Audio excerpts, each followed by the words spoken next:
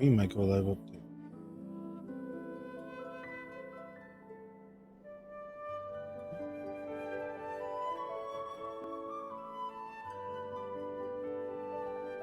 Is my channel banned? No, it can't be. What the fuck? That's so weird. There must be like a back-end thing going on where you can't get the information. No, it's not Sextons. The whole thing is, what do you mean?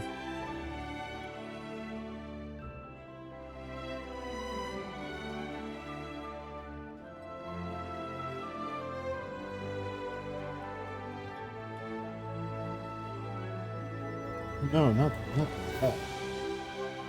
Oh. It's so weird.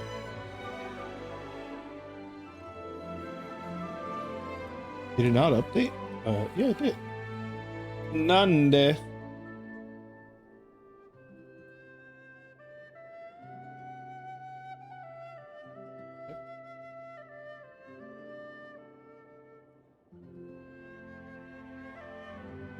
It is what it is. What the fuck? Why did it fix itself now? I'm trying to get. Why is Rose so stupid? Someone please explain it to me. I need someone to explain it to me. Who is this delusional to think that we owe them for wailing in a Chinese gacha game? Like, are you this delusional?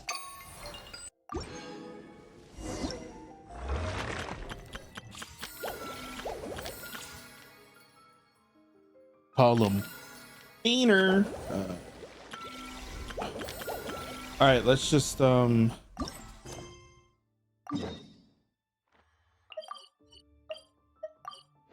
get this over with. It's just 5 hours. Just get this over.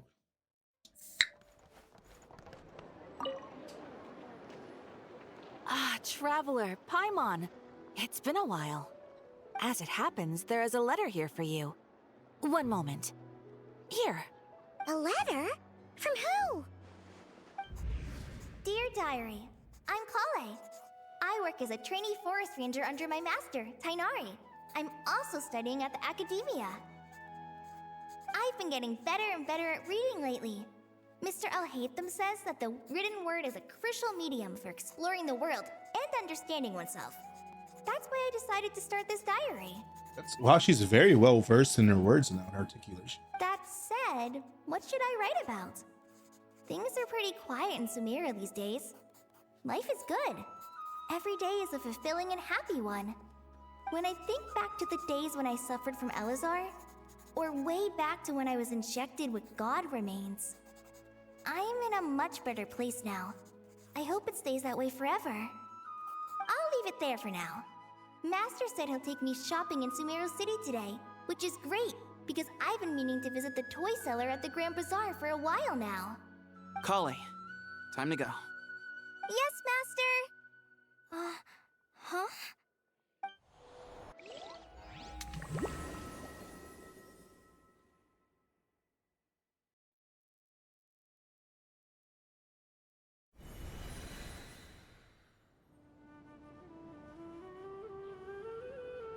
What's wrong, Kale? Is there something on my face? No, sorry. I didn't mean to stare. Did Master Tainari send you to pick me up? Master Tainari? What are you talking about? Tainari is the General Mahamatra. He's probably busy arresting criminals in Sumeru City. I mean, if that's what floats your boat, I can introduce you, but... Wait, Master Tainari is the General Mahamatra? But what about Mr. Sino? Sorry? Oh, you mean that guy who just joined the Vahumana Darshan? Rumor has it he's the leader of the Temple of Silence. If that's true, it's pretty impressive. Sounds like you've been getting to know more and more people since you joined the academia. That's great, but don't let your forest ranger duties fall by the wayside, okay? What's going on? Sethos is acting like he's my master, and Master Tainari has taken over Mr. Sino's job. Is this some kind of prank? If so, it's a weird choice of prank. But anyway, Sethos doesn't look like he's joking. What is this all about? Hey, you're zoning out again. I'm gonna buy some tools for the Rangers. Why don't you stretch your legs a bit? It's been a while since you last visited the city, right? Wait! He's right. It has been a while since I last visited Sumeru City. Was it always like this? I mean, it feels familiar, yet somehow... something seems different. Is this really Sumeru City?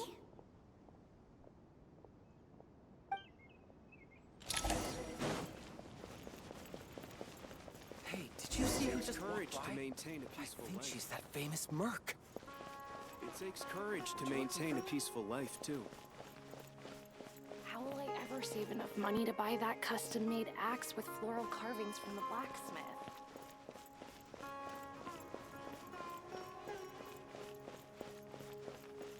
I heard that Sage disappears without a trace as soon as he gets off work. It's a little mysterious if you ask me. Lord Kave Bay, did you get a chance to review this month's accounts? Any feedback? You mean the version you sent over a few days ago? Yeah, I took a look when I received it. I was thinking that maybe our profit margin is a little excessive. I visited some of our commercial partners last month. Their earnings are very slim. Are you suggesting that we give up some of our profits for them? Well, since we have more than we need, yes. Making money for its own sake is pointless. Don't worry, I've already planned for it, and the numbers look fine. We can adjust the rates starting from next month. Also, about that designer you hired, I've had to revise his proposal 3 times now, but he just doesn't seem to... Let's cut our losses. Pay him his fee and send him on his way. I'd like you to get Layla on this instead. She was Cyrus's student, and she designed the Palace of Alcazarzare. Seems like a much safer choice. Who's sneaking around over there? Mr. Kave? Do you recognize this person, sir? Yes, it's all right. We've met.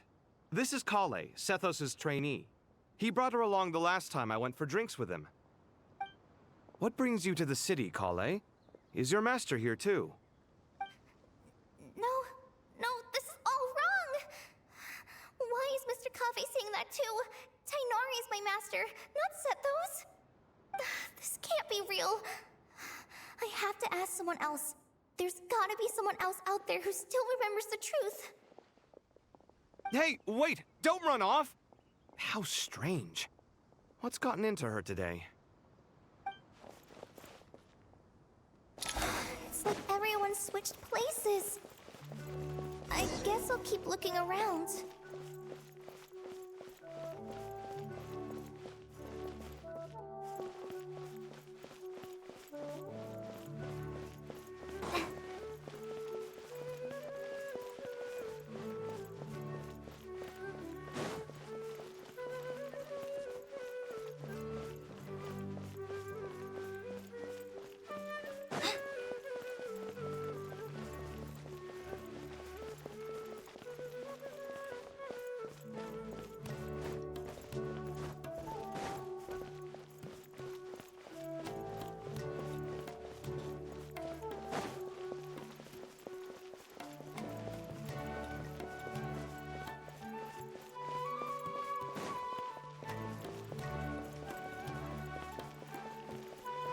Would you like a cup of coffee?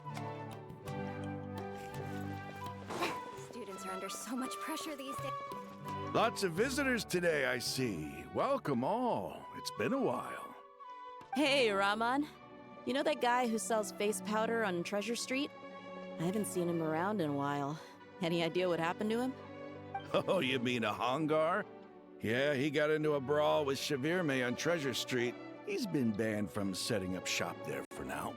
Seriously? Oh, well, that's a shame. I was planning to pick out some makeup for you. Oh, don't worry about it. Nilu? The legendary Flame Mane discussing makeup with the Zubair Theater star dancer. Now there's something you don't see every day. Flame Mane? You know, I'm not actually sure when people started calling me that. Maybe the other Eremites thought I needed a fiercer title to scare people off? To be completely honest, I think the title would fit you better than me, Dia. You think? Can't say I've never imagined myself as a merc.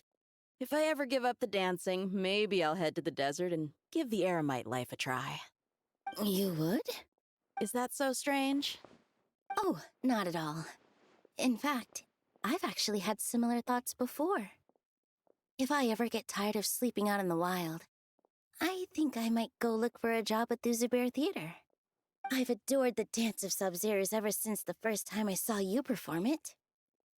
If the chance ever came up, I'd love to try it out on stage for myself. Really? If our manager Sataria heard you say that, she'd hold you to it. Probably grab you by the sleeve and never let you go again.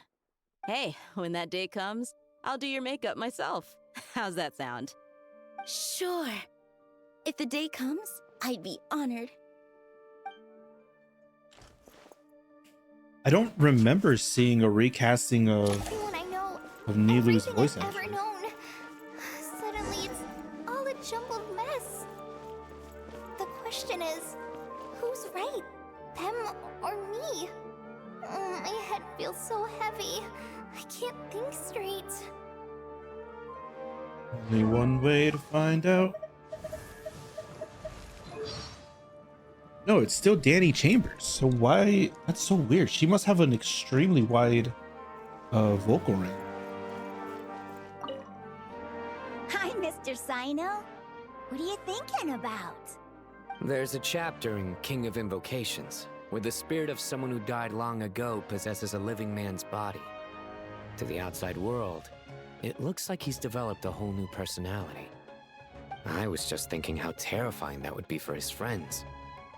Imagine waking up one day to find that a friend of yours has suddenly become a different person. Huh? So what got you thinking about that? I don't know, but something feels off. Everything looks fine on the surface, but can human perception really be trusted?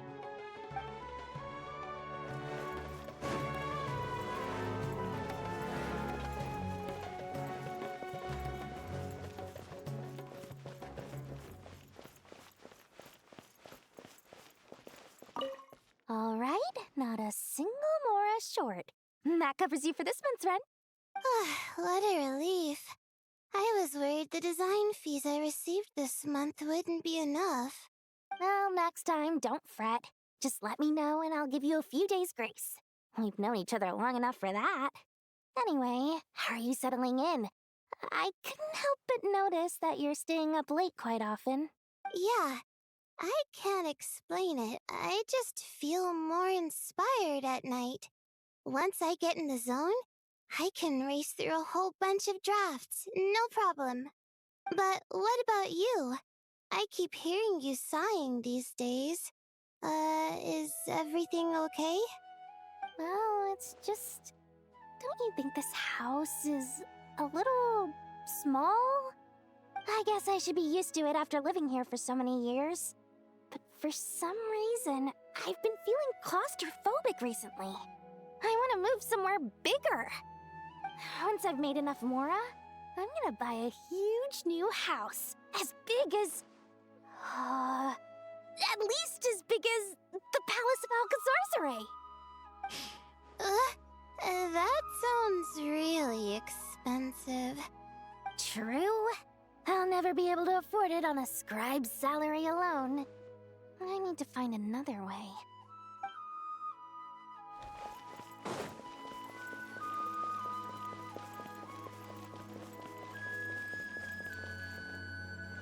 Mahamatra Tainari, we've apprehended the suspect. They say that the fool is prone to blind faith, but the wise man is not immune to it either. Siraj, do you have anything to say in your defense? Tainari, you were the one who turned the sages against me. Just a few words of caution from you was all it took to destroy my research. And now you're trying to stop me again? You should know that mechanical life is the future!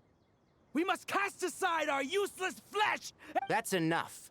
I'm not in the mood to listen to your lunacy. Anyone could tell you how amateur your work is. Karina, Ilias, put him somewhere safely out of the way. Yes, sir. Next on the agenda is... Master? What is it? Wait, did Professor Zahahati send you? She's been encouraging me to take on an apprentice. Might be getting a bit ahead of herself there, though. No, Master! It's me! Kale! Listen to me. Something really weird is going on in Sumeru City. It's like everyone's identities have switched around. You're not the General Mahamatra. You're a Forest Watcher. Just yesterday, we agreed to come to Sumeru City today to go shopping together and... All right, there's no rush. Let's back up a little. Your name is Kale, correct? Although this is our first meeting, you do seem strangely familiar somehow. Is there anything I can help you with?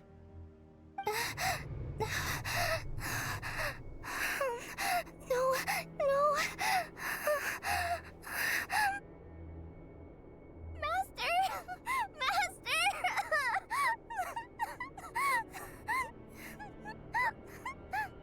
What is it?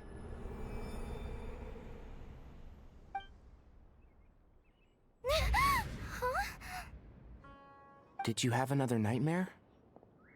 I've told you before, when you're tired, lay down on your back in bed and get some proper sleep. It's much better for you than napping on your front. Poor posture obstructs your breathing, which can lead to all sorts of weird dreams.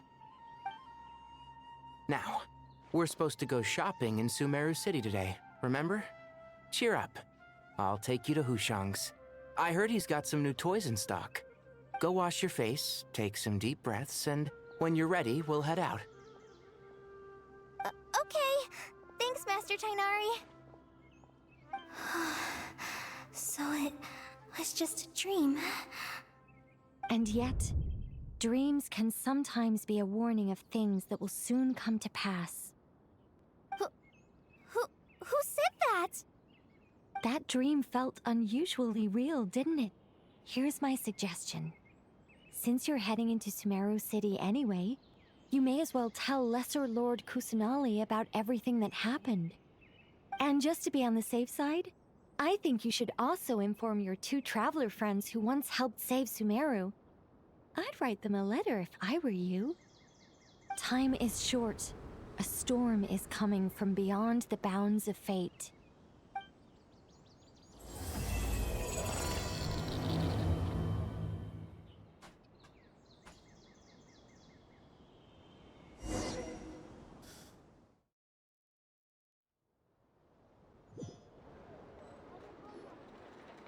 What a strange situation. No wonder Kali was in such a rush to write us a letter. Imagine waking up one day to find that everything around you has changed. You might not even recognize Paimon anymore. Oh, that's a scary thought. Let's get to Sumeru and find out what the heck is going on. What the heck is going on here?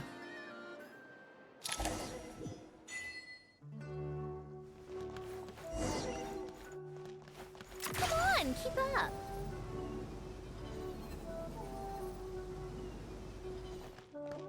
How tiresome.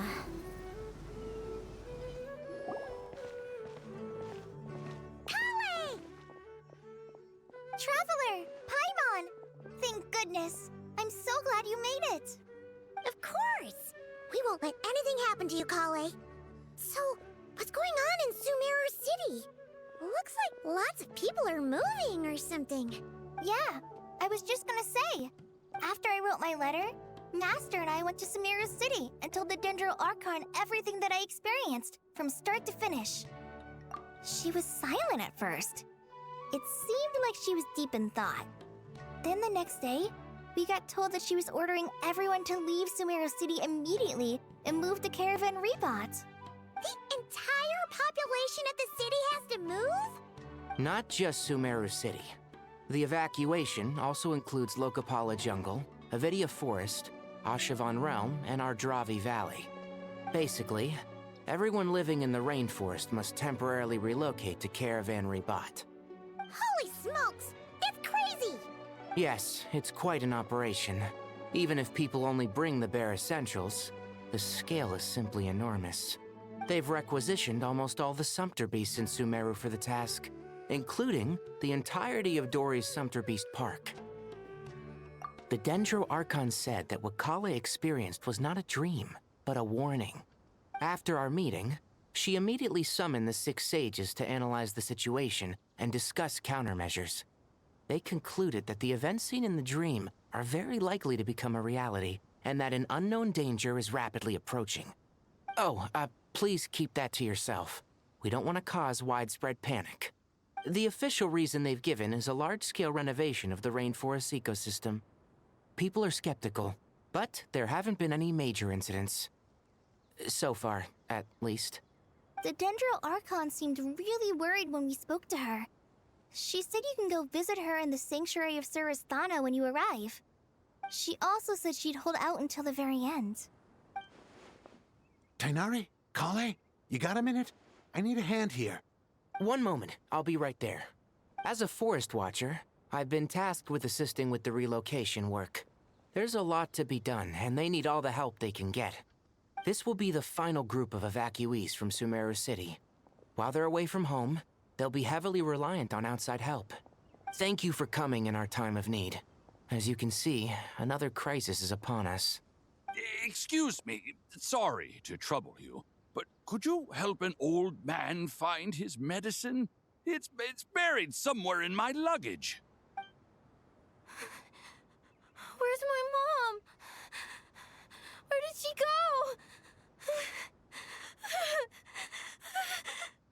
go?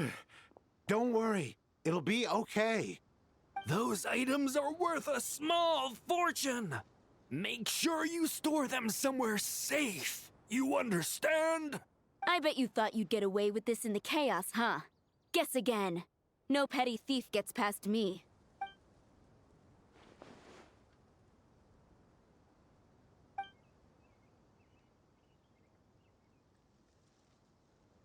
We should go help the evacuees. See you around. I'm so glad that you believed me and came all this way to help. It means a lot. Please stay safe. Don't worry. We may not know exactly what's going on yet, but as long as we stick together, we'll find a way through this. Goodbye! Look after yourselves! Will do. See ya! Whew. Paimon's not sure how she found the words to comfort Kale because, honestly, she's kind of nervous herself. Let's head to the Sanctuary of Surasthana and see Nahida.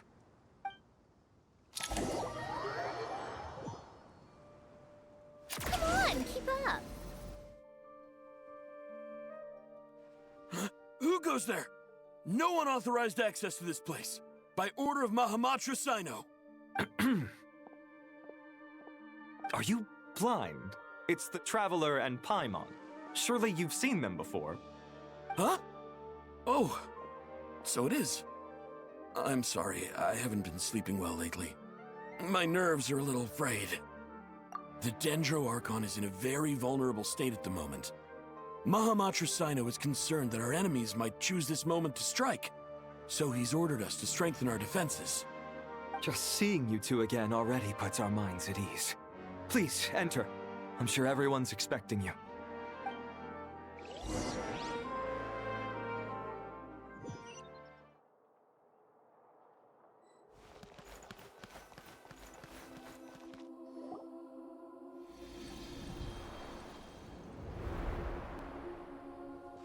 Traveler, Paimon, you made it. Aha! Perfect timing.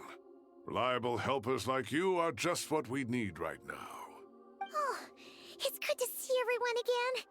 Kale gave us a rough idea of what's going on, but we still have a lot of questions. What kind of danger is Sumeru City in exactly? And how come everyone has to move to Caravan Ribat? At this stage, we can't be certain. We're investigating, but no definitive answers yet. I take it that Kale told you about her strange dream? Yeah. Apparently, everyone in Sumeru City was acting super weird. Even you guys. It was like you'd all switched places. That's right. Kale and Tainari reported the situation to the Dendro Archon. She believes that it wasn't merely a dream, and that whatever it was has something to do with Irminsul. It's a reasonable inference. Only through Irminsul can people's memory and cognition be so significantly modified in such a short time. We don't know why Kale would dream of these things, nor who was trying to warn her. The Dendro Archon decided to connect to Irminsul to investigate more thoroughly. Irminsul is connected directly to the ley lines. The tree serves as a central hub where the ley lines converge, and its core function is to record and store the world's knowledge and memories. But something has gone awry, severely compromising the performance of this core function. Information is bottlenecking inside Irminsul, hampering the ley lines' flow. If this continues, new information will languish unrecorded, with existing records thrown into disarray. In short, the souls of the dead will be stranded, while the living have their sense of reality warped. In the long run, Kale's dream could well become a reality. And that's just the beginning. There's no telling what other nightmares could end up coming true.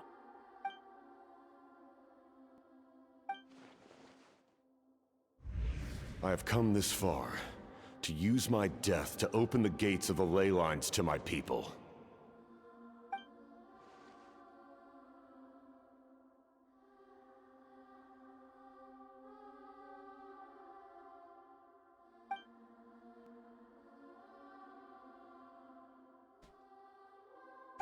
Faced with a growing backlog of information, the Dendro Archon decided to connect herself directly to Irminsul and take over the recording and processing function herself. But it is an almost impossible task. Individual brains aren't equipped to deal with the sheer volume of knowledge and memories involved. All that information flooding in at once would instantly fry any human mind. And for a god, even for a god, the suffering must be unimaginable. The Dendro Archon's power originates from Irminsul. Any issue with the tree itself takes a toll on her to begin with. On top of that, she's subjecting herself to the grueling task of processing all that data. It must be torture for her. And despite all of this, she is somehow finding the strength to investigate the Irminsul situation from within and send us her findings. I finished analyzing the latest data. Looks like our working theory was wrong. There's no signs of Irminsul having been attacked from the outside. So it's internal then? Some sort of disease, perhaps? No. I've spent half my life studying the ley lines. If Irminsul malfunctioned this easily, the world would have met its end long ago.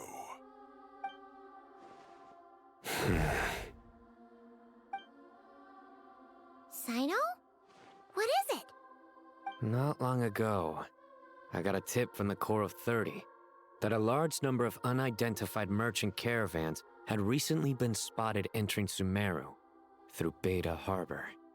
At first, I suspected that they might have something to do with all this, so I sent some people to investigate. But if Irminsul wasn't attacked from the outside... Don't you think there are more important things to worry about right now than guessing who's behind all this? It's been over 12 hours with no new intel. If even the Keeper of Irminsul is this badly affected, you can imagine how bad things are in there.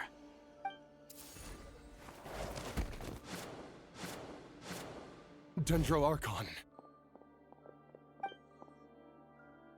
Nahida! What's wrong? Her breathing is weak, and her elemental energy levels are dangerously low. Looks like it's time to move to the backup plan. What's the backup plan? Get out of the city and take the Dendro Archon with us. These angles are so cinematic. Oh my god. The entrance to Irminsul is directly beneath the sanctuary of Surasthana. That means this is ground zero if anything goes wrong. The Dendro Archon has a very strong connection to Irminsul. But theoretically, this connection should grow weaker with distance. Under normal circumstances, she could unleash her full power here. But with Irminsul out of control, our first priority is to get her away from here. The situation is critical. There's no time to deliberate. Everyone in agreement? I'll deal with it. I'll also let the Matra and the Core of 30 know to start evacuating.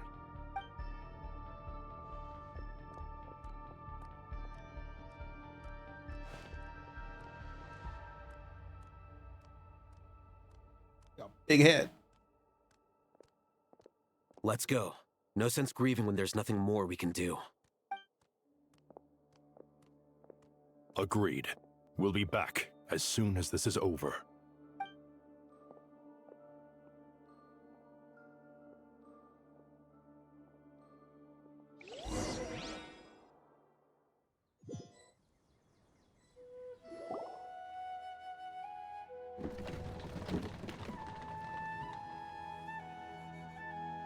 The last group of civilians has been safely evacuated.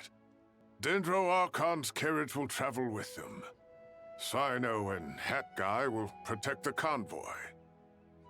With the Dendro Archon in a coma, we've lost our means of investigating the situation.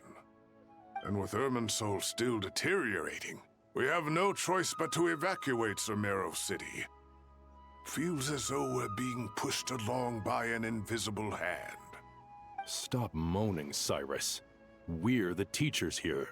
We should be showing a little more confidence, don't you think? A wise judgment. Let's move out to Caravan Rebot.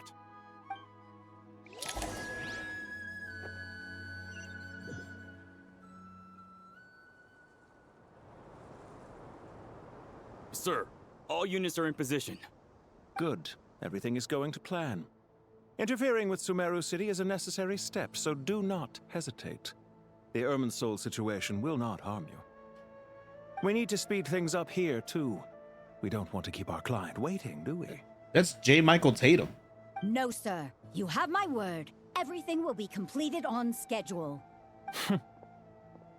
They say that fervent ambition attracts the favor of the gods, and with it, a vision.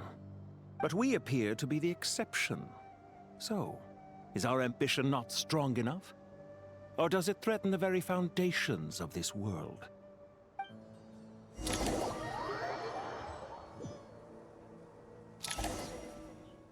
Take a break.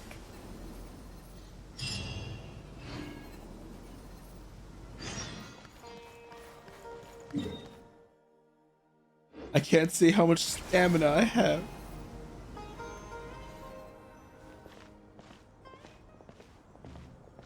How is the Dendro Archon?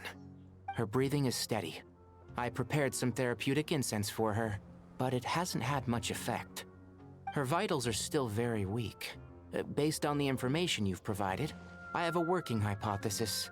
Her condition is partly due to Irminsul's influence, and partly due to a physiological imbalance caused by the rapid depletion of her power. Elemental energy usually flows through the body at a relatively constant rate. The body grows accustomed to this rhythm, so when it's thrown out of balance, physical symptoms will appear. Is this similar to the ley lines?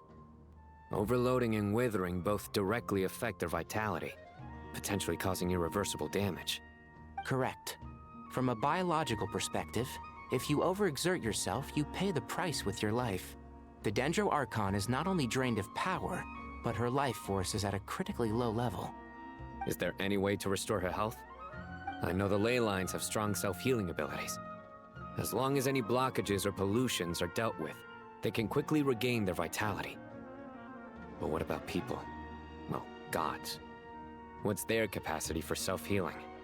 Before we think about that, there's a bigger predicament to resolve. Restoring the Dendro Archon's power requires us to heal Irminsul first. But that will be extremely difficult without the Dendro Archon's power. Paimon's already getting lost here. Master Tighnari and Sino look so serious. I've not heard Master speak in this tone for a long time. Tainari. Master Nephis? Sages? Tainari, haven't seen you in ages. Have you gotten taller? Or did your ears get longer? Hopefully the former, Uncle Baladuri. Sino, where's Professor Cyrus? I thought he'd be with you. He went out into the wild to investigate the situation. He said that the Irminsul anomaly will likely start to affect the real world soon. He shouldn't be trotting around alone at his age. Which way did he go? I'll look for him later. Would someone mind introducing us? Ah, yes, of course. Allow me to do the honors. I'm sure we're all familiar with the Traveler and Paimon. They're the heroes who helped foil Azar's conspiracy and save Sumeru. These gentlemen and I are the 6 current sages of the Academia. Balduri and I are part of the Old Guard, while the other 4 took office after Azar and his clique fell from power. We have Sage Elkindi of the Spantamad Darshan, Sage Farnas of Kasharawar, Ritaoist Sage Shakir, and finally Harabatot Sage Rusht. Nice to meet you all! I've heard much about you. Delighted to finally meet you in person. You're younger than I imagined for someone with the power to stand up to fate itself. Thank you for lending your aid to Sumeru once more. Once we're on the other side of this, could we get a photo together? My daughter has a friend named Isak. He's always talking about you two. Of course! No true hero would deny a child their wish. Back to business. So with the Dendro Archon currently in a coma, the people have taken temporary refuge at Caravan Rebot, but they cannot stay here forever. We need to come up with a plan as soon as possible. Farnas, any thoughts? Well, firstly, having reviewed the data, I'm inclined to agree with your assessment. This doesn't look like an attack on Irminsul from the outside. Rather, it resembles a malfunctioning machine. Calculations going haywire and sparks flying. That being said, before we consider how to fix it, we need to understand precisely what has gone wrong. Furthermore, we somehow need to ascertain this without relying on the Dendro Archon's power. We have no direct access to Irminsul. However, we might be able to gather the information we need from the ley lines. Study the branches to learn about the trunk, in other words. Wait, is that what Cyrus is up to? No wonder he ran off to research in the wild. Curse always one step ahead of me, isn't he? I heard that while in the sanctuary of Surasthana, the Dendro Archon had to serve as the central information hub herself. This is a clear sign the situation within Irminsul might be far worse than we can imagine. Irminsul is vital not just to the safety of Sumeru, but to all of Teyvat.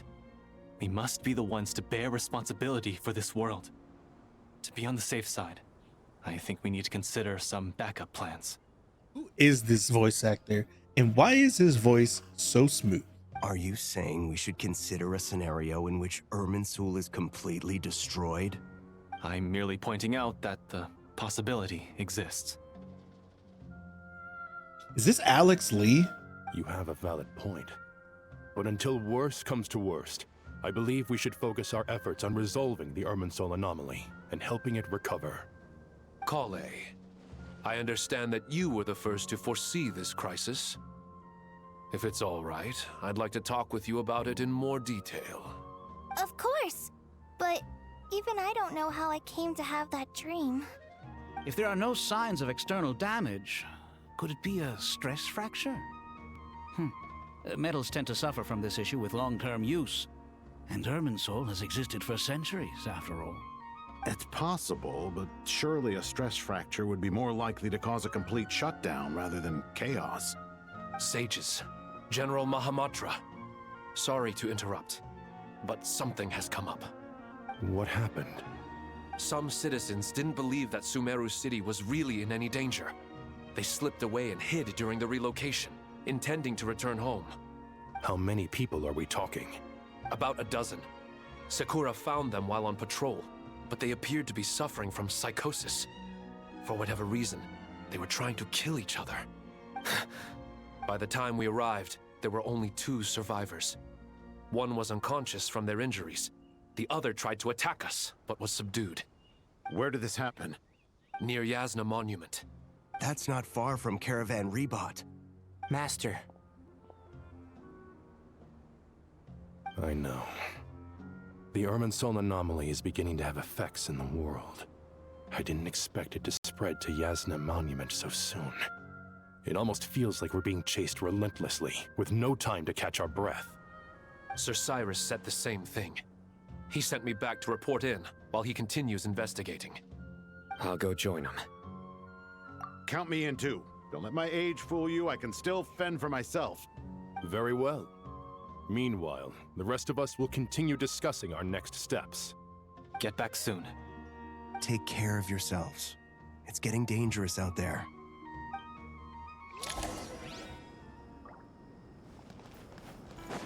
How tiresome.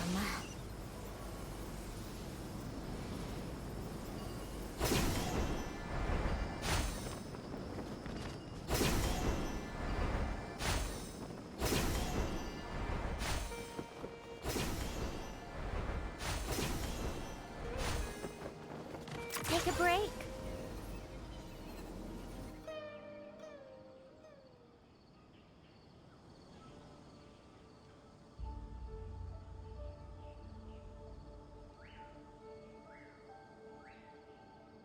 Please, don't go any further. As you get closer to Sumeru City, there's no knowing what dangers you might encounter. So this is our mentally disturbed man? I'm going to gut you all!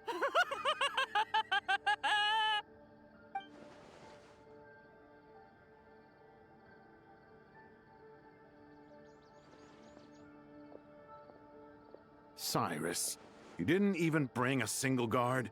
Do you think you're some sort of warrior? It's fine. Come here and look at this. Oh, it's...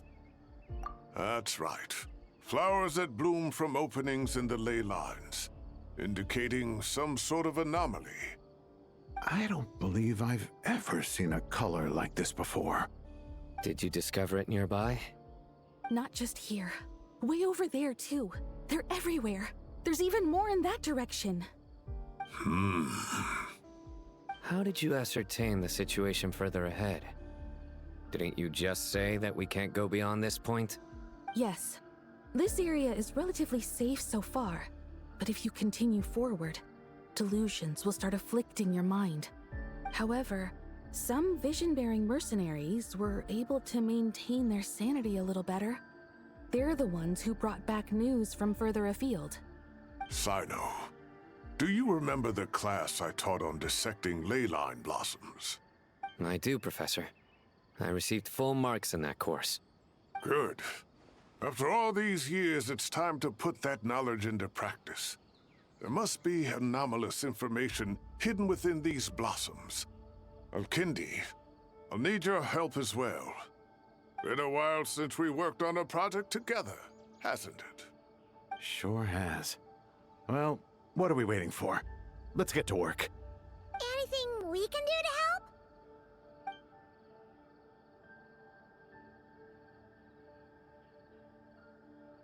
Will you need my help? All right, well, don't go too far. There's too many unknowns at this stage. Let's regroup at Caravan Rebot later. Don't worry if you don't show up. I'll come and find you.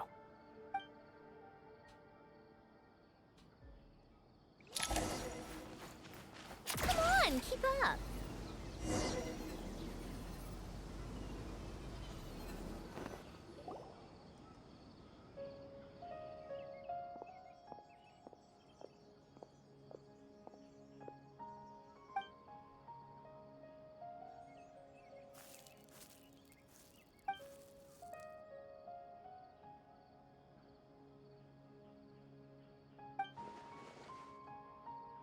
That should be the heart of Oasis.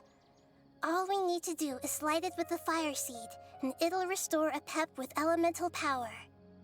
The damage it suffered internally will also slowly begin to heal.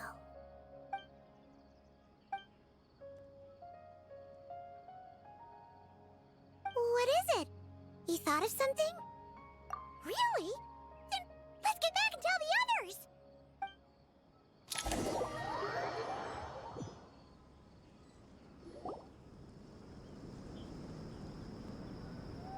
Whew. Glad to see you've returned safe and sound. Any longer and we would have gone out looking for you.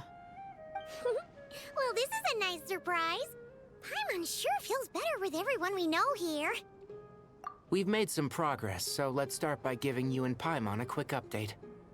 By dissecting the ley line's blossoms, we've been able to deduce that although Irminsul is experiencing an anomaly, it has not completely rejected access from the outside. The Dendro Archon has the power to connect to Irminsul, but there's also another way. I assume you recall the devices everyone was wearing when you first arrived in Sumeru? Devices? Oh, wait. You mean... The Akasha terminals? That's right. Of course! It's been so long, Paimon almost forgot all about the Akasha. Wasn't it shut down, though? Yes, but although the system isn't currently operational, the technological infrastructure is all still there. And it turns out that a certain someone gets so bored at work that he's actually read through every single one of the instruction manuals. No prizes for guessing who that was. If praising others is that embarrassing for you, you can simply spare yourself the ordeal. As much as it pains me to say anything nice about him, there's no denying his intelligence. He rarely forgets anything he's read. The Akasha is exactly what Sumeru needs at this moment. Between us, we should have all the knowledge and expertise we need to get it up and running again. But if I recall correctly, doesn't the Akasha need a Gnosis to function? That's exactly right. The Akasha relies on the Gnosis as a power source, and in its absence, we'll need to find an alternative. To tackle this problem, it looks like we'll be relocating once again. Namely, to the Temple of Silence. Ring any bells? It's the only major institution in Sumeru dedicated to preserving the knowledge of King Deshret's civilization. You might find the answers you're looking for hiding there. I agree. There's a good chance. Master Nephis and the other sages have discussed it. As the chaos from Irminsul continues to spread, Caravan Rebot won't be a safe haven for much longer. We have to move into the desert next. The scholars and sages will head to the Temple of Silence, while the civilian population seeks refuge in Aru village. The Eremites will keep everyone safe during the journey, and Candace will be there to receive us at the village. This leaves us just one thing to worry about. That Dendro Archon. She's very weak. We can't afford to wait until Irminsul is fixed. There has to be another way to help her. Huh. Wow. Luckily, the Traveler had a eureka moment while we were out investigating. Really? Wow. Nice one, Traveler. Let's hear it. What say our Amorta experts? Theoretically, it's feasible. From what you're saying, although elemental life and elemental energy have their differences, the Dendro Archon has explicitly stated that she can imitate the power of the former. In which case, as long as Apep is willing, she should be able to convert her own power into a form that the Archon can use. It wouldn't be difficult for her at all. The only problem is convincing her to help. Yeah! Even though she wasn't exactly friendly the last time we met, she didn't refuse to talk with us. When she realizes the danger that Nahida is in, surely she won't turn a blind eye to it. Well, hopefully not. Either way, we're not exactly spoiled for choice here. Hey, it's better than having no options at all. I agree. Without Irminsul's aid, the legendary Dendro Dragon Apep may well be the only living thing in Sumeru who can help our Archon recover her power. There's no time to lose. I'll bring this proposal to Master right away. If he and the other sages agree, we'll split into 3 teams. The academics will go to the Temple of Silence to look for a solution to the Akasha problem. The Eremites will escort the civilians safely to Aru village, and the Traveler and Paimon will take the Dendro Archon to see Apep. There's still a long road ahead, and no knowing if we'll make it. But at least we have a direction now. I'll take it over floundering around in confusion. If there are no objections, then let's proceed. But before we adjourn, I would like to leave you all with some parting words. No matter the distance between us, there will always be an invisible force tying us together. May the bonds forged in the past shine bright like stars and open a new path before our feet. Huh. Is that from King of Invocations? No. This one's from King of Invocations, the sequel. What's the difference? The sequel's much cooler. Couldn't agree more. Well, it was very apropos. Once this is all over, I'll give everyone a copy of King of Invocations and the sequel to show my gratitude. Come on, let's get moving.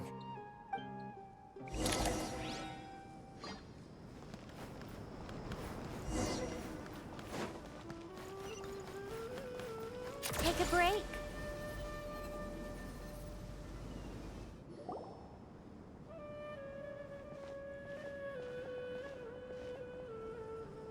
Tighnari has brought me up to speed. I approve of your plan of action. But we can't proceed with everything right away. The people need to rest.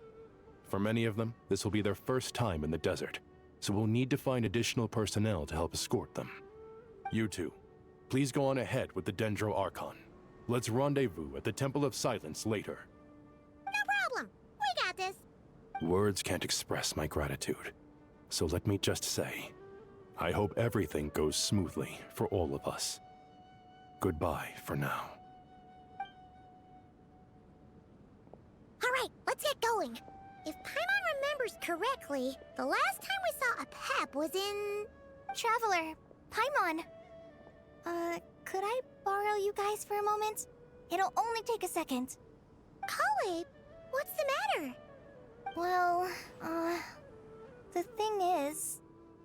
Master Tighnari once told me, after you raise a problem, you should think about how to resolve it. But ever since I had that dream, I feel like I haven't been of any help at all. I tried my best to keep up with the conversation, but there was so much new information, I couldn't take it all in. So, I just wanted to ask, do you have any tips for me there? Paimon knows exactly how you feel. But fear not, everything you need to know is right here in Paimon's notes. Sumeru chapter. It's got tons of info about all the things we've seen and heard on our adventures. Some parts are a little simplified, but hopefully it all makes sense. You see? Being the greatest guide in Tibet isn't just a fancy title. It takes a lot of hard work. Paimon doesn't always understand the things you're talking about with other people. Whenever that happens, she notes down the confusing parts and goes over them in her own time. This is perfect. Could I borrow it? Sure. Matter of fact, you can keep it if you want. Paimon has another copy. The spare copy was originally meant for the Traveler. Paimon used to worry that one day he might not need a guide anymore, so she wanted to have a gift for him, in case we ever parted ways. But it doesn't seem so necessary nowadays. We have so many more places to see together. One copy will be enough for both of us. Thank you so much. But still, these are your treasured memories. I think I'll make my own copy and then return the original to you. Anyway, that was all. I won't keep you any longer. Have a safe trip. See you again soon. See ya! Alright, time to bring the Hida to see a Pep. Let's hope that old grouch is in a negotiating mood.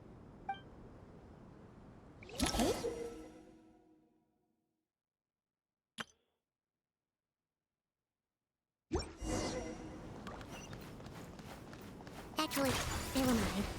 In a Pep size, Nervalet's probably one of those dragons who's grown too close to humankind.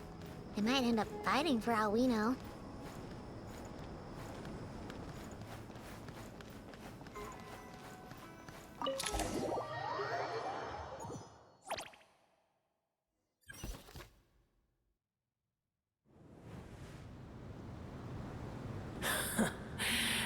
I had a feeling your kind might come calling. The ley lines are in disarray, Something has gone wrong with Irminsul, yes.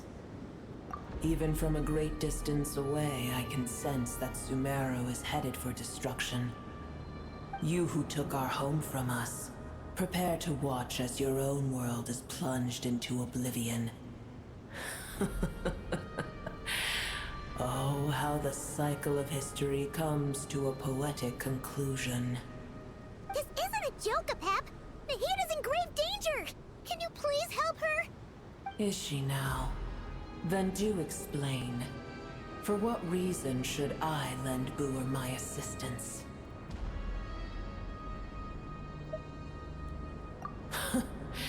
The Age of the Dragons ended long ago, and the world that replaced it is under the dominion of the Heavenly Principles.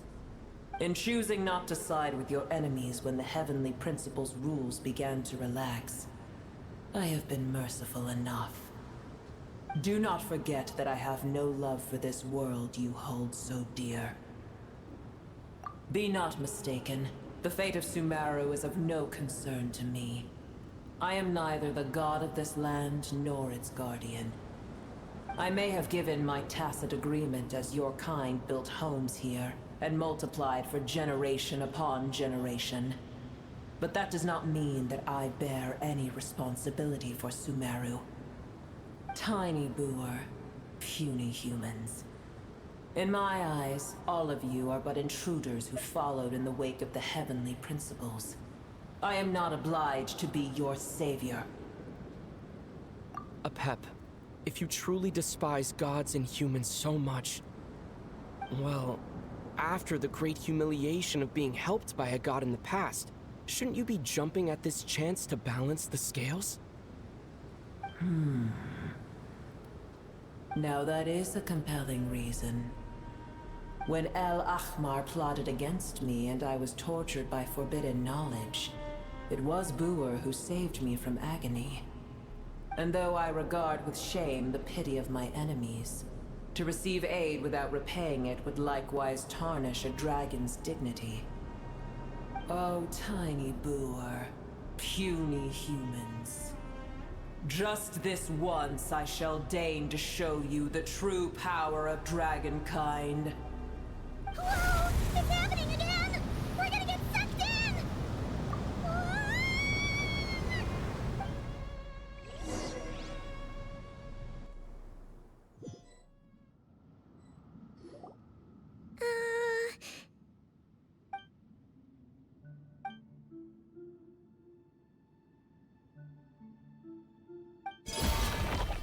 It is done. The heart of Oasis is supplying her with life force as we speak. It shall not be long before she recovers. But I should warn you. Boer's existence is closely intertwined with Irminsul. Unless the issues plaguing it are resolved, she will never completely recover her former strength. Oh, thank you. Spare me your words of gratitude. You may also spare me your feigned concern. A dragon's sovereign's power is far greater than you can imagine. While I was indeed weakened when the heart of Oasis ran dry, providing Tiny Boer with a morsel of my life force shall have little consequence for me. Oh, good to hear.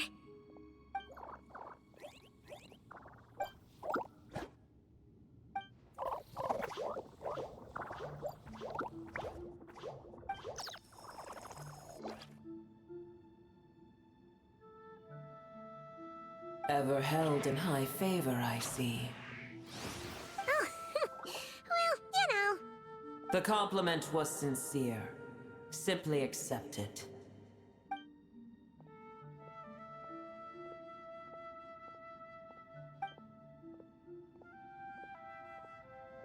I did once. That tree was not planted by the Heavenly Principles. Irminsul existed before they ever arrived in Tevat. What? There was a time when it belonged to Tevat, to dragonkind. Its appearance and function then differed greatly from today. The ley lines flowed with an abundance of a familiar, primitive form of elemental energy. You may know it as the power of the Light Realm. The heavenly principles usurped and refashioned Irminsul, made it serve humanity, and used it to anchor the fate of the world. Yet in the end, humanity has failed to protect it. Heavenly principles, God of gods. It makes me sick. The enmity between your kind and mine can never be bridged. As things stand today, holding a grudge against you would serve no purpose. But there will come a day when we reclaim this world for ourselves. The opportunity will arise no matter how long we must wait. I can already sense that far away from here, the Hydro Dragon has wrested his authority from the hands of the usurpers. Though we have yet to meet, I know that we are both preparing for our revenge day and night. Uh-huh.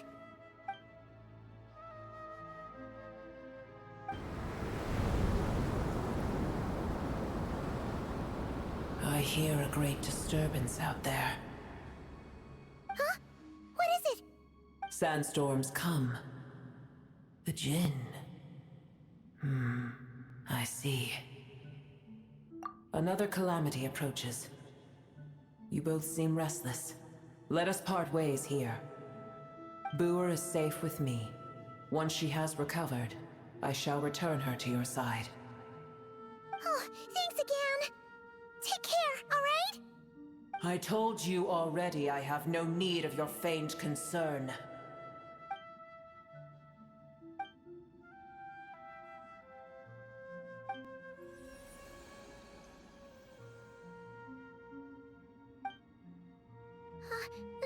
Nahida?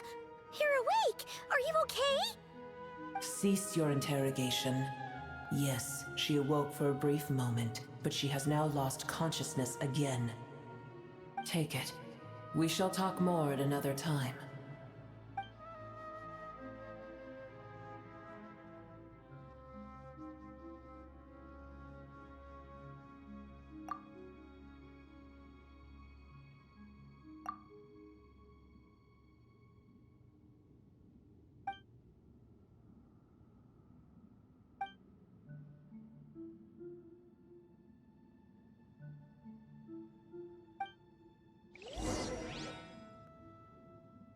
Where the heck are we? Did you just dump us in the middle of nowhere? Wait. No. Paimon remembers now. The Temple of Silence is over that way. Come on, let's go find the others.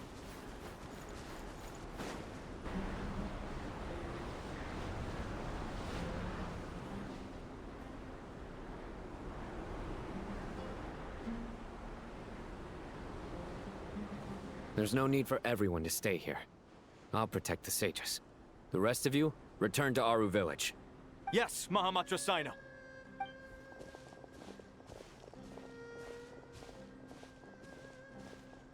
Sino! What's going on? You're back. How is the Dendro Archon? What a relief. It's the Jinn. Countless Jinn have stirred up violent sandstorms across the desert, blocking our path to the Temple of Silence. Tainari and Kale have returned to Aru village to help. The Jinn are being highly aggressive, so both the village and the merchant caravans require protection. It's just one thing after another. Where did all of them come from anyway? In all my trips to the desert, I've never seen anything like this before. As I see it, the only possible candidate is Gurabad. Gurabad? Baladuri could explain in more detail if he were here. All I know is a rumor I've heard about from previous trips to the desert. Supposedly, a great number of dormant Jinn lie sealed beneath that city.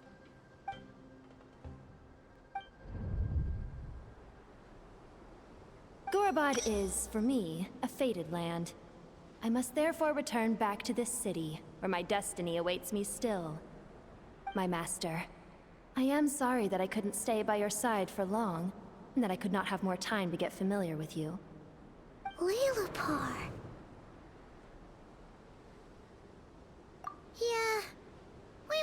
goodbye to a friend there. Well, maybe not a friend exactly, but someone we met on the road anyway. She was a strange bottle. If we can find a way to wake her up, maybe she can help solve the situation in Gurbad. Well, be careful. You may find there's more than just the Jinn to worry about. You mean, there are other dangers in Gurabad? It's a sensible assumption to make. The moment we arrived in Caravan Rebad, the Irminsul anomaly started spreading in that direction. Now we've moved to the desert, and suddenly we're plagued by Jinn and sandstorms. To call it a coincidence would be a stretch. Don't worry, we've gotten a lot stronger since our last stint in Sumeru. Ah! When did they show up? It appears the monsters native to the desert have been stirred by the Jinn's activity.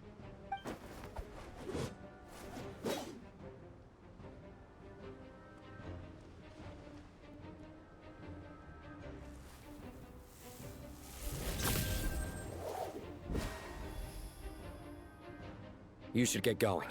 We'll take care of things here.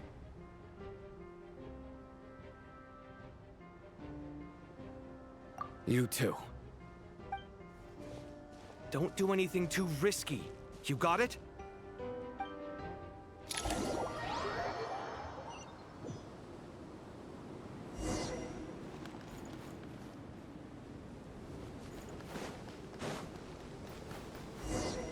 The Jinn are swarming out of Gurbad! Looks like our vision was right! Let's get inside and see what's going on! Eyes on me! Ha!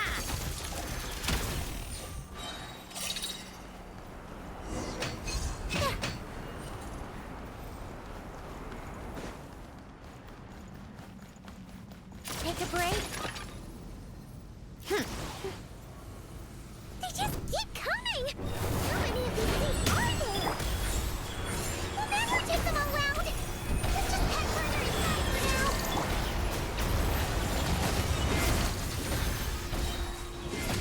Power that ended height!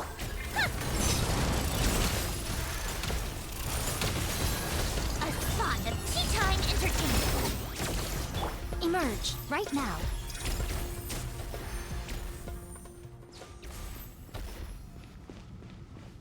Target spotted! All units at the ready. The Patchouli? They must be using this place as a stronghold! Are they the ones behind all this?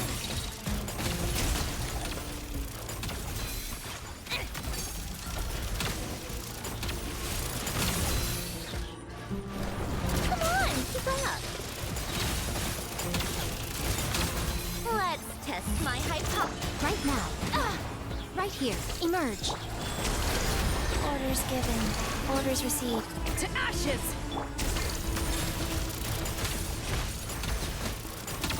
It's never ending. Take a break. Pick up the pace. Fighting Jin with one hand and Fatui with the other? This is pure chaos! What a joke! Right here. Emerge. Right here. Life goes on. Backup is here.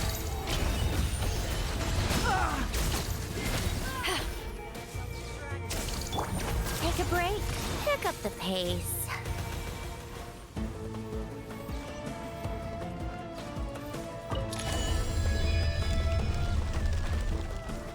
Do you see that strange machine? Paimon has a sneaking suspicion that that's the thing wrecking Gurabad and setting all those dangerous Jinn free! The target has reached the core zone. Requesting backup. Repeat, requesting backup. Backup en route! Stop him at all costs! Come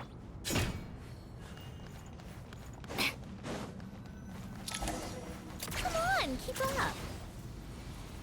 Careful! No handicap! Power that ended Haishan! This ought to do it.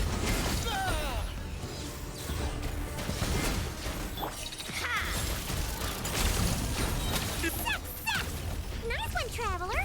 Let's keep going! My hypothesis. How tiresome. Right now, right here. Wheel of life. To ashes! Come on, keep up. My duty.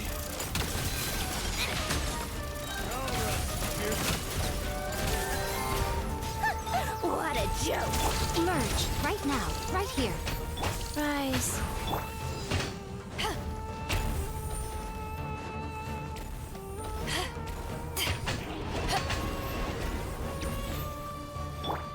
Take a break.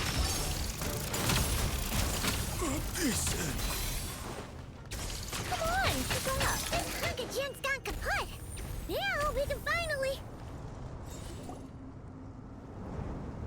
It seems my subordinates failed to stop you in your tracks. Apologies, sir. There is no need to apologize. You did well to hold your ground against such a powerful adversary for as long as you did. I must commend your courage and perseverance. So, you're in charge here, huh? First the problems with Irminsul, now this mess in Gurabad? Are you the ones responsible for all this? I'm afraid I cannot answer that. I assume you aren't naive enough to expect answers from an enemy. Ugh, this guy is so snooty! However you want to spin it, you're clearly involved in this somehow. So you can either start talking, or we'll have to make you talk. Let's get him! Traveler? What's wrong?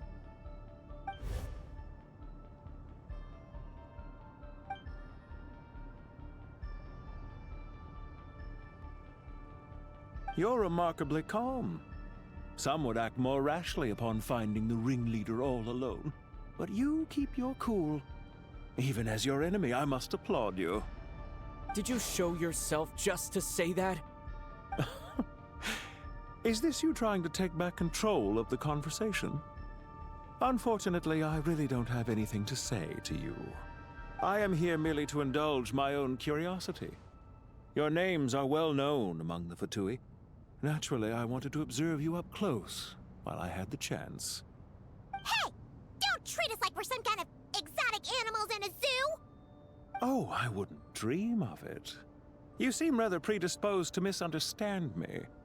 I'm quite aware that you are both heroes of great renown. You have resolved crises in many nations and won countless allies along the way. I've been following your adventures with great admiration. My only regret is that the trajectory of your journey conflicts with our goals. What do you mean, admiration? Sorry, but that sounds pretty weird coming from you. I don't see why.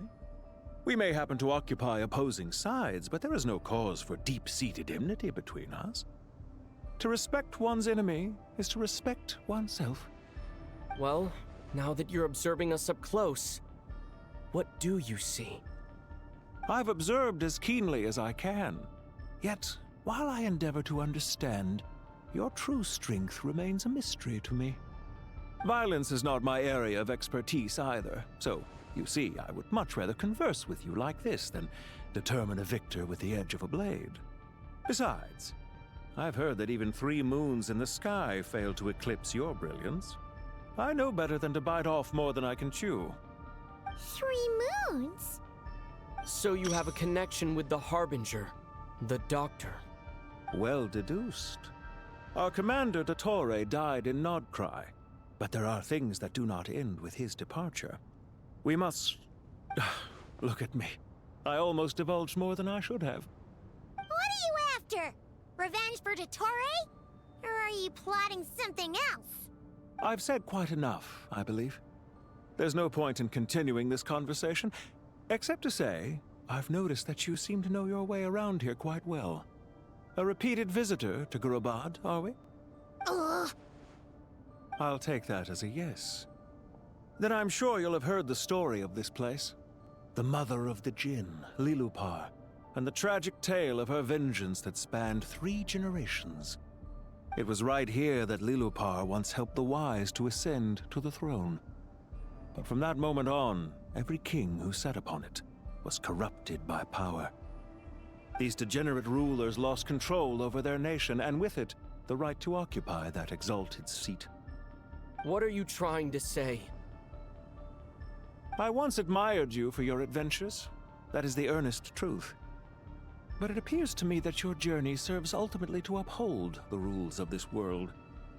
Are these rules truly just? Does the heavenly principles rule with wisdom or folly? And how can we be sure that the Seven, who wield authority over the world, will not be corrupted? Do you seriously think you're gonna convince us of anything? Convince you? I'm sure my commander already tried that. Why would I waste my breath doing the same? If a few words from a stranger were enough to make someone completely change their stance, it would only prove that they never had a firm will to begin with. I am merely stating my position, so that we might understand each other better. One's enemy in the present may not necessarily be an enemy for life. As for what game I'm playing here, I'm simply buying some time. But now I must bid you farewell. It was a wise decision not to attack me immediately. Since you did not fall for my ambush, I will now have to ask those in hiding to reveal themselves. Leave this to us, sir. Very well. I trust you to do what is necessary. Stall him while I execute the next step of the plan. Sumeru City, Irminsul. Hey!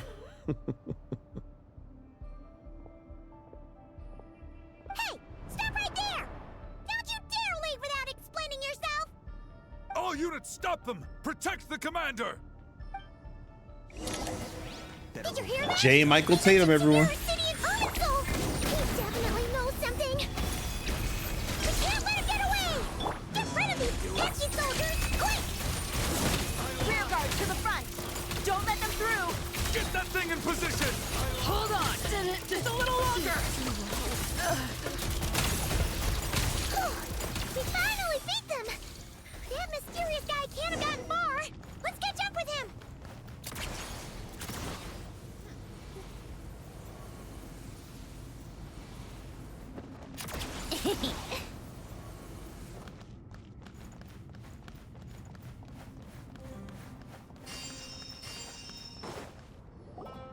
Found him! Over here!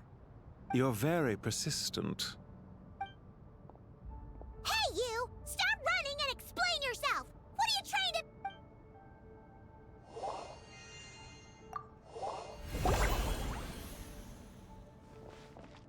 What's this? Relax. A small trap like this won't be enough to hold you. The sandstorms from Gurabad will die down soon enough, but this small window of time was all we needed to launch the next phase of our plan. Don't be discouraged. I knew that someone would come here eventually, so I planned ahead. Where to chat with you, which door to exit from, even which mechanism to wait by for you. I thought through every detail. You, meanwhile, know nothing of who I am. So far, you've only heard my voice, and for all you know, it may not even be real. But not to worry. This is only our first meeting. It shan't be our last. Just answer me one last question. Why do you continue to follow Dottore? He has conducted countless cruel experiments, even on his subordinates. Follow isn't quite the right word. Let's just say even those you see as villains have their friends, even if they aren't the most sincere of friendships. When any set of rules is established, there will be those who benefit and those who lose out. People will do anything to justify what they have gained or escape from the hardship imposed upon them. Neither he nor I are tolerated by the rules of this world. We were both searching for a new order. Our ideas of the final form that should take may have differed, but our journeys took a shared path. Goodbye, Traveler and Paimon. I wish you a timely escape, albeit not too soon. I will need a little more time to prepare, after all. Hey! Come back! Wait, this dark wall. We've seen these on our adventures before. It swallows people up! Oh, I'm sorry. She shouldn't have jumped the gun! Oh, okay. He may have fooled us this time, but we'll get him back!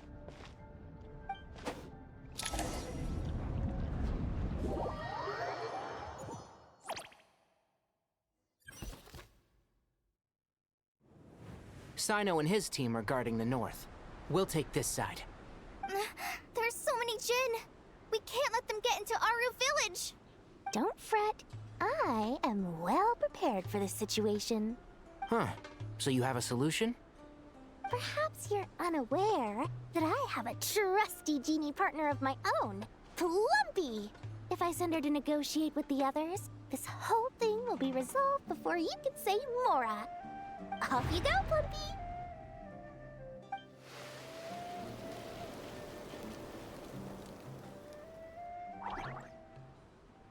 Come on, what's the holdup?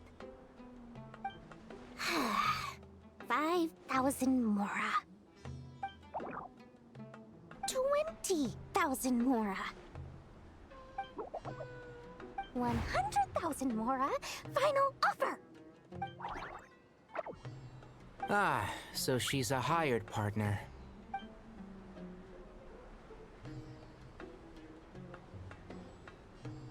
Hired partners are reliable too. Plumpy here is a highly skilled negotiator. You'll see. Just a few words from her and...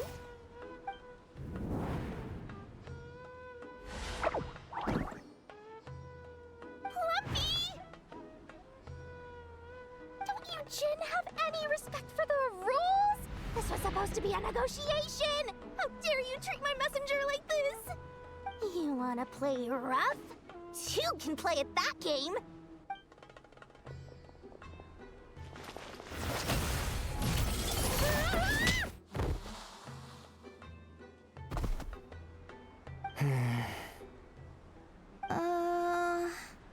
Looks like it's up to us now.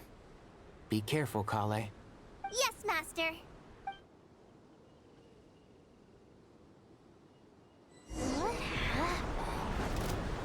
How did I pass out? Never mind. Plumpy, it's time for revenge. You know, this reminds me of when you first arrived in the video forest. You were trying to help a child retrieve a lost toy when you stumbled upon Spino Crocodile territory by mistake. Yeah, I remember. Our first time fighting side by side. Fighting side by side? I seem to recall swooping in to rescue you with a team of forest rangers.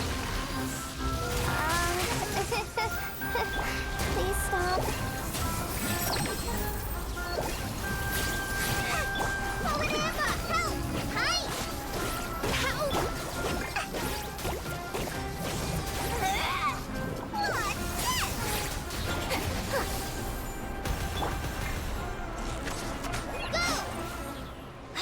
One with the forest. I'll uproot you! Let's sweeten the deal. More Watch this!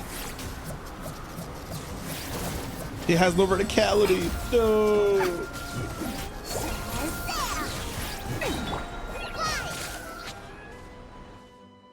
There's too many of them! I can't believe I used 12 rare items in one battle. Ugh. I shudder to think how this is going to affect this month's accounts. The sight of that glaring deficit might be more than my poor heart can take. Tainari, how's the situation on your end? We held the line, though it was a close call. But it looks like they're preparing for another attack. Has something happened? They've breached our defenses in the south. The Jin are pouring in. We're moving the villages to the north as we speak. We're hemmed in. This is getting precarious. Our margin for error just got a lot smaller. That's why we wanted to confirm your status. We need to consider our next move carefully. Bad news! Another line of defense has been breached. Kale, go with them and assess the situation. Dory and I will hold the line here. But Master! Even with 3 of us, we barely managed to... This is not a discussion, Kale. Don't worry about us. She clearly still has plenty of tricks left up her sleeve. Wait! You can't pin all your hopes on me? Oh, great. I've almost run out of the things I brought with me, and the rest is back at the caravan. I should be able to hold out for a little longer, but still... Master! Need any help? Huh? What is it, Kale? If things continue like this, it won't be long before Aru village is overrun by Jinn, and the sandstorms are sure to follow in their wake. I do have a plan, but I can't guarantee it will work. I don't care. Whoever you are, please just help us. The only one who can help is you. I am merely here to guide you along the correct path. I am a spirit created at the beginning. I am a flickering illusion. I am the shimmering light that flows from the eyes of the Creator. What do you mean? It doesn't matter. You don't need to understand it. Just repeat after me, one line at a time. Watch out! Jinn incoming! I am a spirit created at the beginning. Here goes nothing. I am a spirit created at the beginning.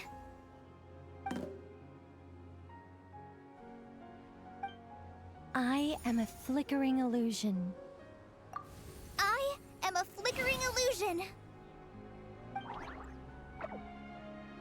What's wrong, Plumpy?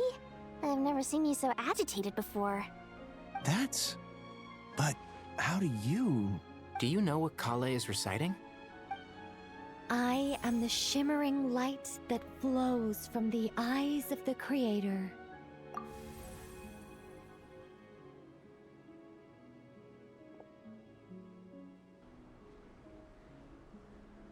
I am the shimmering light that flows from the eyes of the Creator.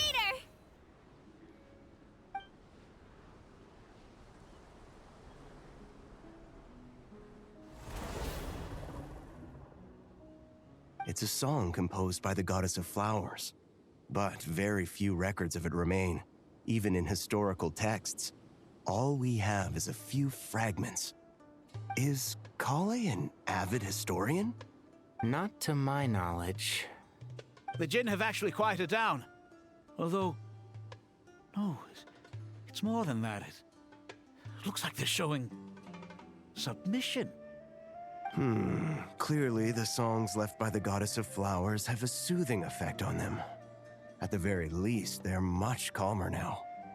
Really? Let me try. I am a spirit created at the beginning.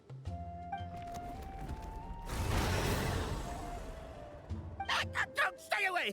I'll stop! I'll stop! It seems like the song only works when Kale recites it. But why?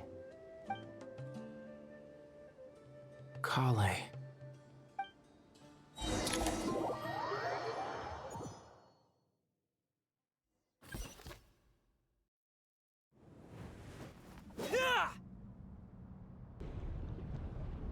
Any luck?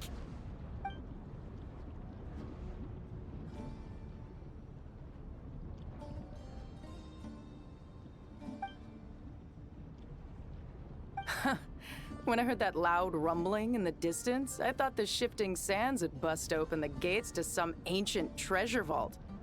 Turns out it was just you guys. Huh? Wait! That sounds like... It's been a long while. Did you miss me?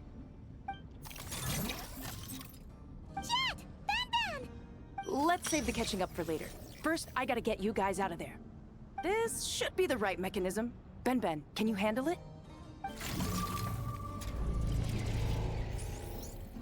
There we go. Come on, let's leave this place.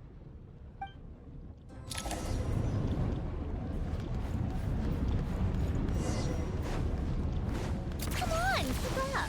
Pick up the pace. How tiresome. Come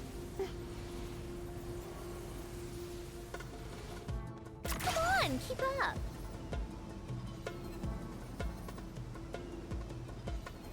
Take a break.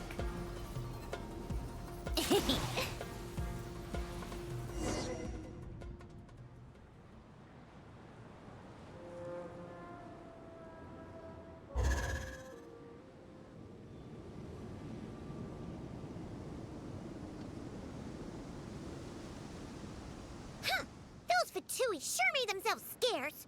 It's like they were never here. The Fatui? They came to the desert again? Yep.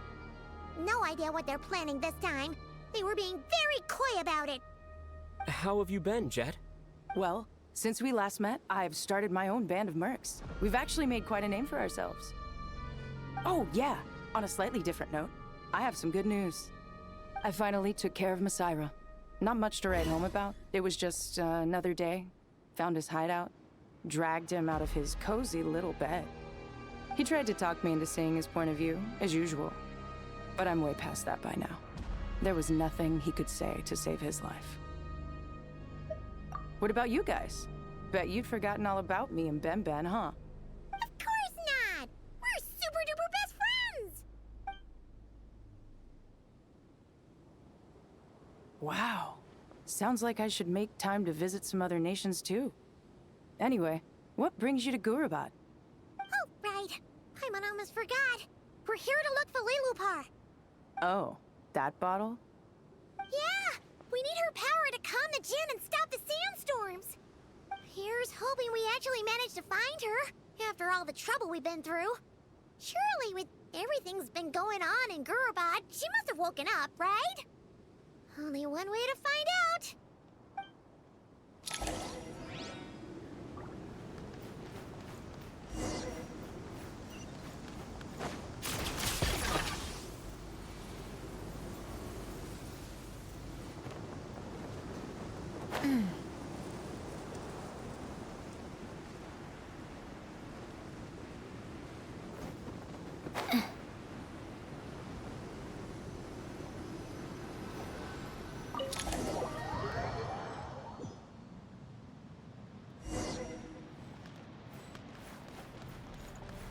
Let's see.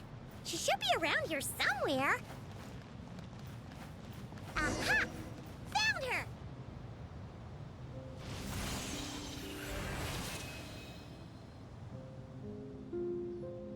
Lilupar! What a long dream that was. It's been a while, my master. Oh, and you're here too, little wildcat. The four of us back together again. Imagine that. After we last parted ways, I merged with the land beneath Gurabad to suppress the dark calamity stirring in the depths. It rekindled the flame of vengeance within the Jinn, depriving Gurabad of any hope of peace. I fought against it for a long, long time, until one day, I sensed a change in a foreign land to the west. Suddenly, the pitch-black abyss fell silent.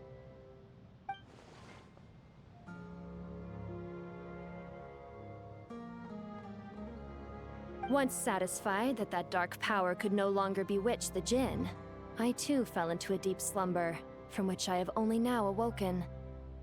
Why have you returned to Gurabad, my master? And why is my sand-swept homeland in disarray once more? Well, basically, Sumeru's in danger and a lot of our friends are affected. Some bad guys messed around with Irminsul and now they've released the Jinn in here.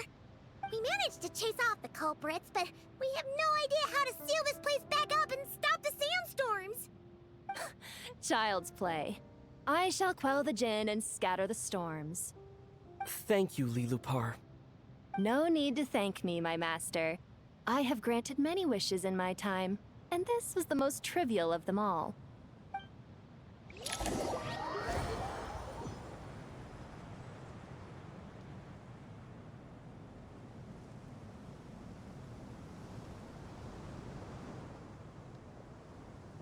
The sandstorm's gone.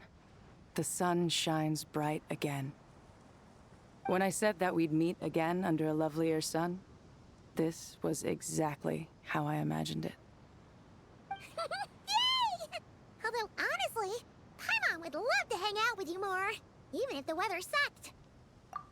Well, there shouldn't be any more Jinn breaking out, right? Are we okay to head back? Sounds good. You can introduce us to your other friends. Another adventure begins. Lovely. The storms have stopped! We should be able to get to the Temple of Silence without any problems now. Time to regroup!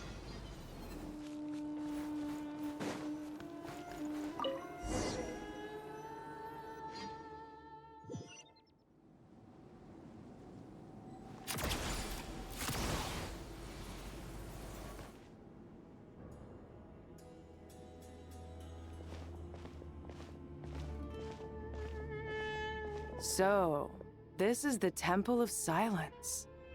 I've heard the Nagarjanites mention it in passing, but I never imagined it would be this big.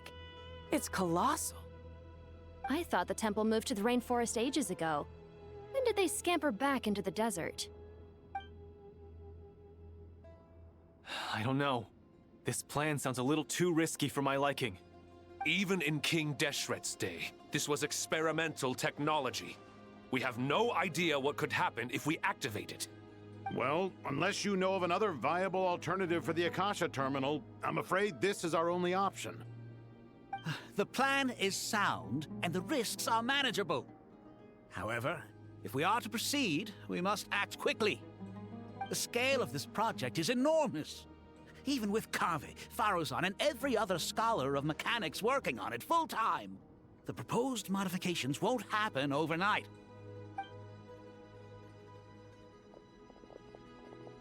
You're back. Everything all right? And who are they? Friends of yours? Pretty much everyone in the Temple of Silence is. This guy's Kave, and the one next to him is Alhaitham. Hello, I'm Jet, and this is Lilupar. Oh, a famous name from the history books. Pleased to meet you. A friend of a friend is a friend of mine, as they say. Who's they? Huh? Do people not say that? Not in the desert. Friends you can trust, but friends of friends? Gotta keep an eye on them. Still, I do trust the Traveler's judgment. I'm sure you're good people. The sandstorms have calmed down. I take it the Gurabad problem is resolved? What did you find? And after getting all smarmy with us, he trapped us there. Luckily, Jet used the mechanism outside to free us, and then we got Lilupar to put a stop to the chaos. Wow. Thanks for being there to help them. So, this mystery man openly admitted that he was merely a Harbinger subordinate. Yeah? Is there something weird about that?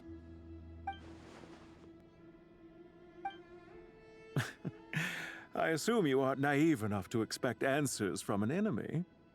Well deduced. Our commander, Dottore, died in Nordcry.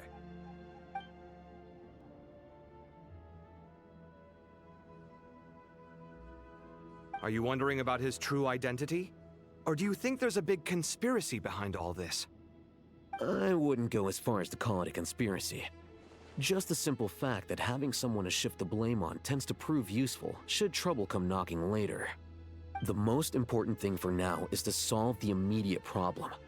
Perhaps that man knew you wouldn't have the resources to investigate his background and so didn't put much effort into disguising himself. This is all getting a little cryptic for me. I'll let you guys talk while I take a walk with Lilupar.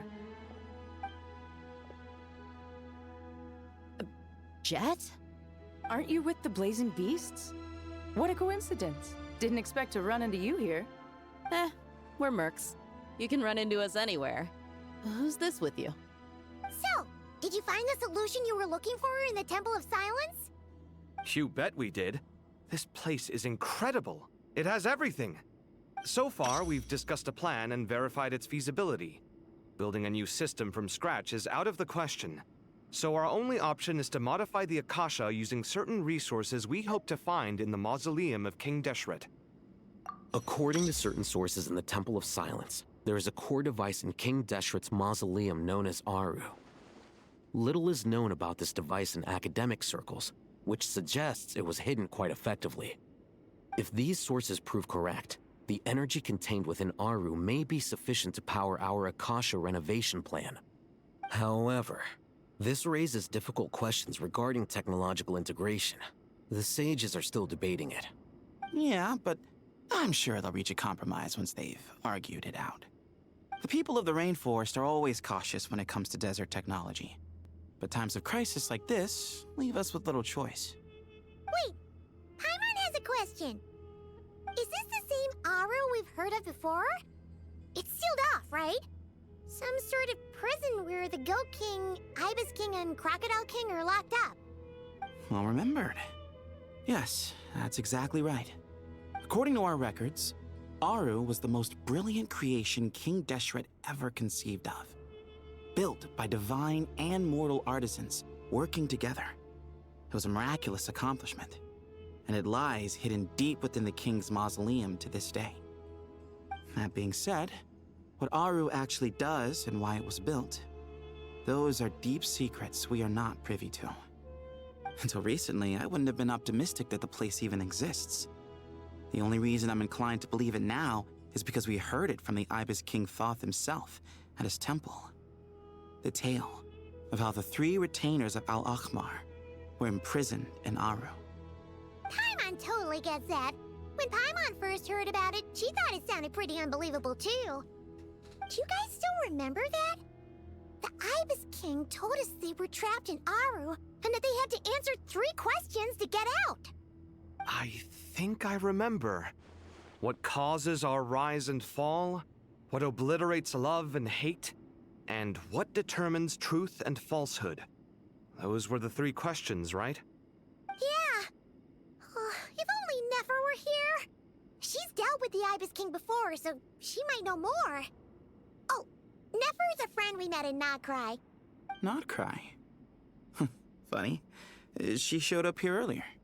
Huh? Yeah. Had another lady with her too. Both said they knew you. They contacted the sages, claiming they might be able to offer some assistance. Really? They came here to help out? Yes, really. It was just before you got back. One of them said she's made Nodcry her home. If she's the person you were talking about, then... Looks like betting on Aru was the right choice. See? They're right over there. Nicole! Nefer! Why, hello! We're here to help.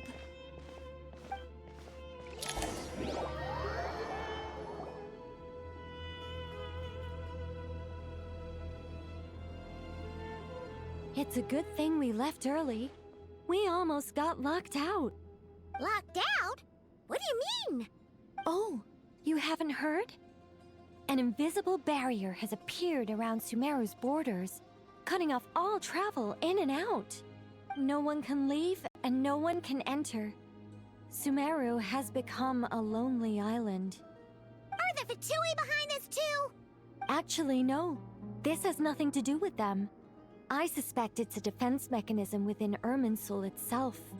Irminsul is the source of Tevat's ley lines after all, and Sumeru is the nation closest to it.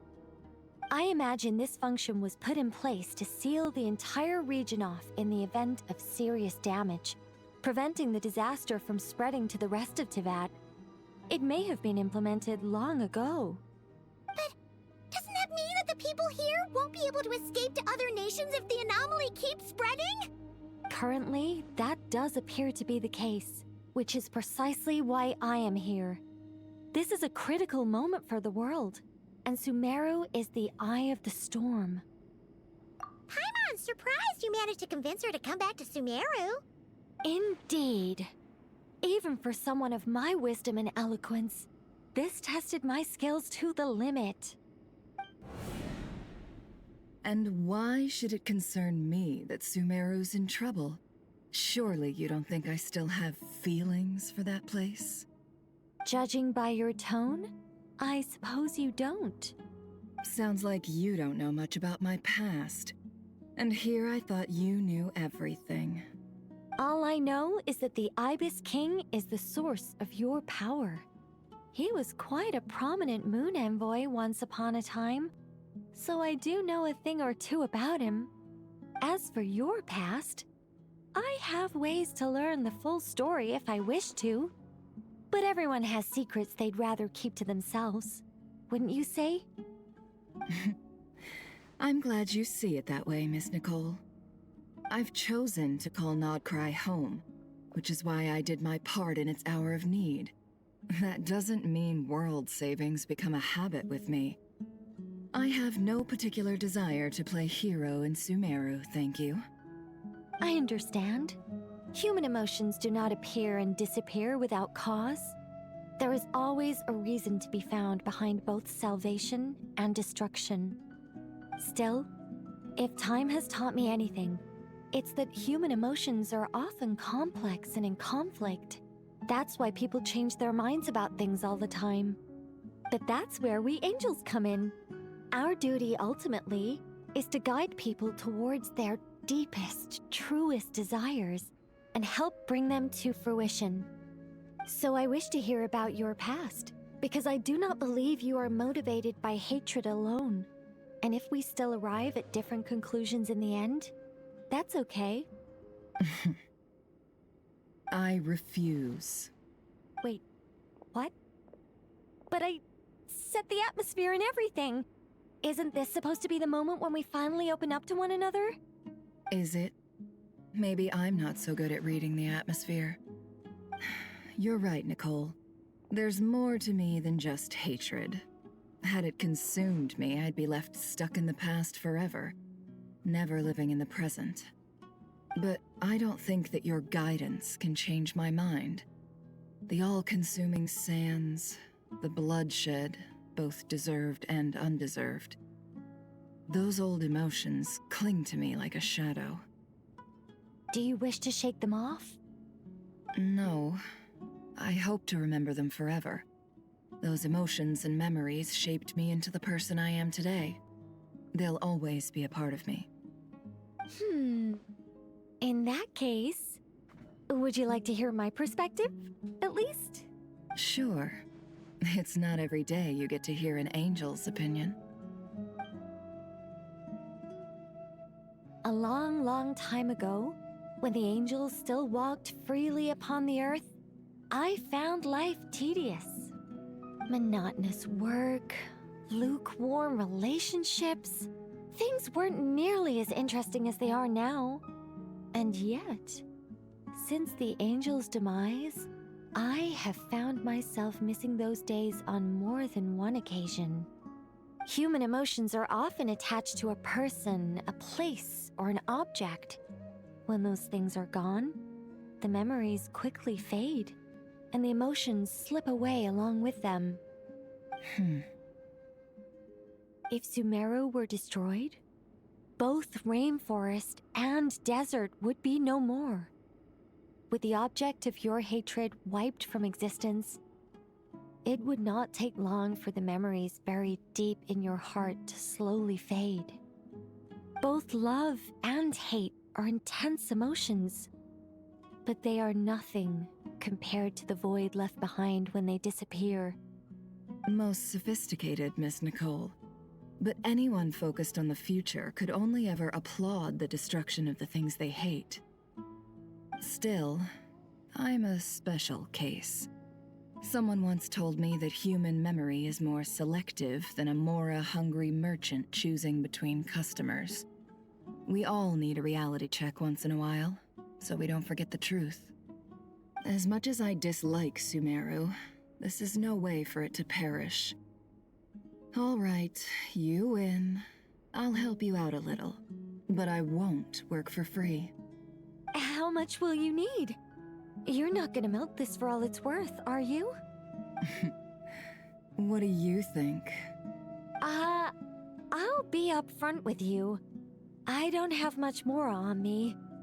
If that's what you need, I could borrow some from Alice. Or perhaps I could pay in sculptures. The ones I carve are actually worth quite a lot.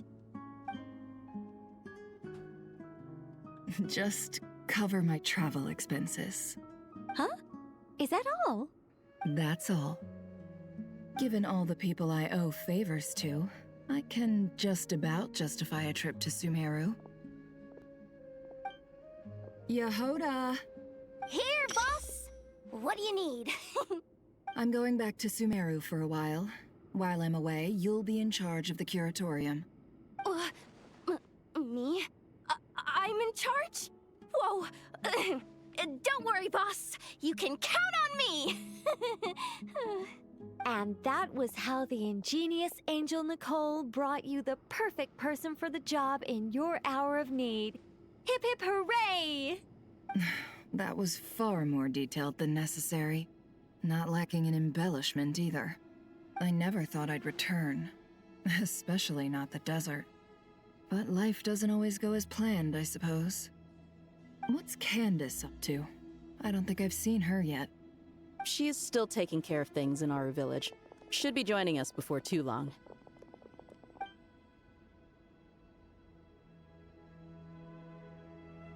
Oh, and sorry. Hope we're not interrupting anything. We have some good news, though. We're planning to go to the mausoleum of King Deshret to look for the legendary Aru, then use it to try and restore the Akasha system. According to records in the Temple of Silence, the mausoleum houses something called Aru's Chute, which can be used to establish connection with Aru. We still have some time before we leave, so there's no rush.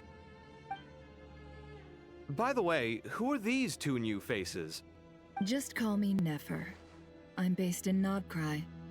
Did I hear you mention Aru? Correct. Well, I happen to have a connection with one of the 3 retainers imprisoned inside, the Ibis King.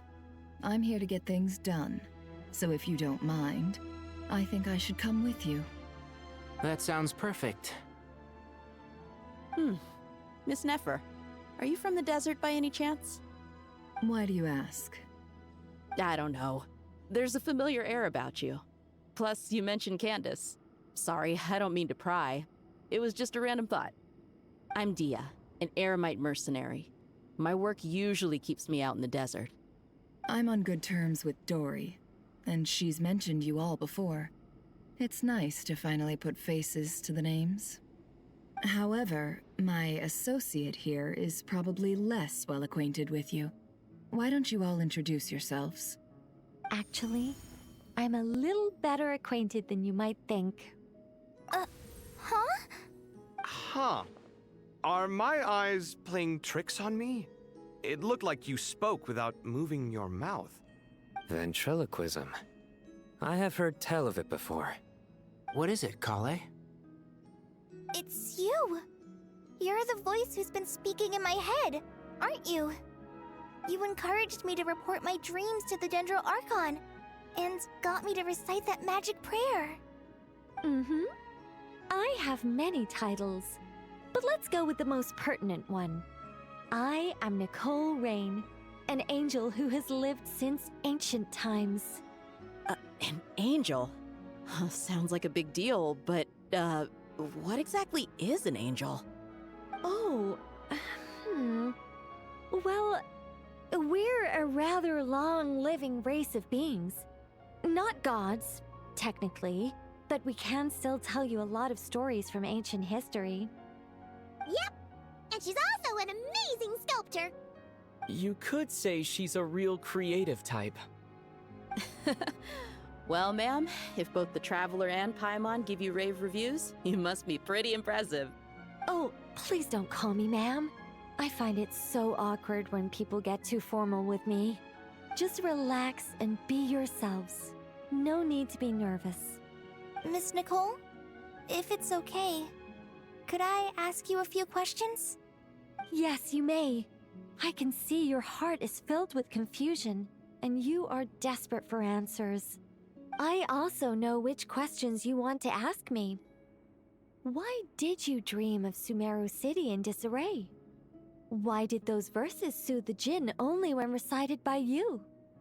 I can guide you to the truth, but it involves a personal secret of yours. I'd prefer to speak with you alone, if possible.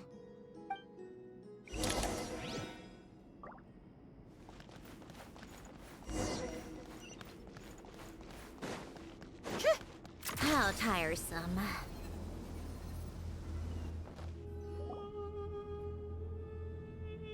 I thought we were going to speak alone. This is a lot more people than I was expecting. What's wrong with it? Even the doctors at Dar al-Shifa allow patients to be accompanied by family members. Well, If Kale doesn't mind her secret being revealed, I have no problem with it. Thanks for being so considerate, Miss Nicole. I don't know what secret you mean, but whatever it is, there's no need for me to hide it from my closest friends. Closest friends? It's so nice to hear that. All right. In that case, I'll get right to it. Kale, are you aware that there are god remains inside your body? I am. When I was young, I got sick with Elazar. Nothing could cure it. The Fatui convinced my mom and dad that they could help, and I was sent to an unfamiliar place. There were a lot of other kids just like me there. This creepy guy injected us with some strange medicine, which I heard contained god remains. I can still remember the pain like it was yesterday. But thanks to the friends who've stuck by me all this time, I've gradually been able to overcome those memories. Anyway, so you're saying that what happened to me has something to do with the god remains they injected me with? Yes. Those were the remains of Nabu Malikata, the goddess of flowers. What? Huh. Fascinating. You don't seem surprised like the rest of us. Why? The possibility crossed my mind when Kale recited the Goddess of Flowers song and calmed the Jinn. You made Paimon jump! What are you doing here, Lilupar? I was merely passing through when I heard the name of the Goddess of Flowers. Be assured that I share your surprise. You, with the hat. Are you certain? I sense no trace of the Lord of Flowers within her. Well, it is a very small fragment. Unless special methods are used to manifest its power, even her closest acquaintances would find it near impossible to detect. After the goddess passed away, her remains were scattered across the desert.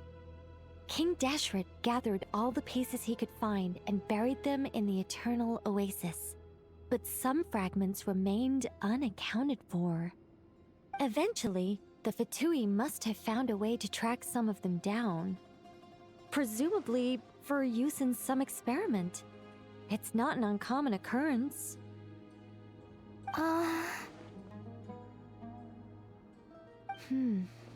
You're more shaken than I thought. In one sense, you've been extraordinarily lucky. So many people who yearn for this kind of power never attain it, yet you have coexisted with her all this time without even realizing it. I don't know what to say. I'm glad that I could help everyone with this power, really. But knowing that a fragment of the Goddess of Flowers is inside my body is... it's a strange feeling. Well, people value their autonomy very highly. Even a well-intentioned intruder can shake one's sense of self. I understand how you feel, Kale. But once you get used to it, you'll find it's nothing to be concerned about. Huh.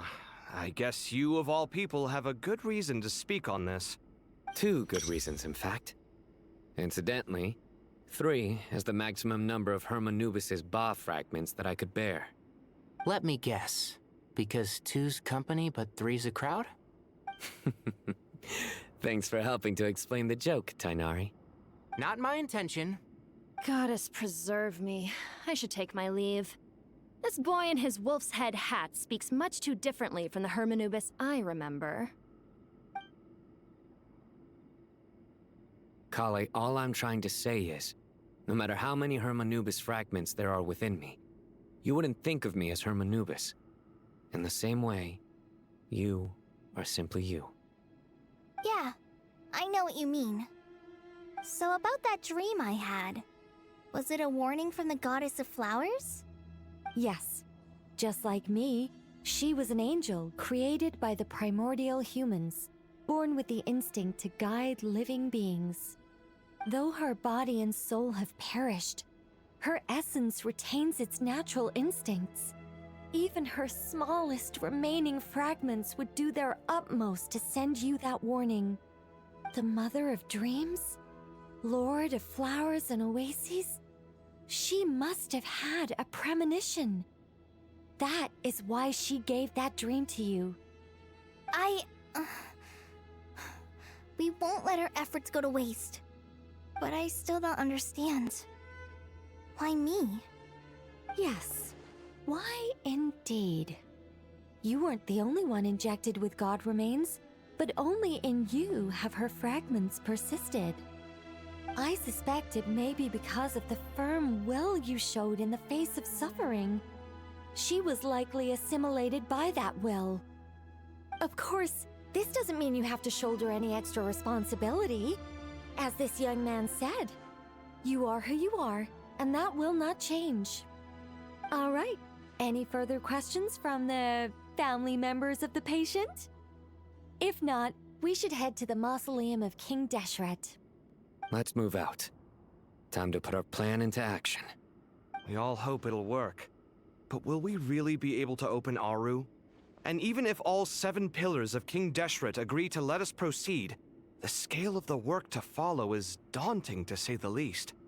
Haven't you handled other big projects before? I mean, the biggest project I've worked on to date is probably the Palace of Alcazarzaray, I guess? But this is orders of magnitude beyond that. It's a total nightmare. Look on the bright side. At least this time you're actually here when Sumeru needs you most. You won't have to come asking me for details after the fact. Mock me all you want. But now that I'm here, things will be resolved far more quickly and smoothly than last time. Kave's self-doubt disappeared in an instant. Like magic. Well, this confidence is most gladdening. Now, go and pack your things. We'll head to the mausoleum as soon as you're ready.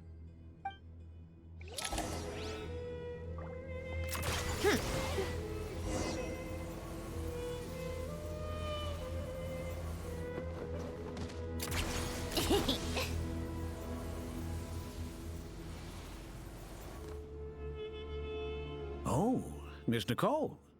I heard you're a very talented sculptor. Is that true? Oh, I don't know. I wouldn't want to blow my own trumpet. Honestly, even though Kasharawar is best known for its focus on mechanics, plenty of Kasharawar scholars are quite serious about sculpting as a hobby. So if they rate your work, that's enough for us. We just have to take a look. Who's we? Myself and a few other scholars. Kashif, Daneshvar, come take a look. Oh, well, if you insist, I suppose there's no harm in showing you.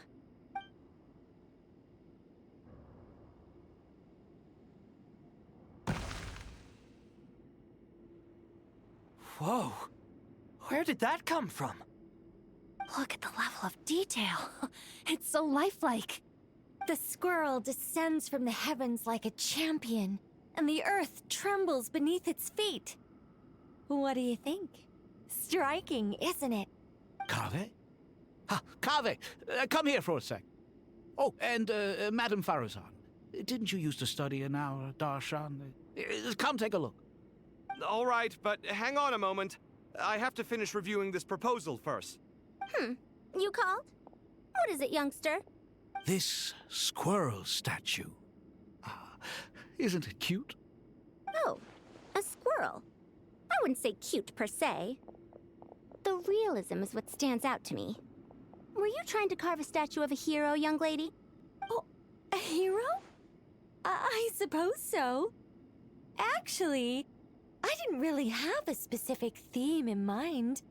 I just started working on it, and this is how it turned out. I see. Well, do you tend to read novels about heroes in your spare time? As a matter of fact, I do quite enjoy those. Everyone loves a good tale of daring do, right? Then perhaps this statue represents the heroic tale you long to see deep down inside.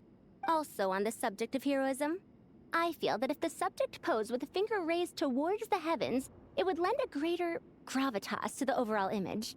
I'm sure some would call it cliché or old-fashioned, but not me. I think it would be a perfect fit. It has a certain classical beauty about it. Kave! Sorry, Madame Faruzan, I'm a little busy right now. Don't wait up for me. What a pity. That young man has excellent aesthetic tastes. I was hoping to ask him for his opinion. What a genius idea! Why didn't I think of that? Classical beauty is a great direction to explore. That's it. Once I get back, I'm going to sculpt a heroic squirrel pointing its finger towards the sky. Precisely. A declaration of victory. You understand my vision. Then place the two statues face to face. Yes! That's exactly what I was thinking. It'll be a masterpiece. Miss... I'm sorry. I didn't catch your name. Just call me Nicole. Madam Faruzan? Was it? What? Oh, no. That wouldn't be right. Why ever not? Madam is a state of mind cultivated from within. Anyone may call me Madam if they so desire. My dear Miss Nicole, once we make it through these trying times, should we have the pleasure of meeting again, I shall look forward to seeing your new work. In this day of age, it's rare to find people with an appreciation for classical aesthetics. Meeting you was truly a pleasant surprise. Honestly, I feel the same way. It's been a long time since I met anyone interested in this style of statue. Clearly, they don't call you Madam for nothing. Also, I have to say, you're a very good judge of character. Because when I think about it, I really am someone who likes stories about heroes. That must be why I've quietly kept watch over generation after generation of them. Sorry, keeping watch over heroes? What exactly do you do for a living? Oh, never mind that. Let's not tell Madame Faruzan about Miss Nicole's true identity for now. Good idea. Let's limit the conversation to aesthetics.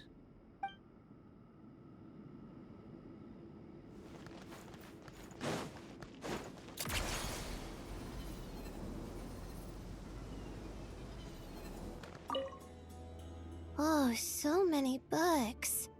More than I could ever read in my life. But I've learned a lot that the textbooks could never teach me. I never realized that people in the distant past thought about some of the same questions we ponder today.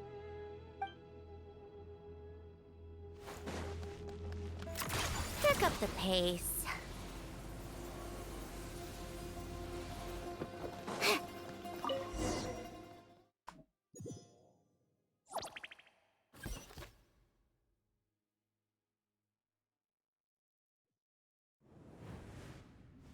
I hope everyone's ready.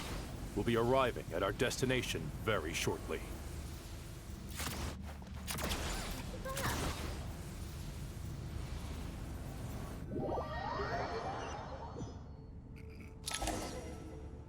How tiresome.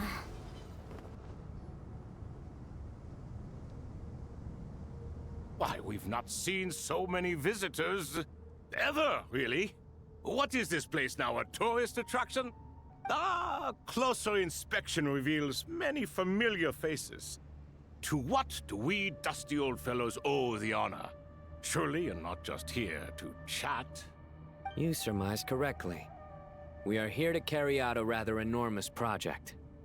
Ho, enormous, you say? How large, then? Larger than the gaping void in our lives? Why, you've even put a smile on Goatee and Crocco's faces. All this activity is making for quite the special day. I know that laugh. Lilipar? What on earth are you doing here? Oh, this is hilarious. Turns out good things really do come to those who wait. As long as you stay alive long enough. When did you three get locked up in here? And still you act all high and mighty, putting on a show for the younglings. Truly hysterical. Why, you? Yes, I know. No need to shout. You're right, Lilipar. Goatee, Crocco, and I all have the same problem. But didn't King Deshret seal you away? How did you break free, and how did you get in here? Who knows? Perhaps you can ask my master one day, should you ever get the chance. Behold, the executioners of old. Some have turned into fragments residing in human bodies, and others are imprisoned eternally, leaving not a single shard behind. It's almost tragic. watching lowly prisoners like you act all self-important. Curiosity gnaws at you, doesn't it? Your interest in the outside world threatens to burst you at the seams. I'm starting to take a liking to this magic bottle lady. Time is of the essence. Let's get down to business. We come to you, O three ancient lords, to request your assistance on behalf of the Academia. If we can help you regain your freedom, then please consider lending us your aid. As for precisely what we need your help with, it's a long story. So, to demonstrate our sincerity, we are prepared to first resolve the problems that plague the three of you. All right, stop arguing, Croco. And Goatee, don't you start. What's the harm in letting her speak? It's not worth getting so angry about. Forget about her. The three questions are the crucial thing here. But do you really have a way to answer them? You once answered the final question, Nefer, but the seal did not open. Unless, with the passage of time, you have found a new answer? You could say so. When you first asked me what determines truth and falsehood, my answer was a liar's soul. Liars are the best at seeing through the falsehoods of the world. But if you want them to tell you the truth, you have to reach their soul. I think that makes sense. I found it quite compelling myself, and I told Nefer so. Unfortunately, it brought us no closer to liberation. Well, that's simply because it was my answer, not the one King Deshret was looking for. Can you guess which answer Al-Ahmar wanted then? Time. And that's not only the answer to the final question, it's the answer to all three of them. All things wax and wane with the passage of time. Love and hate eventually fade into nothing. Current affairs are always fraught with conflict and controversy. Only time can distinguish between right and wrong. You once described King Deshret as a proud man. I'd say that the prouder someone is, the more inclined they are to believe that only time is qualified to be their judge. Time. Well. Indeed.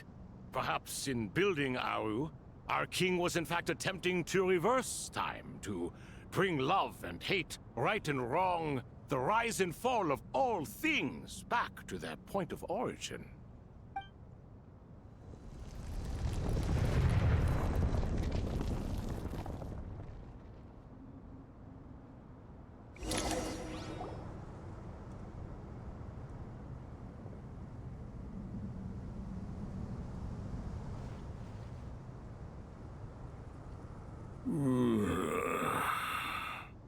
This is the most eventful day I have experienced in a long time. You have my sincere gratitude. Are those 3 of the 7 pillars? Turns out the statues were quite faithful to the source. You three seem to be in good spirits.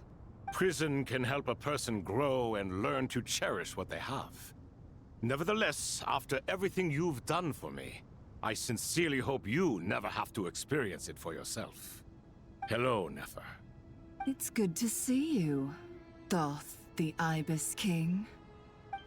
Nice. Definitely puts my mind at ease, seeing you two getting along so well. Should we maybe introduce ourselves, or... Sure. I'm Sethos, the current leader of the Temple of Silence. This is General Mahamatra Sino, and this is the former Spantamad sage, Cyrus. But I'm guessing none of that means a whole lot to you. Everything is equally new to us, in truth. We've been gone from this mortal world for longer than you can imagine. Let's hold off on the introductions for now. We can always ask Nefer about you later. It'll give me something to talk about with my chosen disciple. You're like a helpless parent. Gods and people of yore are not necessarily welcome in today's world. Self-awareness is one of my finest qualities. I thought I ought to share its fruits with you two. Is that so? Well, I think we'll take it in stride, just as we did with the 3 questions. Let's not forget, it was my persistence that won you both your freedom. Fair point. I have to applaud your persistence. And I must praise you for your wisdom. Now, state your wishes, young ones. I'm sorry? Why, your tremendous accomplishments deserve a reward, do they not? You must let us do something for you in return. General Mahamatra, what do you think? I won't beat around the bush. Sumeru is facing a crisis the likes of which have never been seen before. And we need your help. It's crazy. I did not expect the story to go this far. Every calamity throughout the ages has been connected to us in one way or another, whether we were its cause or consequence. Whatever is wrong with Irminsul, it severely affected the Dendro Archon. She fell into a coma and is currently receiving treatment from the Dendro Dragon. The Dendro Dragon? I'm sorry, the Dendro Dragon is helping to heal the Dendro Archon? I think that line alone just kind of really punctuates just how, like, absurd this whole story is. Sumeru, peak. Not a pep, surely. Not vicious, cruel, a pep who possesses no virtues aside from her basic instincts. Ah, good heavens. Oh, I shudder to think what could have caused Lesser Lord Kusanali to suffer such a plight. Still, why would the Dendro Dragon lend you her aid? She has always held nothing but contempt for the Archons. I suppose she and Kusanali must have some history. You can help us make history too. A smooth talker. Well said, lad. Currently, no one can connect to Irminsul. We hope that by opening up Aru and making some modifications to it, we can use its technology to our advantage. Unfortunately, Aru is an imperfect creation. King Deshret never managed to realize his full vision before his death. Much remains to be done if it is to be pitted against Irminsul itself.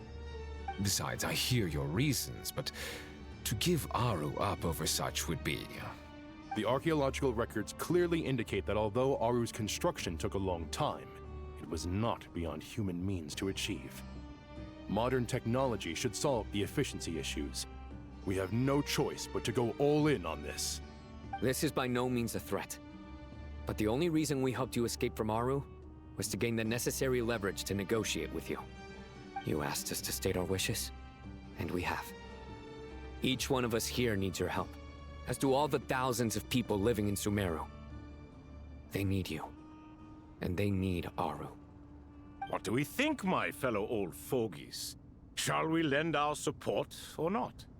Since you ask so nicely, naturally. Naturally what? Are you for or against?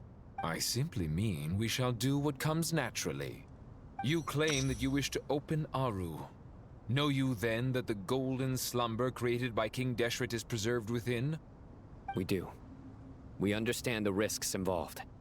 In all likelihood, the mortal world will never again be able to replicate King Deshret's work. Never will there be another chance to come so close to creating a utopia. Knowing this, are you sure of your decision?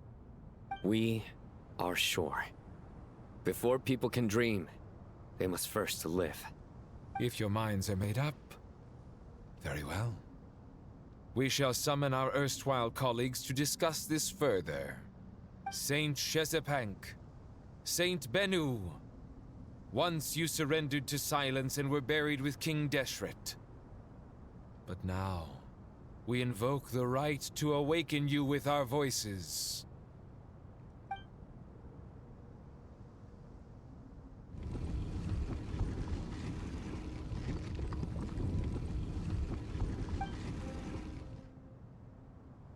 Saint Bennu, responding to your call. 3 kings detected. Initiating autonomous will. Saint Shezbank, responding to your call. 3 kings detected. Initiating autonomous will. Ah, Lord Herreshoff. What a long time it has been. I trust you are keeping well. Then your trust in my well-being has long outlived your physical body. You have always opened with that same phrase, in life, death, and now even beyond. Al-Akmar is long gone. What is the reason for this meeting? You're awake? Good. We are voting on whether to give the people of present-day Sumeru access to Aru and permit them to perform technological renovations. You have the right to support or oppose the motion. Aru is the pride of Al-Ahmar.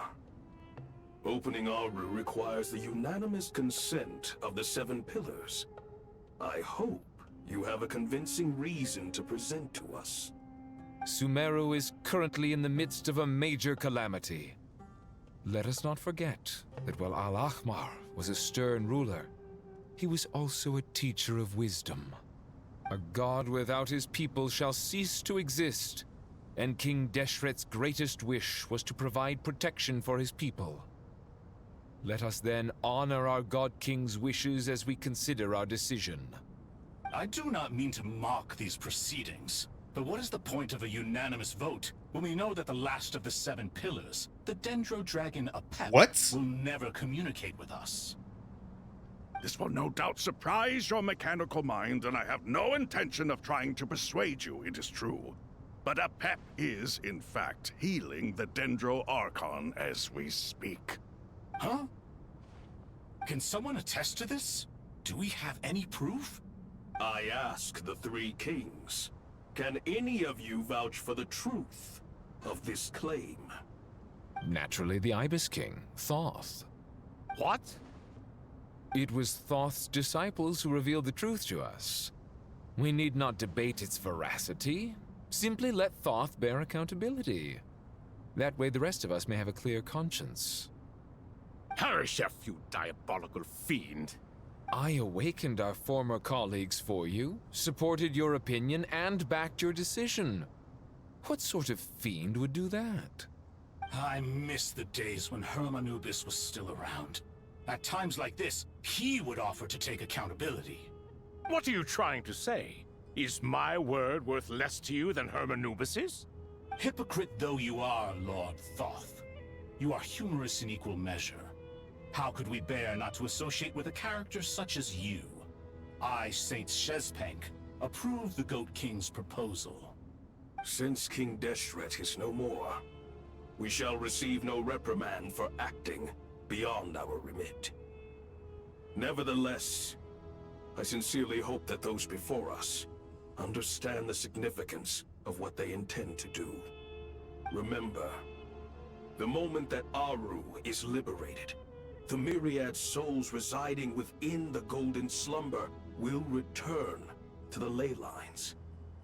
And once the ley lines flow again, these souls shall in turn be received by Irminsul.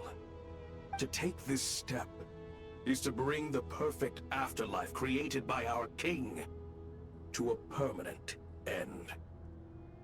We understand that well, and we have decided to proceed regardless.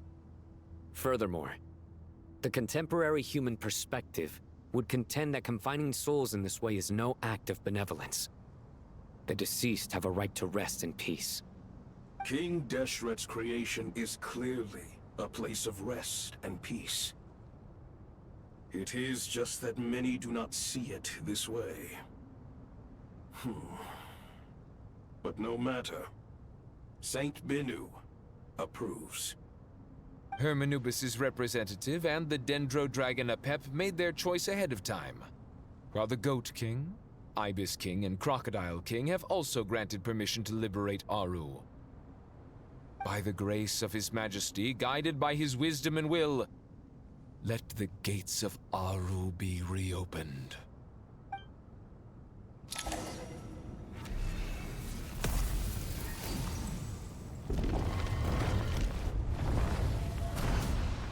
You can't even say that. You can't even say that.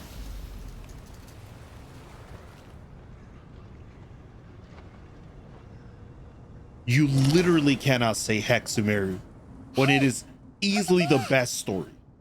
What's this? Are we under attack? No. Wait, it's...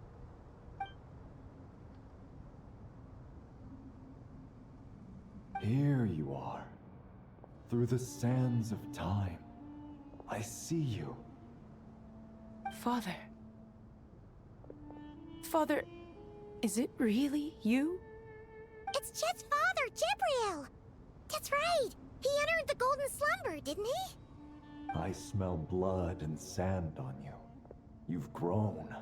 Strong as a wild beast, and without shedding a tear. You have to leave, don't you? Please, just answer me this. What should I do for you? This meeting is a blessing from the gods. My soul, once imprisoned along with that of Samael, is finally free. I am truly grateful for the chance to see you again. That the dead should meet the living is itself a miracle. One brief, precious moment is enough. Enough to set my heart at ease. Do not weep for me, Jed. I know you will accomplish many great things in your life. You will go further and climb higher than I ever did. All I ask is that you take good care of yourself.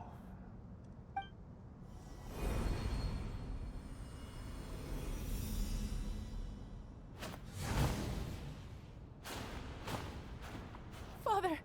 Father! Father. Hey, Jed. Do you want something to eat?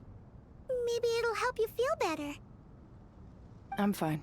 Thanks, Paimon. It was just a little sudden. The chance to see my father again meant the world to me. He was trapped in the Golden Slumber for our sake. And now, after all this time, he can finally rest in peace. I'm glad. It's a huge relief. You've grown strong, Jed. More than enough to fend for yourself. Yeah. I'll leave the past in my memory where it belongs. My family, the good times and the bad. Goodbye, Father.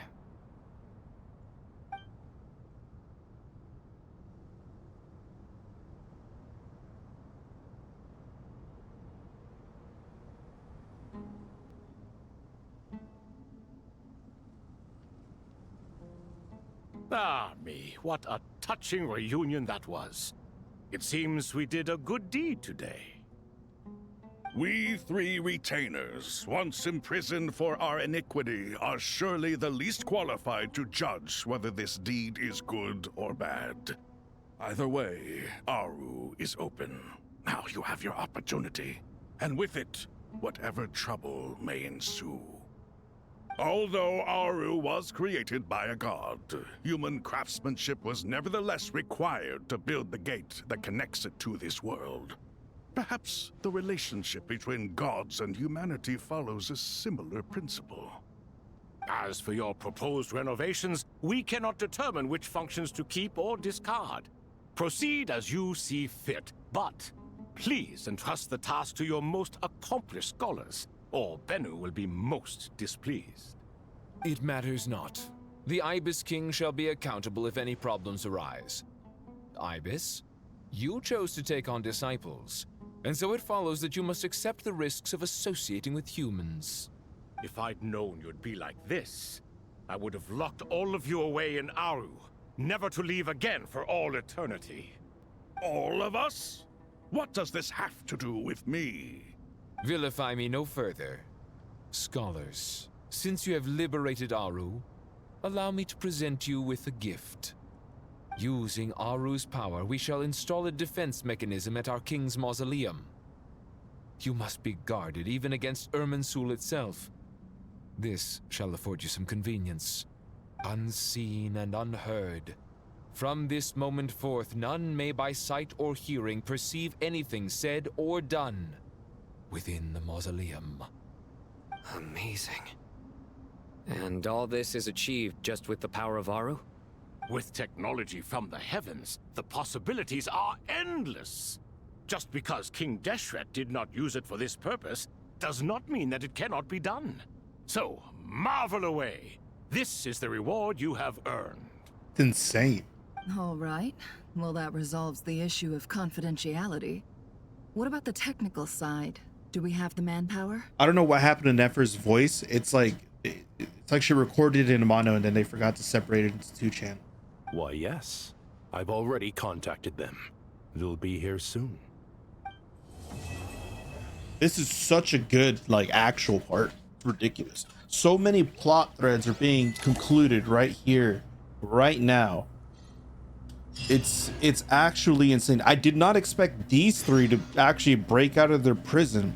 I did not expect Apep to be one of the 7, like, pillars. Like, that's such a... Maybe they did mention it before, but that's such a huge revelation to be like, oh, by the way, Apep was one of King Deshret's followers. It's like, what?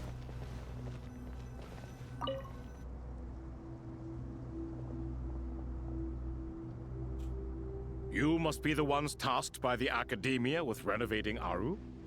That's right. Good afternoon. I'm Kaveh, and these 2 are Termezi and Naisaburi. Hey, I'll hate them. Come and introduce yourself. We've met before. This is Thoth, the Ibis King, and everyone knows these 2. Afternoon, gentlemen. I've only ever seen these 2 in murals. Ah, the paintings in the temple. They show us chatting, playing cards, playing chess. Precisely the activities we most enjoy, funnily enough. No, only you enjoy playing chess. We were just humoring you. I wouldn't go that far. Back to the matter at hand.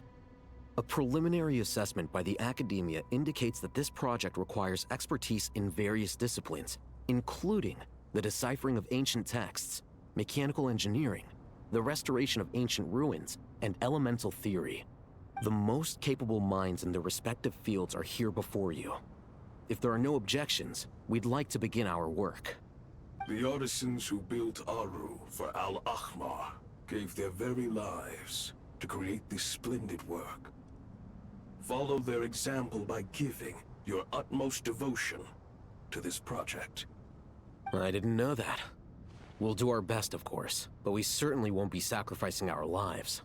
Such brazen words. Humans these days are a far cry from their ancestors. What little respect you show for King Deshret. No, that's not what he meant. Please don't mind him. He shares your sentiments, just not your, penchant for hyperbole. Assuming that's what you were going for? I just think it's important to manage expectations. Forgive my lack of courtesy, but we simply can't sacrifice our lives to the gods on completion of the project like people in the legends of old. Here's a first draft of the project proposal for your perusal. Please let us know if you have any requests. Normally, I'd have made it look a lot more visually appealing, but we were really pressed for time on this occasion. I hope you'll forgive me if it's a little rough around the edges. Naturally.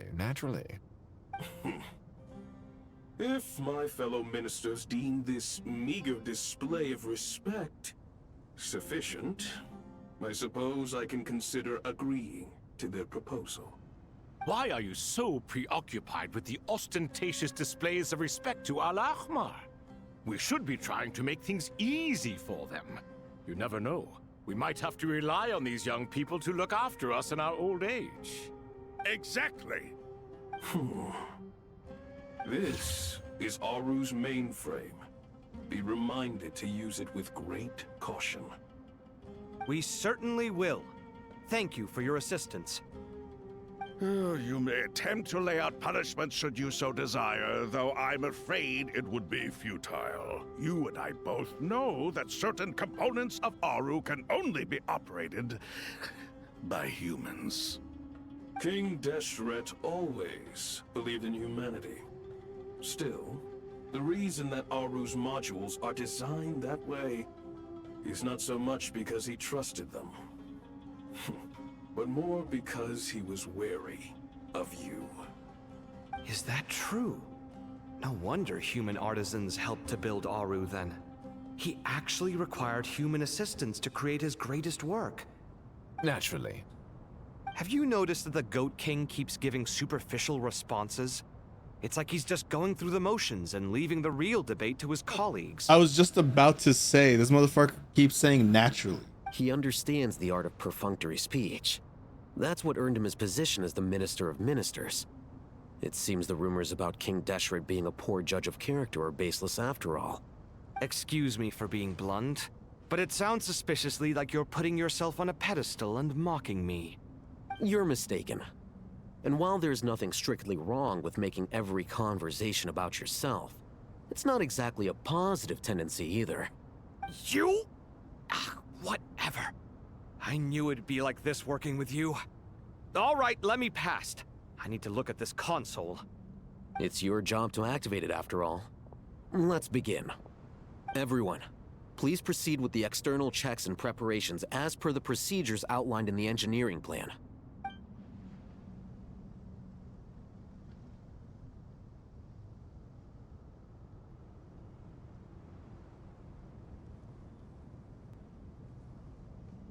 Hello there, youngsters. Whoa, the Ibis King came to life. What do you mean, came to life? I've been alive the whole time. You did say we could start our research, right? Are you having second thoughts now? I've reviewed the proposal. The work you're planning to carry out on this grand device is ambitious in its scope. You have ample confidence in your abilities, I take it? I wouldn't say I'm feeling hugely confident, but given how bad things are, I'd rather at least try something than sit around waiting to die. You are the top scholars of your day.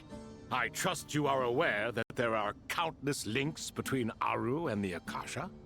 Aru and the Akasha? But I thought the Akasha was the Academia's greatest technological accomplishment, created years ago by the Dendro Archon to help her people access knowledge. And you too? Do you not know either? You've read the instruction manual, right? You tell them. An instruction manual? The Akasha has an instruction manual? The Dendro Archon is a kind and thoughtful god indeed. It used to sit on a shelf in the corner at the House of Dana. Not the most popular read. If the manual is to be believed, Aru was in fact the original inspiration for the Akasha system. What? But there are so few records about Aru anywhere. And practically none of the scientific expeditions into the desert had anything to do with it. Ah, but this is something you could not possibly have known. You may have heard many stories about the desert, but what is the most important aspect of history? Consider this a quiz. Anyone from Vahumana present? I'm from Vahumana. It's, well, veracity. Precisely. And a large part of veracity is the chronological order in which events occur. I may as well tell you. In the beginning, Nabu Malikata, the goddess of flowers, descended upon Sumeru. The glory of the heaven was within her. She brought life, oases, and knowledge to this land. Then she created the Jinn, enlightened them, and ordered them to serve her. Two other gods also walked upon this land where wisdom flowed in abundance, and the three met beneath the great green trees. It was the first and greatest alliance. We should speak with reverence of this covenant between the three, which transcended both time and life. For they promised that in Sumeru, wisdom would be shared with all. All the great changes in Sumeru's history began with the goddess of flowers. For King Deshret's sake, she pried into the secrets of Celestia, and for this was burned to ashes by the flames of wrath. So grieved was King Deshret by her passing that he lost all interest in state affairs and devoted himself instead to the knowledge that she had brought back. It was after learning of the technology from that floating island in the sky that he first conceived of Aru. And so, the Akasha was inspired by Aru, while the basis for Aru itself came from Celestia's technology. Well, if the two share a common technological origin, then connecting one system to the other is an entirely feasible idea. Unbelievable. Have you no reverence at all for celestial technology? No, I do, but there's no time for that. The schedule is too tight. Blame it on the deadline. Perhaps you could try coming up with our cutoff dates. This is hitting home too hard. You know what it's like having to turn around 5 different drafts in one day? I wouldn't wish it on my worst enemy. Yeah, also, Sir Ibis, King, you don't plan on getting directly involved at all, do you? Yes, well, you strike us more as having come to give a popular science lecture. Or, wait, does this count as more of a first-hand witness statement? Neither. Anyway, this sounds like far too much work for me. Still, if Aru is so powerful, why didn't King Deshret use it for more ambitious ends? Because it was never fully completed. King Deshret had grand plans, but he perished before they could come to fruition. In the beginning, his wish was to create something that could rival the very world itself. The Lord of Flowers sacrificed everything for that ambition. What he desired, she bestowed, and thus was knowledge brought into the world. Her courage and sacrifice had to be honored with the most splendid of monuments, or King Deshret would surely have deemed it a grave injustice. And that monument, built from knowledge and technology, etched with a sacrificial and courageous love, even in its unfinished form, it deserves to be treasured. At that time, King Deshret said the following to the Lord of Dendro. Since we share an eternal covenant, I shall never be your enemy. Hence, the fruit of wisdom from the heavens is not to be devoured. Remember, it is not that I lack the power to become the enemy of wisdom. Yet you and she have taught me much and shown me kindness. For this, I cherish you both. In the end, Aru was only used to store a portion of the souls. It was but a primitive form of the masterwork the king had envisaged. His final hope for Aru was to return to the past, when she yet lived. So the point you're making is, King Deshret was both powerful and ambitious, and he only ceased his imperious ways out of affection for the Goddess of Flowers and the Dendro Archon. You could see this as an act of mercy, but you could also see it as the sentiments that lay between these 3 gods placing constraints on him. This was, after all, the foundation of the alliance between them. This explains why Aru was both a prison and a monument, and why the answer to the 3 questions was time. You have to be careful who you get involved with, or you invite all manner of misfortune. This is as true for gods as it is for humans. Love is the same. It is both a prison and a monument. All right, let us pause the story here for now. Seeing as you've been so diligent, I'll offer a little help. Who's in charge again? Is it you two? Ah, yes, me and him. Now then, close your eyes. Wisdom hides in the space between the tangible and the intangible. It is to convey the incommunicable through the simplest of mediums. By the power of King Deshret, I shall grant you a glimpse into the unseen secrets that lie at the threshold of existence.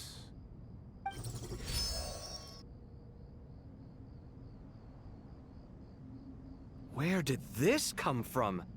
Is it a new mechanism? It looks more like some form of externalized information. You've rendered it visible? Just as the Akasha allows you to access a greater range of knowledge, the power of our king permits one to perceive ingenuities that do not belong to this world. This is no ordinary mechanism. It reflects the internal structure of Aru. Whether you choose to increase or decrease, keep or discard. Come, use these to achieve the outcome you desire. Looks mechanical to me. Better let me handle it, just in case. But wait, how do I get up there? Turn around. So that's where the elevator is.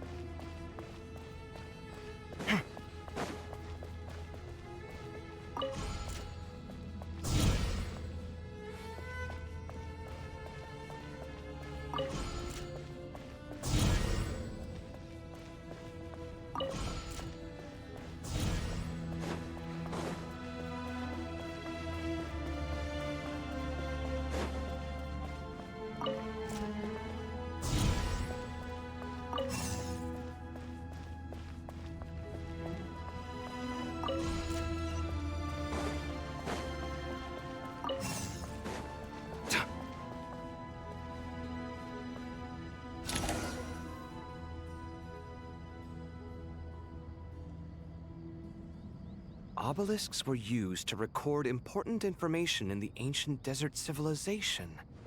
Hey, Alhaitham, there's some writing here I'll need you to decipher. I've sent it to your screen. Do you see it? Got it.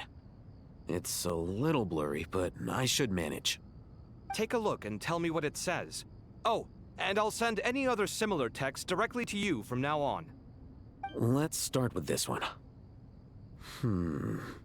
It's a variant of an older script. Herein lie verses written for the Yellow Sands. Looks like cultural information from the age of King Deshret. If so, I suggest you delete it. Words thrown together merely for fun. I had no idea Aru kept a record of this. Well, as long as you're certain that this is strictly private information, that's fine. It is unimportant. All right, well, I guess I'll start now.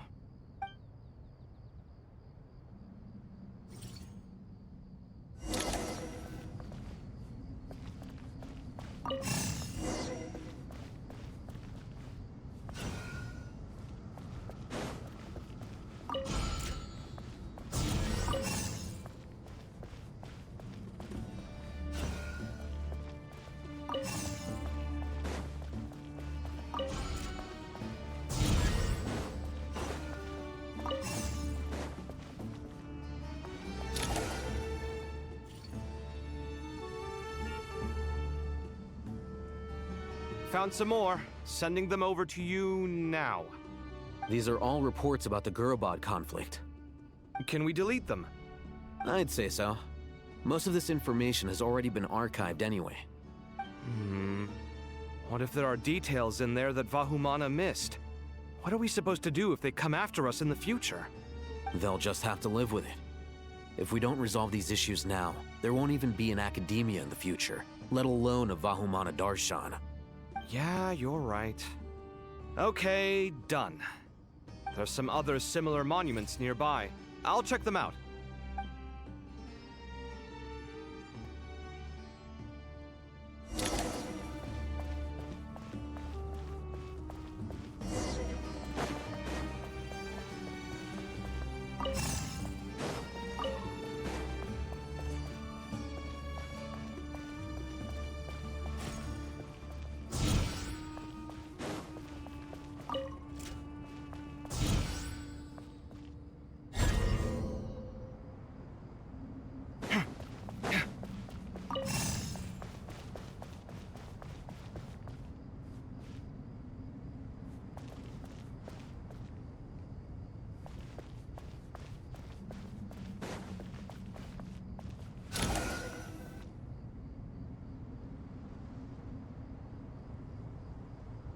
Another monument. Hold on.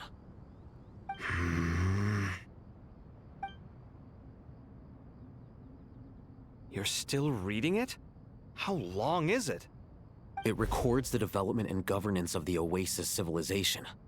Most of it concerns the Jinn, but it also contains records left by the artisans who built Aru. Is it important? Some of it. There was no way for me to read the whole thing in its entirety, so I had to rely on my intuition to pick the parts worth keeping. What about the artisans' records? What do they mention? They're speculations, mostly. For instance, they were wondering how to protect themselves if King Deshret decided to silence them after the construction of Aru was complete. Sounds like pure mythology to me. Surely that kind of thing didn't really happen. The records do emphasize that this was merely their conjecture based on various myths. Still, the artisans did leave details of their plans to survive, including blueprints for their escape route. Even that got recorded? Okay, well, I'll make a copy of this first before I delete it. Is that truly necessary? You won't be needing those. No, the blueprints are important. I want to keep them as a memento.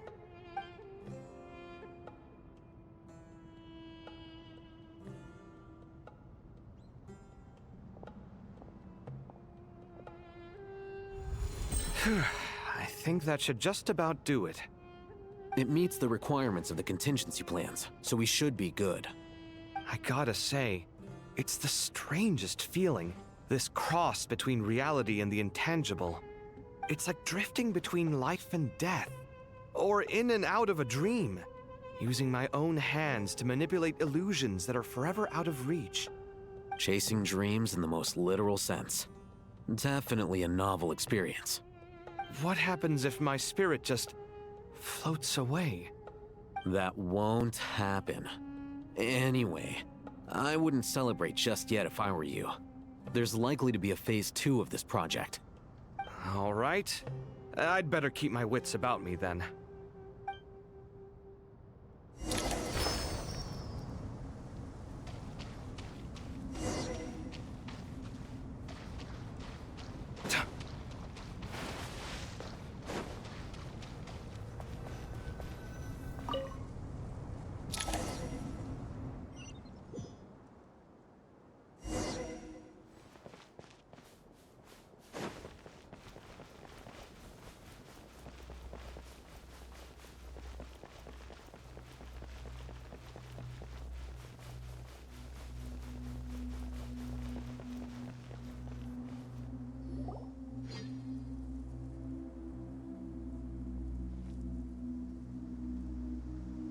Traveler from afar, do you worry for the fate of Sumeru as well? Whoa! It's Sobek the Crocodile King! Greetings, Crocodile King. Please be at ease. I'm just here to chat with you about Lesser Lord Kusanali. Sounds like you really care about her. Yes, although to be exact, it is a mixture of both concern and curiosity that I feel. Speaking of Nahida, Paimon was wondering how she's doing. Wait a moment. What is it? I tried calling out to Apep, but there was no response. This can only mean that she is focusing all her energy on taking care of Lesser Lord Kusanali. All the gods who served King Deshret seemed super surprised to hear that Apep agreed to help Nahida. Guessing she made a bad impression on you or something. Are you aware of the history between her and our king? The story begins a long time ago. Al-Ahmar was always a wishful thinker where the Dendro dragon was concerned. Without consulting her, he decided to list her among the 7 pillars and declared his own power to be far superior to hers. That was when our king was at the height of his power. Ibis Goti and I were no match for him, and so we chose to submit and serve as his ministers. But not Apep. No, she never thought much of him. To Apep, Al-Ahmar's pride and sense of superiority were nothing but ignorance and hubris. In fact, they fought numerous times, but usually the battle ended in a draw. In the end, King Deshret coveted the power of Celestia, only to end up corrupted by knowledge. His final act was to trick the dragon into swallowing him whole, leaving her to bear the torment of his sins. The Dendro dragon stands for the glory of a bygone era. She hated Al-Ahmar and what he represented. All the gods, all the power they wielded.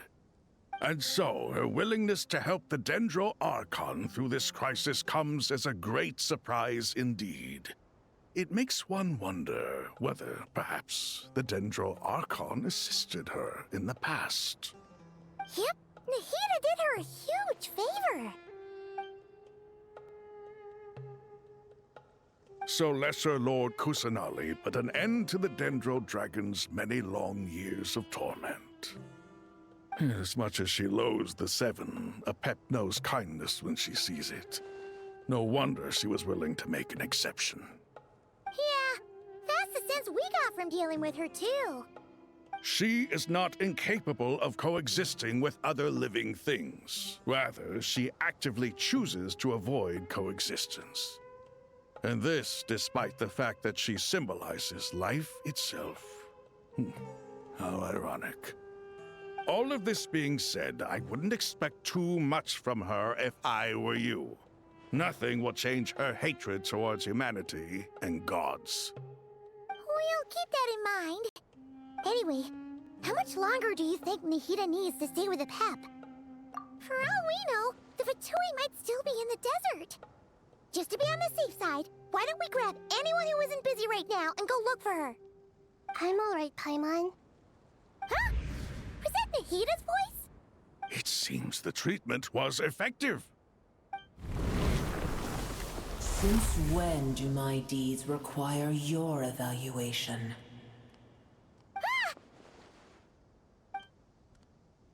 Here will do just fine. I had no intention of taking you any further. One ought not expect greater generosity than they have earned. You always hide your kindness away like an oasis within a sandstorm. Only those who make it through the swirling winds can know just how beautiful that oasis is, and how much hope it brings. You dare appraise my being? No, I'm expressing my gratitude. I want to thank you for sharing your precious life force with me.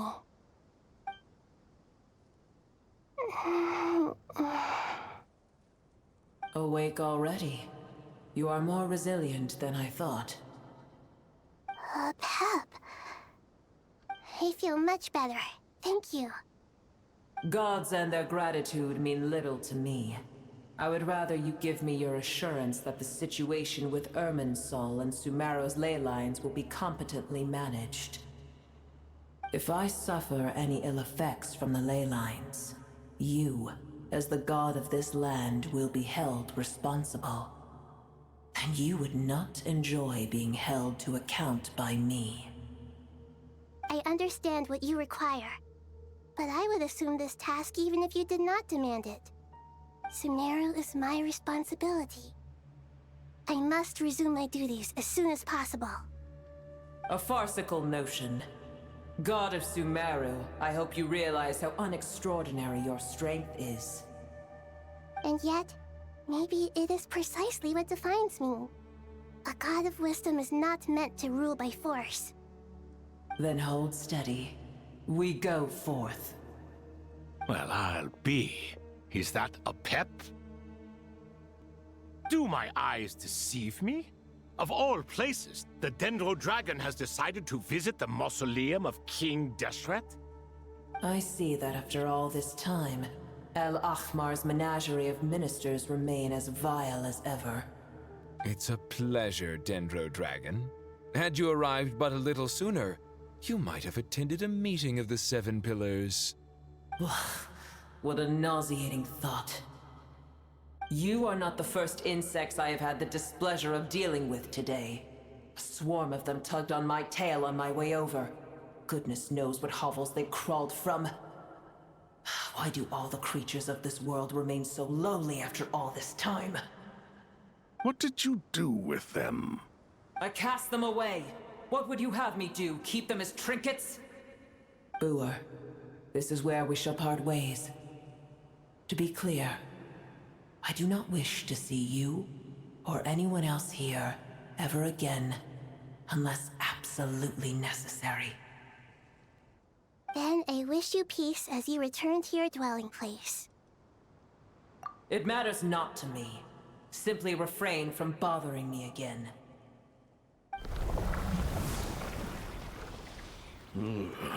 A force to be reckoned with. At times like this, I feel glad that she has no interest in any of this. Hold on, just hold on, okay? We're almost there. We made it! Huh? Wait, that voice! It's... Uh-oh, I'm gonna fall!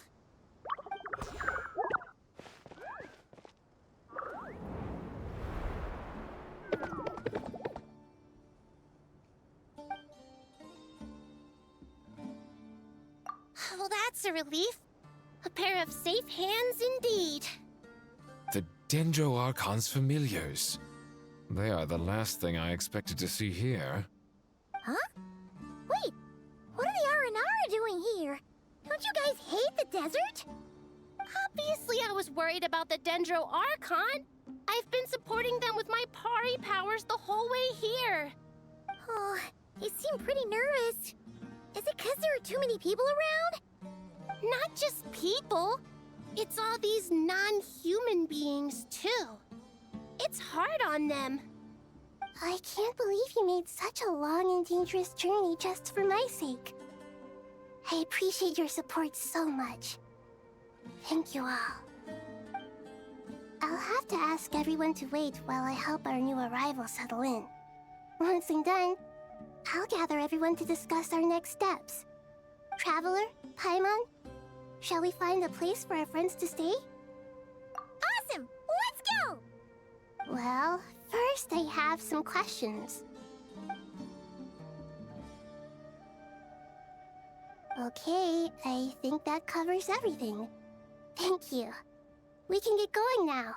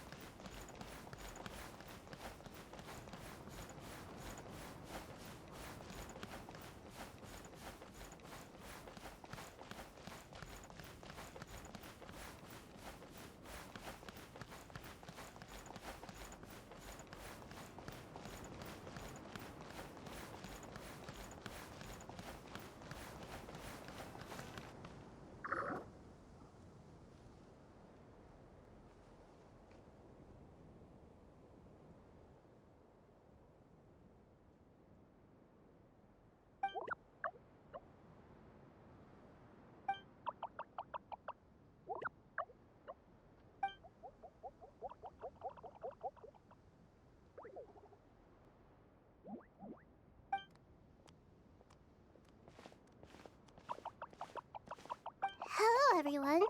It's only us.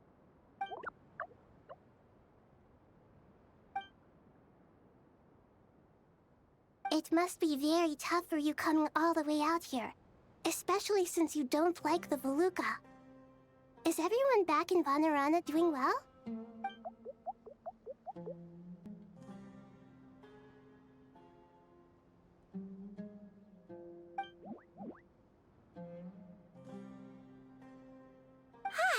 Everyone's here.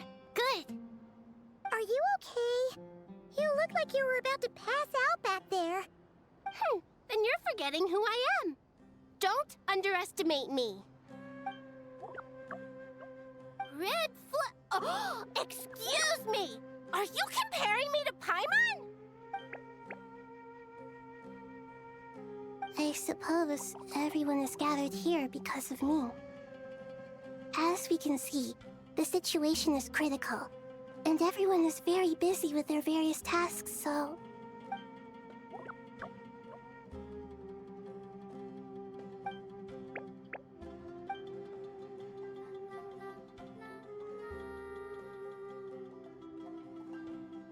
I can't thank you enough. Right now, we're focused on restructuring Aru, processing excess information, and helping restore everyone's confidence. I'm sure you'll find it all very straightforward. I can help too. Just let me know where I'm needed.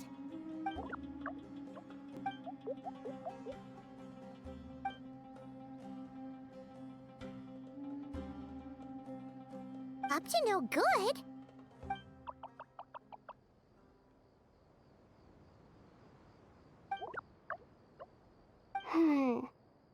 That definitely sounds suspicious. Traveler, Paimon, I have other work to attend to here that needs to take priority. Could I trouble you to investigate the situation Arabalika spoke of? No problem. Leave it to us. Thank you. I'm counting on you. There's one other thing. If you are to work alongside the people of Sumeru, you will need to make yourselves visible to them. Is that acceptable to everyone?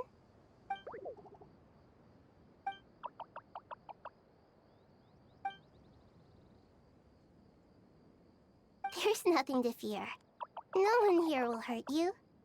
But if you do feel afraid, don't worry. Just call my name and I'll be there. Very well. Now, I shall bestow a small blessing upon you all. Whenever people see you and interact with you, from the moment their gaze meets yours, they will experience the most beautiful of dreams.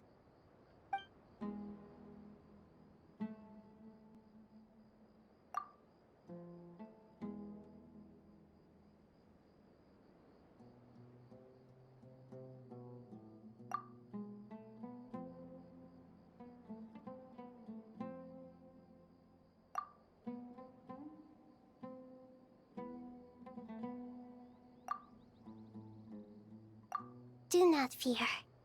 We will face it together. This too shall pass.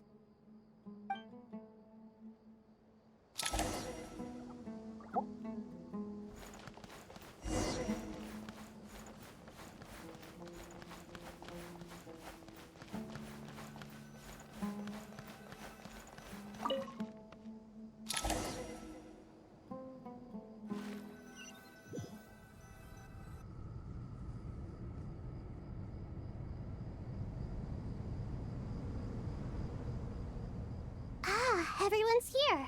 Wonderful. Dendro Archon, you're back.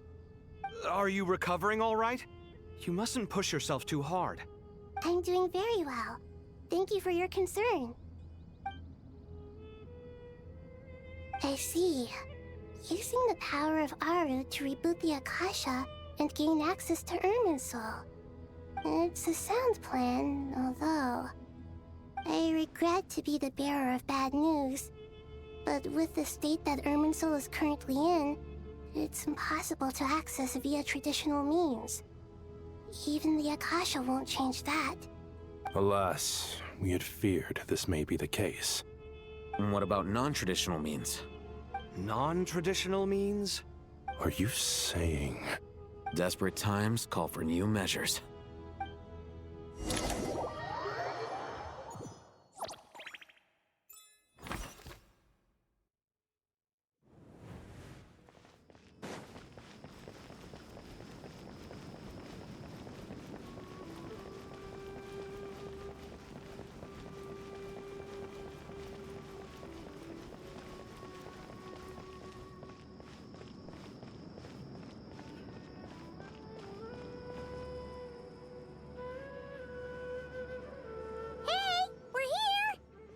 Ah, it's you. Is there a situation?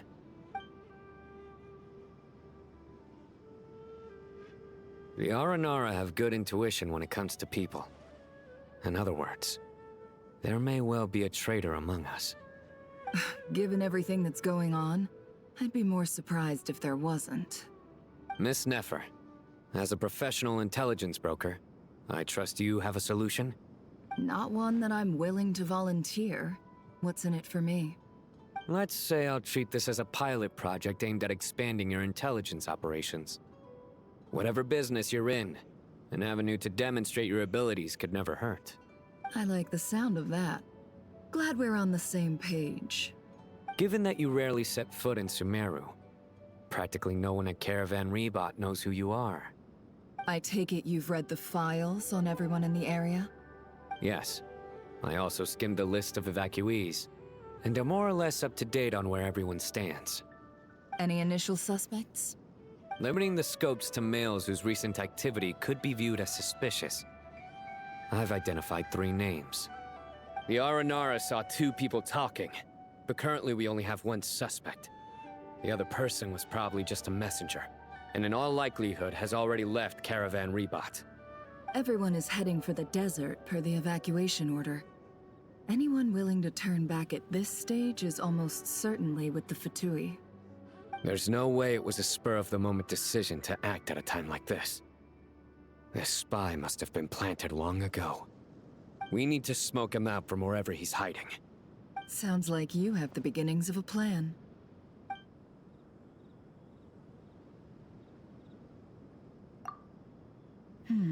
I see. Your suspicions are well-founded. I'd be watching him too if I were you. So far, we still lack solid evidence that he's been bribed. He hasn't made any recent purchases that would indicate he came into some cash. Then let's get closer to him to confirm before we make our move. I can handle it. I'm not based in Sumeru, so barely anyone at Caravan Rebot knows who I am. And you're certain you've never encountered this person in Nodcry? I'm certain. Besides, it's extremely rare for me to have had any direct contact with Sumeru mercenaries besides Jet. There's no way he could have seen my face before. Sino, stay out of sight and wait for my signal. If he raises any red flags, I'll bring him toward the main road. Understood. I'll take it from there. Excellent. Well, it's a pleasure working with you.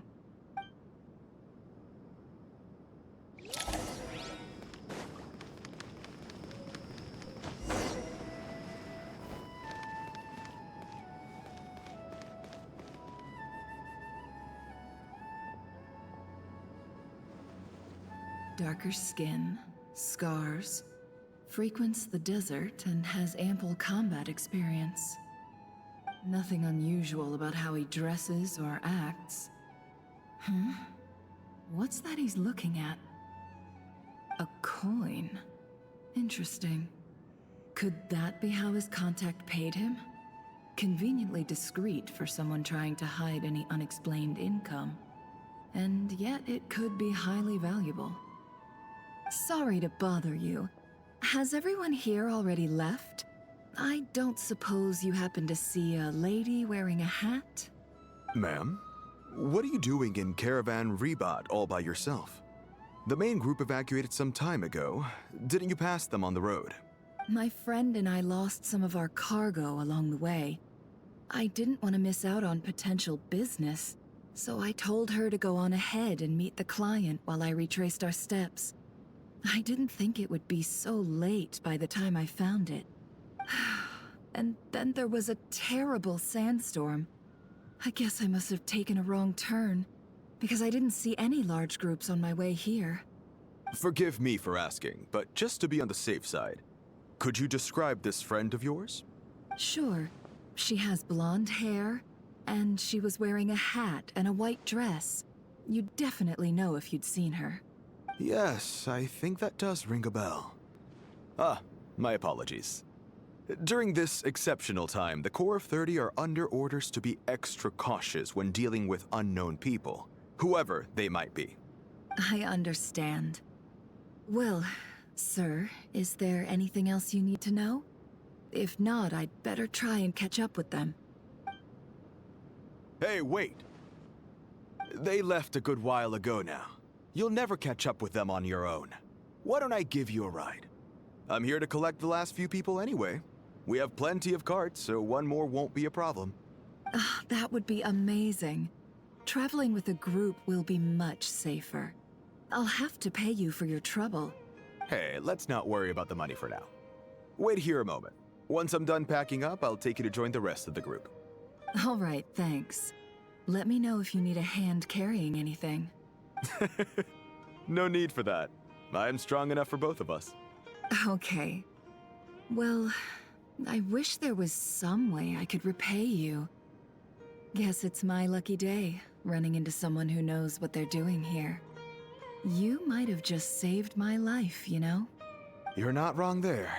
I mean, what kind of cargo is so important that it's worth risking your life to get back? I hope for your sake that it's priceless. Actually, I suppose I can tell you, since you've been such a big help. But be sure to keep it to yourself, or we could both be in big trouble. Oh, really? Sounds mysterious. We're in the antiques business. You understand? Some of our goods aren't acquired through the most legitimate means. We have to be very discreet when we're selling them. That's why I had to go looking for the missing cargo alone. Ah, no wonder. Well, ma'am, in that case, it turns out that maybe there is something you could do for me. I'm all ears. But to be clear, our commission isn't cheap. Think carefully before you ask. We don't want to ruin our relationship before we even hit the road. I'm sure that won't be a problem. My issue is, I have something that's a little difficult to sell on as well. Take a look at this.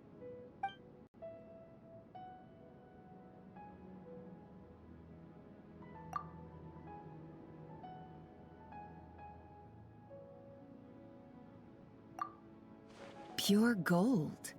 That's quite something. How'd you come across it? Dig it out of some ancient tomb? If you look hard enough, there are many treasures to be found in the mausoleum of King Deshret. It has no distinct Snezhnayan markings. That'll be why he's going with that story. And he clearly doesn't want to arouse suspicion, so he's on the lookout for an opportunity to make a quiet trade. Surely you have an existing business partner. Won't they take it off your hands? I hope I won't be attracting the wrath of my competitors by helping you sell this. The shop I used to work with is having cash flow issues at the moment after losing some money. I'm under enough pressure as it is without having to deal with them. On the off chance anything went wrong, I'd never get my money back. I understand. Gold is the last thing that traders with cash flow problems want to see. Well, in that case, I think we can work something out. As it happens, I'm just about done packing. Shall we make a move? Sure. Let's walk and talk. This evacuation was a huge operation. They needed a few people to stay behind and tie up loose ends. And I ended up being one of them. You're lucky you ran into us in time. I certainly am. I don't know how this happened. One thing led to another, and look how it ended up. I just hope our client doesn't get spooked and cancel their order. Fingers crossed. But either way, life goes on, and we all have to make a living somehow.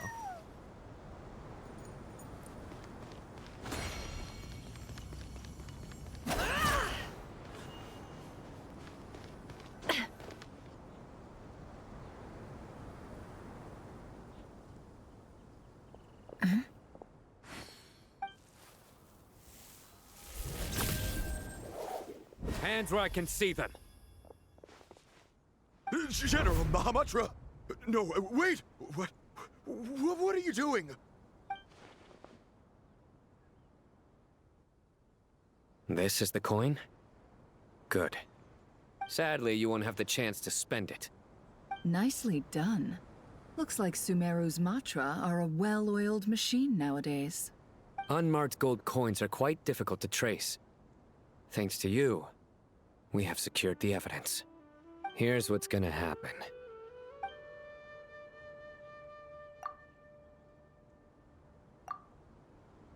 Southeast from here, leeward side of the hill. That's where he's meeting his contact.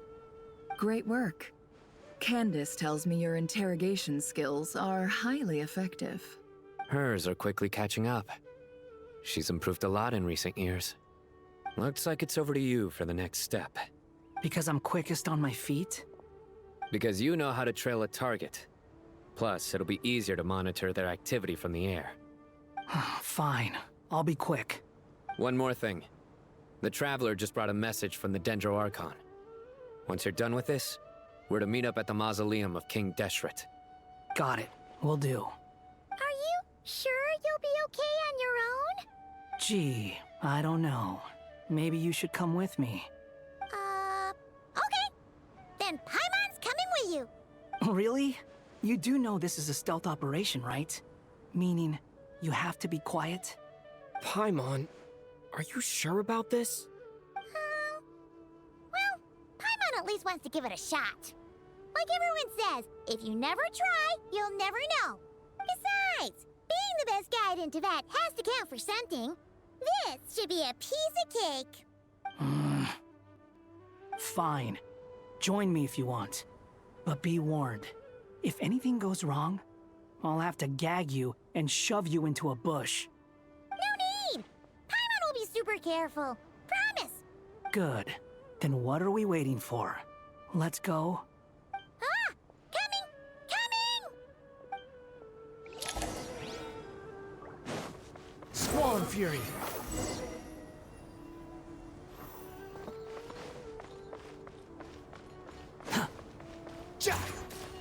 The wind rises.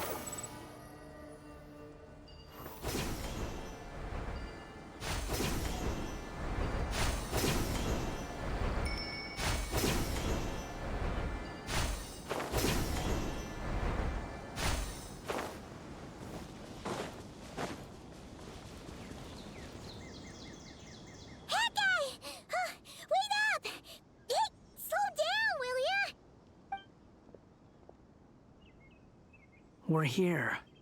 Now we wait. Okay, yeah, cool. Cool. What's on your mind, Paimon? Huh?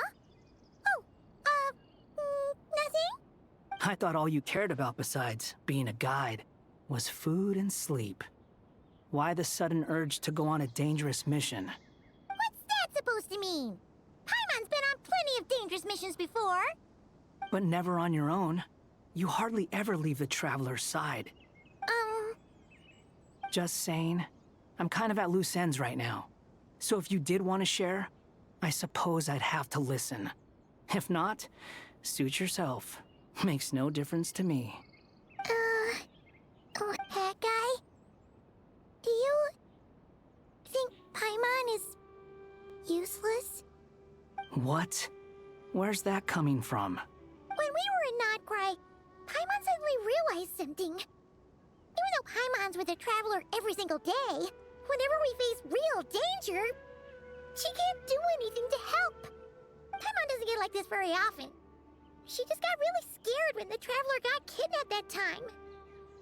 What if he never came back? What would Paimon do then?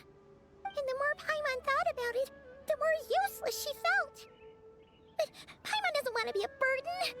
Paimon wants to be a friend who's actually useful. Does that make any sense?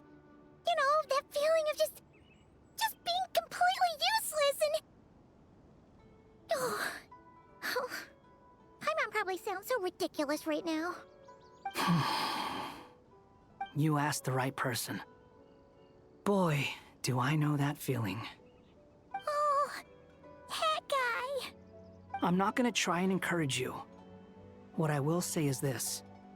When you start doubting yourself, you have two choices. Give up or change. You have to make the decision to move forward. Otherwise, no amount of consolation from other people is gonna help you. So ask yourself, what do you want? To get stronger? To learn more? Whatever it is, go do it. You won't have any regrets if you can at least say that you tried. Something's not right. Shouldn't they be here by now? Paimon, is it just me? Or is it a little too quiet around here? Should Paimon take a look? We'll give it another hour. If nothing happens, we head back. Okay. How strange. We've been here for ages. Where the heck are they? Have we been stood up? What is it? Did you think of something?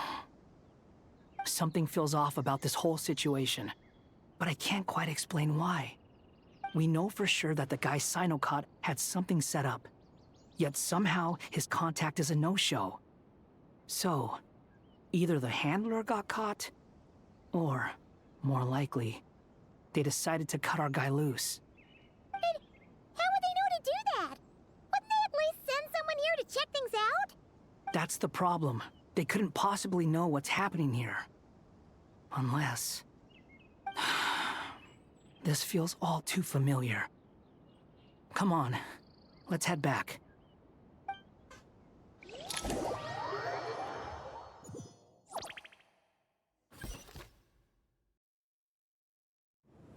Even though this isn't a formal meeting, I'd still like to start by saying how grateful I am to each and every one of you. Thank you all for coming here and standing by our side. Shesipank and Bennu are currently assisting the scholars with the maintenance of Aru. Please forgive their absence. As for Hermanubis, may he rest in peace. We remember him with great fondness. There have been times when I imagined what it might be like to meet you all. Now that it's really happening, I feel quite emotional. Time has taken many things away, but that which remains is all the more resilient. I must say, there is one thing that rather surprises me. You appear to be in good spirits, Lesser Lord Kusanali. But even so, I can sense that the life force given to you by the Dendral Dragon has far from fully resolved the problem of your vitality. Oh no! So even Apep's power didn't work? Don't worry, Paimon. It worked very well indeed. The issue is how closely I am tied to Irminsul. Until the problem with it is resolved, there is no way I can fully recover. Sumeru has undergone tremendous changes during your absence. When gods pass away, inevitably, people's faith in them grows weaker. You must have sensed it already. Your power is not what it once was. Regrettably, this is true. I too have grown weaker due to the effects of Irminsul. Right now, we're all in quite a sorry state. Then what do you suggest? We take all the help we can get. Sumeru is our shared home. You and I, gods and humans alike. We must unite all our strength in this moment. Though Al-Ahmar is no longer with us, the alliance between the three gods remains in force. Regardless, as subjects of our king, we have a responsibility to support Sumeru through this catastrophe. Not to mention that it was the people of Sumeru who released us from this prison of Aru. Times have changed, and the people of today possess greater wisdom than those of the past. You really know how to give a rousing speech, Koti. Now then, let us learn more about your plan. The brightest minds of the Sumeru Academia are busy opening and renovating Aru. They claim it has something to do with Irminsul? Correct. Irminsul has existed in Teyvat since the very beginning. But during the Age of the Dragons, it did not possess the significance it holds today. After the heavenly principles arrived, the power of the Light Realm was divided into elemental energy, and Irminsul was refashioned as a device that records and preserves all information. Since then, everything in this world has been inextricably linked to it. As the Dendro Archon, I have a duty to protect Irminsul. To Sumeru, it is both a national treasure and undeniably a major threat. Teyvat has seen many upheavals in the last few years. The most recent of these was a major crisis in Notcry, which forced Sumeru to be even more vigilant than usual. I made sure to monitor all the pathways through which an outsider could potentially transmit themselves into Irminsul. But despite my efforts, a major problem still arose within. I still believe that someone has actively invaded Irminsul. But rather than taking any of the pathways I referred to, the intruder chose instead to utilize the most direct route. And the only one that cannot be protected against. By entering Irminsul through death. I see what you mean. You cannot simply stop all deceased souls from returning to the ley lines because of a potential invasion that could occur at any time. That's right. As important as it is to guard against external threats, I couldn't allow myself to stop the souls of the departed from finding peace. Please, understand how difficult this predicament was for the Dendro Archon. Defense has never been an easy task. After Irminsul was invaded, my authority was quickly restricted. Soon after that, the tree began denying access to any connections. I'm sure you feel responsible, but you are not to blame. No one can predict every possible disaster. There will always be trials and tribulations for the world to endure. But the people of Sumeru should not have to endure this. We must find a way to break through the lockdown and connect to Irminsul. And this is why you need Aru. Yes. The only thing in Sumeru capable of rivaling Irminsul in terms of overall function and performance is Al-Ahmar's legacy, Aru. All I managed to do before falling into a coma was make some minor adjustments to Irminsul. Using Aru is a last resort, and a move that comes with enormous risks. The Scholar's initial plan was to borrow Aru's power to reboot the Akasha, then use the Akasha to connect to Irminsul and investigate. Unfortunately, Irminsul has suffered far greater damage than they first thought, rendering that plan futile. To rise to the challenge, we had to resort to more extreme and far costlier means. This has led to a number of new contingency plans. To reclaim Irminsul, our brightest scholars have made further modifications to Aru with multiple goals in mind. I thank you all for giving them your blessing in this endeavor. Human wisdom has clearly improved over the millennia. You have not only our support, but that of the Jinn, the Aranara, and the Pari. Together, we will do everything in our power to save Irminsul. By the way, when you spoke earlier of an intruder, it almost sounded as if you knew who you were dealing with and what they were capable of. Well, since you ask.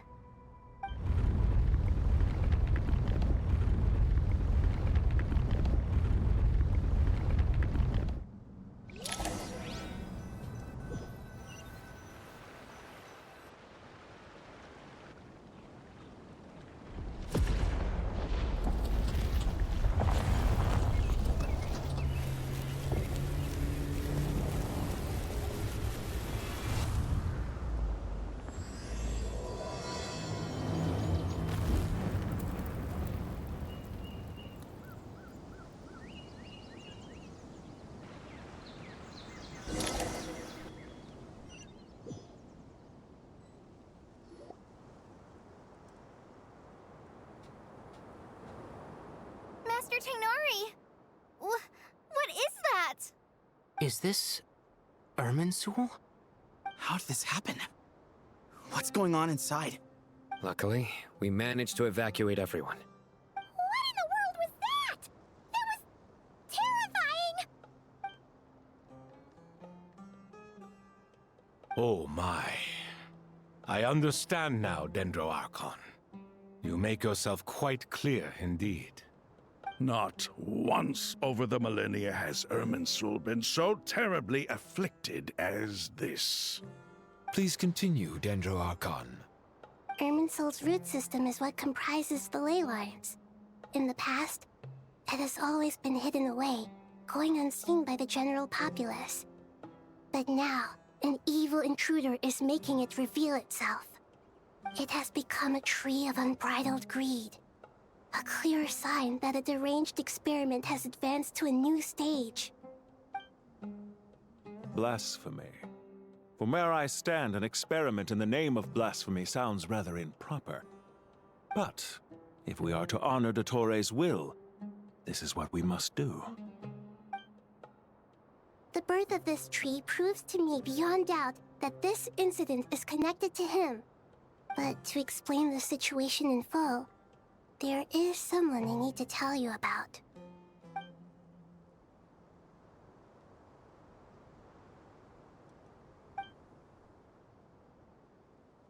Zandik. So it was him. I saw him in the desert once. A man of supreme arrogance. So this is where it has taken him. But didn't Dottore die and not cry? How is he still able to do all this? He must still have loyal followers amongst the Fatui. Even so, I'm still unclear as to how he has been able to wield such a profound influence over Irminsul. I can confirm that Fatui forces have arrived in Sumeru City. Furthermore, Irminsul seems to be undergoing some kind of mutation. Evil branches are beginning to grow. Things that do not belong to this world are slowly but surely materializing. Sorry, I couldn't think of any other word to describe it. They don't seem to be fully formed physical entities yet, after all, but they are gradually becoming real. A baleful tree climbing up into the heavens. Speaking of Dottore, I have some information on that front as well. I didn't think it was wise to state this out in the open. But my theory is, the mole wasn't cut off after he was caught. They wrote him off from the beginning. You mean, the Fatui never intended to follow through with him? Then why plant a mole at all? It's hardly a conventional strategy, and the rationale behind it is pretty twisted. But as it happens, I know someone who works exactly this way. And when it comes down to it, his goals are very simple. He just wants to confuse people, so they can't figure out what he's up to. He's been a collaborator of Dottores from the outset. That fact alone confirms that Dottore is involved with this somehow.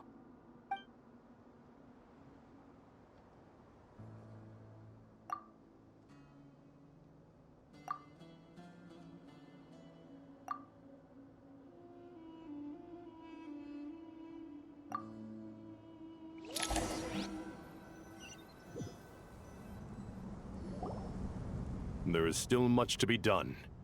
Everyone, please remember our core strategy. As per the discussions, the following groups must act immediately.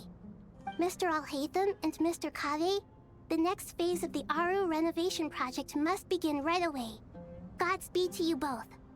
We'll give it everything we've got. The plan looks feasible, but the implementation will require certain resources. General Mahamatra Sino and his team will help to procure the materials required for modifying the terminal. No problem. I've already spoken with Sethos and Hat Guy, and they've agreed to assist me. This kind of thing is best left to the fleet-footed, right? Hat Guy? If it's efficiency you're after, we're the right people for the job. Following up on the elemental energy amplifier we discussed, Ms. Dory, I assume you're the one most familiar with the status of this project. Aside from the Dendro Archon, of course. Yep, that's right. Leave it to Lord Sangama Bay. Got it. Well, I'd like Madame Farazan, Kale, and Nicole to support Dory on the technical side. You can count on us. Will do. Rest assured, I'll take good care of Kale. Dia, Candace, and Nefer, you'll be in charge of negotiating between the various parties. I trust you remember our goal. You bet. We can handle it. Good. I believe that covers everything. Tainari will provide ad hoc support as needed, if that's okay. Poor Tainari. Must be tough being Nephis' student. Getting bossed around all day, every day. Hey, don't try and drive a wedge between us, you old rascal. All it says to me is that Master Nephis has faith in everyone's abilities. While I'm nominally here as backup, I doubt there will be many situations where my help is needed. Exactly. Finally, Traveler, you and I will head to the border between Sumeru and Natlan. Once that task is complete, I'll be asking some of you to accompany me to the Eternal Oasis. The Eternal Oasis? I thought that was just a legend. So it does exist after all. Regarding your trip to Natlan, under normal circumstances, a meeting between our two nations would be a far more formal affair. Unfortunately, Sumeru is all but completely cut off from the outside world at present. So regretfully, we won't be able to give the Pyro Archon Mawika the grand reception that she deserves. My apologies for the inconvenience. No point putting too much pressure on yourselves. That goes for everyone. Right. Especially you, Dendro Archon. I'm sure you're still feeling quite weak. Don't worry about me. The Dendro Dragon's life force will sustain me. Plus, we'll be there every step of the way. Nahida will be just fine. Yes, I believe in myself. And I believe in every one of you. Well, time to get going.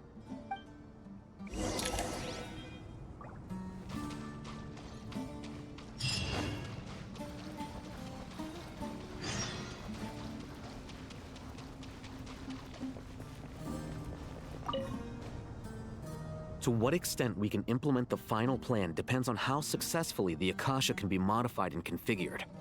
And to make sure the configuration works, Aru will also need some further optimization. Yeah, no surprises there. Once we roll this out, any Sumeru citizens who already have Akasha terminals can simply continue to use their existing devices. This still leaves us with a significant equipment shortage, though. Many groups of people were never issued Akasha terminals, including mercenaries, the desert folk, and many others. we'll need a supply of rare materials for the renovation of Aru and the production of new terminals. Right now, the best place to source these locally is from the primal constructs within King Deshret's mausoleum. Time is not on our side here. It's gonna be a race against the clock. The Aru merge and renovation project will have to be carried out by you two. Everything's riding on this, so failure is not an option. Best of luck to you both. As discussed, General Mahamatra Sino and Mr. Hat Guy will source the required materials. Mr. Sethos is quite familiar with the layout of King Deshret's mausoleum. With him accompanying them, things should go quite smoothly. I have every confidence. In the meantime, we may as well take a breather. Makes sense. There's not much we can do until the materials arrive. Get in formation and stay close. What is this, boot camp? Knock it off. It's just Sino being Sino. You know what he's like. Everyone clear on our mission objective. Look at the excess primal constructs, dismantle them, and extract the required materials. And King Deshret's 7 pillars agreed to this? If they're just sitting there doing nothing, we might as well put them to use. Thoth's words, not mine.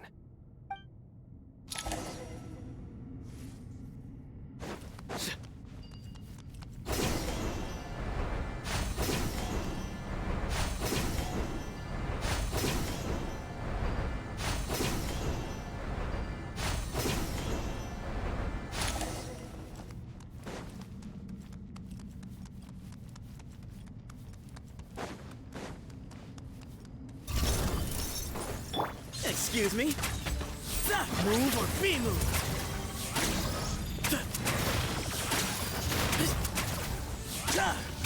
Give me some space. Nowhere to run! Behold!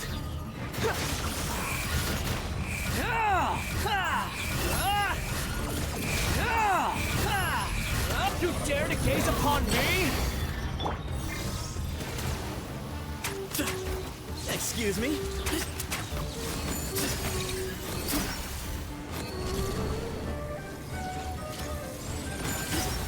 Give me some space.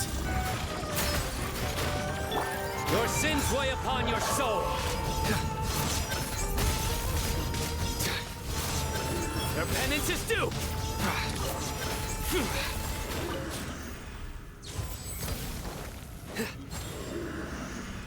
You stand condemned.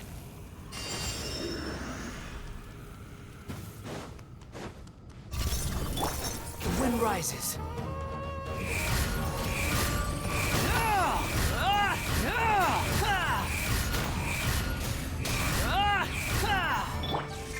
Excuse me?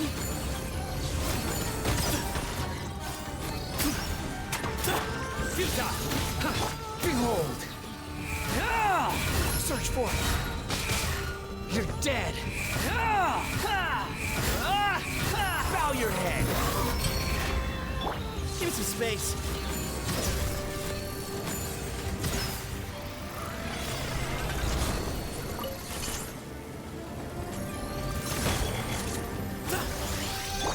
Nowhere to run! The wind rises.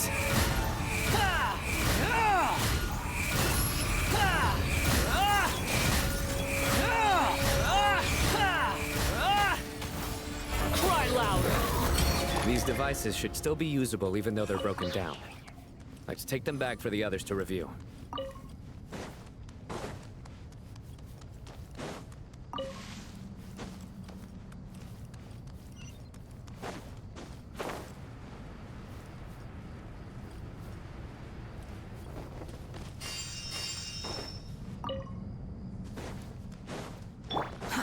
Too slow.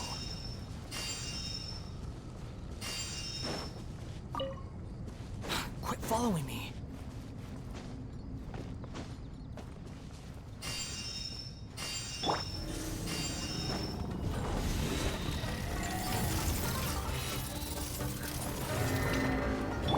Futile!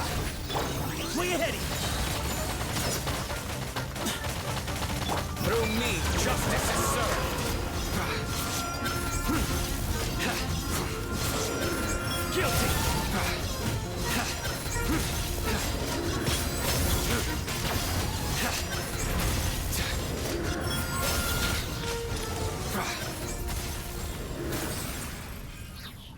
How many do we need again?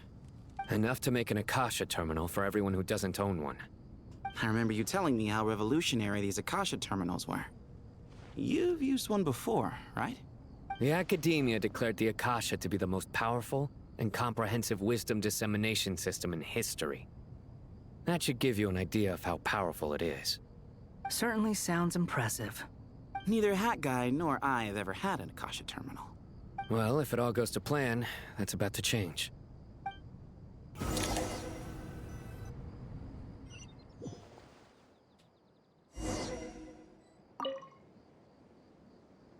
goody! Thank you so much for handling the delivery. What a long way it was. You've really outdone yourselves. I'm well aware what a bumpy, dangerous journey it must have been. Now, I would have loved to oversee the process myself, but of course, those of us who know the plan can't leave the mausoleum. Oh, trust me, I'm patting myself on the back for my assembly work here. Simply flawless work. But will you really be needing all of this? According to our plan, yes, this is the quantity required. I have no complaints about the quality either. Only the price. So expensive. I heard you covered a lot of the funding out of your own pocket. Oh, that's an exaggeration. The Academia provided most of the funds. I just offered a small token of my goodwill. Of course, the real tragedy is how little profit I'm making on this. You know, it's a serious crisis when you can't even make money out of it. It's really quite a beautiful design. And I'm intrigued by how such a diminutive device is able to output the power of the Light Realm. Did you attend the lecture on Light Realm energy, Madame Farazan? I don't believe I saw you there. Of course I attended. I was just a little late, so I had to listen to the whole thing from outside the back door. Anyway, I have a perfectly good understanding of Light Realm, elemental and abyssal energy, as well as the relationship between the three. Good to know. Master told me in private that the conversion process between Light Realm energy and elemental energy involves highly classified knowledge that shouldn't be disseminated too widely. But even so, the scholars still shared said information. Well, you can't enforce a rule that everyone breaks. Is that the idea? At first, the Dendro Archon was reluctant to explain it in great depth for safety reasons. Later, she came to terms with it and simply informed my master that we would all have to face the question of survival together. To protect someone from such dangers means keeping them in the dark. But for someone to know and embody the wisdom within, they must understand its very essence. It's an information hazard.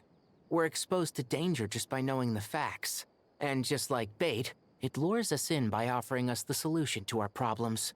But if you're not careful, you'll end up pursuing it down a dark path. A tricky problem. But today, this big problem has been broken down into many smaller, more trivial ones. What do you mean? I get it. For instance, you and I share secret knowledge, while she and I take on the risks of life, death, and fate. Something like that? Hey, what? That is not what I call a trivial problem. Well, as they often say in Vahumana, an event that is monumental to the individual is negligible in the grand scheme of history. Generally, the fate of the individual is an insignificant affair. Being from Amorta, where the subject of our research tends to be a lot more personal, I have to disagree. It's hard to dismiss the individual as insignificant. In other words, the big problem of survival has been broken down into many small, interconnected factors, and each one of us represents one of those factors. When the same secret is shared with a group of people, the same fate binds them together. Most people would find this unimaginable, but to us scholars, this is the path that has always beckoned to us. Sharing knowledge is a good way to fight against fate. I will always believe in that. All right, I think that's everything. Thanks a lot. But don't go anywhere just yet. I'll still be needing you to calibrate the equipment.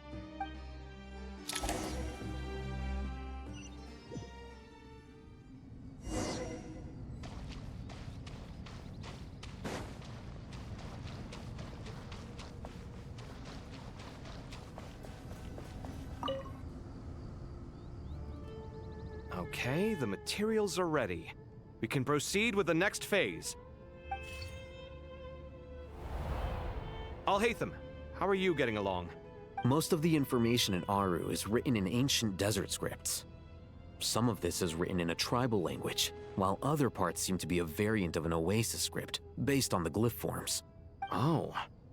Not lost to history, I hope. Some are.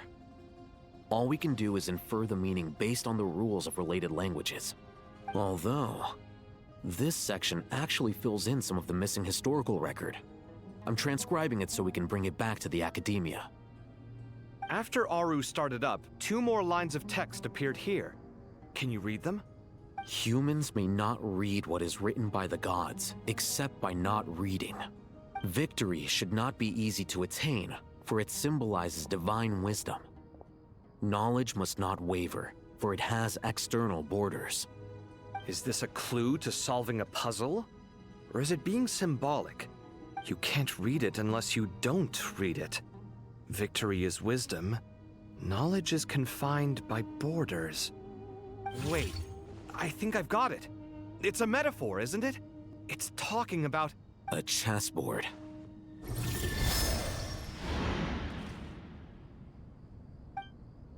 You were right.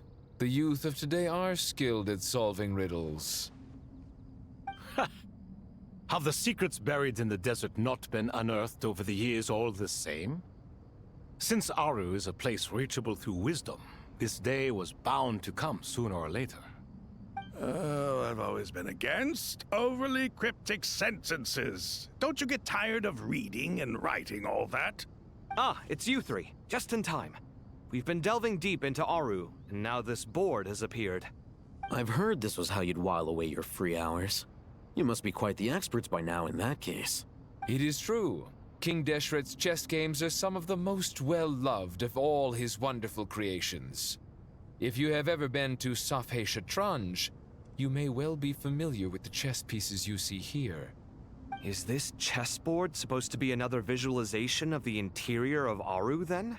Naturally. Visitors, everything is ready. Only by completing the challenge on the board in accordance with the rules will you be permitted to overwrite Aru. 1 second. It's not dangerous, is it? Dangerous? Why, yes, of course. I should be the one to go, then. Wait for me here. Sounds like the self-confidence of our present company has rubbed off on you. Don't be ridiculous. I'm your upperclassman, and that means I have to look out for you. I appreciate the sentiment, but a game of chess typically requires 2 players. Besides, I'm sure they won't let things get out of hand. Keeping things relatively safe is in your best interest too, isn't it? Fair enough. I mean, you guys are controlling the difficulty, so please don't go too hard on us, all right? Ah, but Bennu said he wanted to put some respect into these whippersnappers. All right. All right. Thank you. Obviously, we'll still try to be careful. This doesn't seem like ordinary chess. Is the goal to defeat the opponent? No, you must enter the board and pass the trials we have placed there. Ready? Let's do it.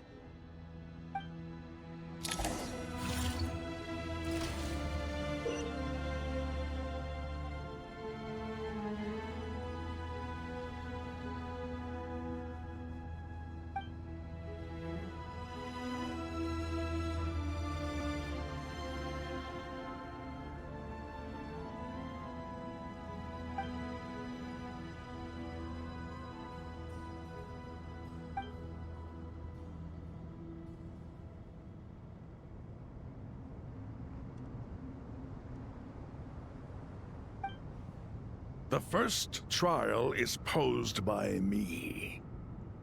I don't think this is gonna stop us. Ah, but the key to this game lies in working together. Otherwise, you will be deemed to have broken the rules. Looks like it's up to me. Marak, can you open it? King Deshret's favorite primal construct. Living on in suitcase form, of all things. Amusing. Ho ho! Excellent work.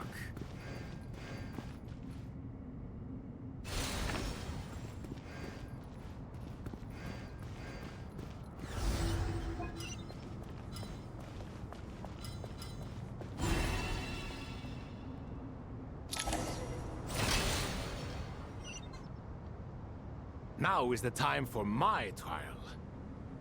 Now, don't be nervous. I'll make it nice and easy for you. Really? Thanks in advance. We appreciate it.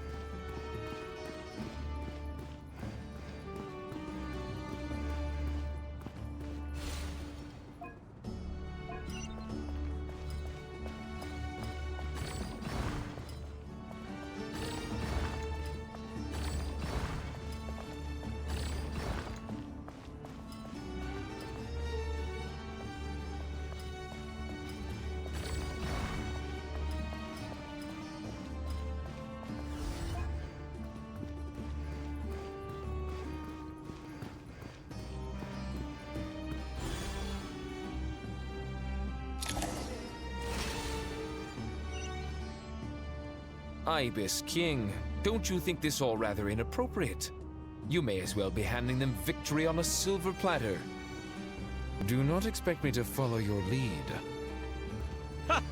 Suit yourself.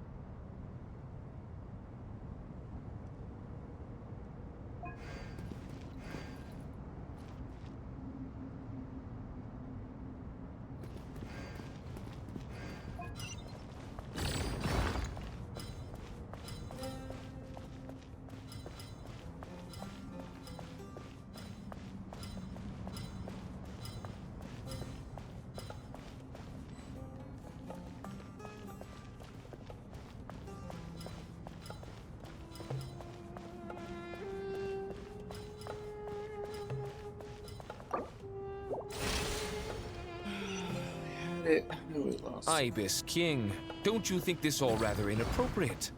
You may as well be handing them victory on a silver platter. Do not expect me to follow your lead. Ha! Suit yourself.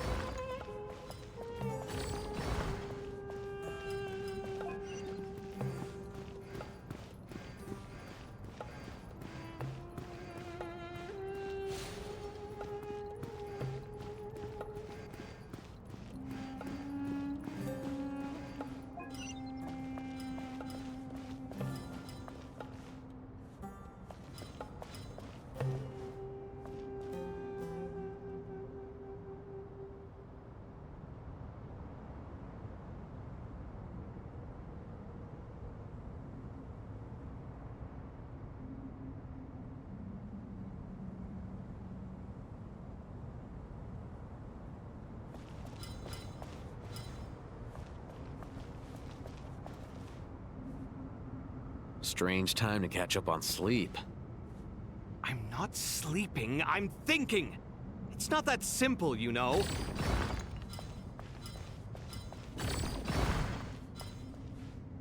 I need to get this one into the middle row, but it's like...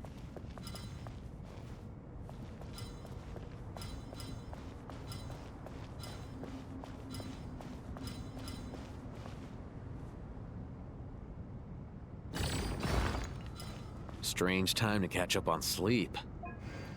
I'm not sleeping, I'm thinking. It's not that simple, you know.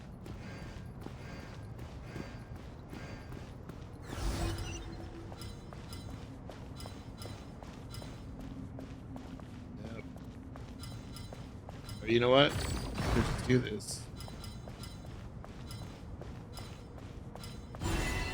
Never mind.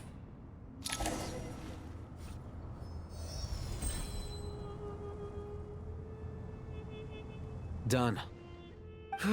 Finally. It's over. But seriously, that was incredible. Standing on the chessboard felt completely different from standing on solid ground. And also... Oh, sorry. I'll save my thoughts for later. Thanks to the three of you for helping us out with this. Is it just me, or were you giving us quite a lot of guidance along the way? We made but a humble contribution. You lived up to our expectations. Bravo! Our aid was not given for naught. In addition to the existing functions, I'd like to ask you for another favor. Since Aru's interference shield can cover the entirety of the mausoleum, it should be possible to extend its range even further.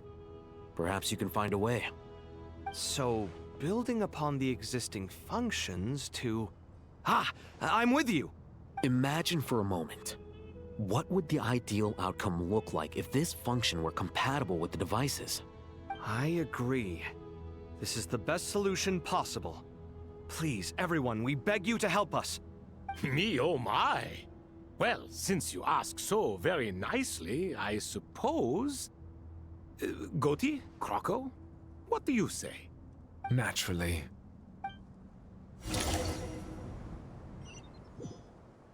Time to go! Let's go find Nahida!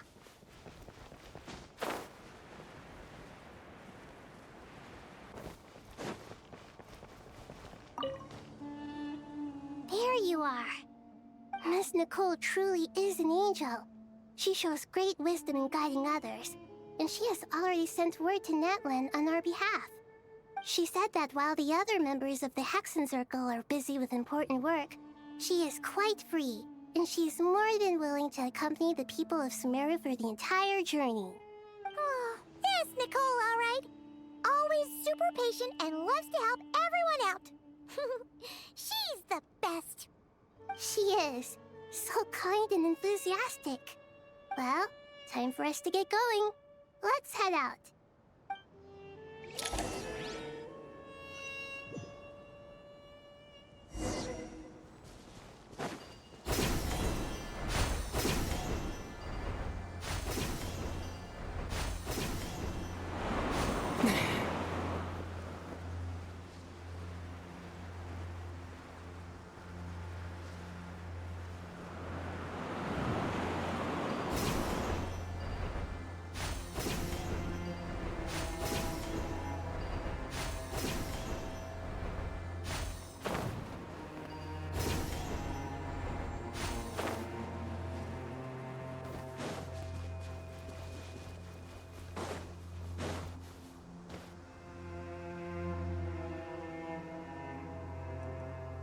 This should be one of the closest places to Natlan in all of Sumeru. There's the barrier Nicole and Nefer mentioned. It completely cuts this nation off from the others. But why? Why separate you from the rest of the world now, specifically? And if I'm not mistaken, Irminsul was polluted once before, wasn't it?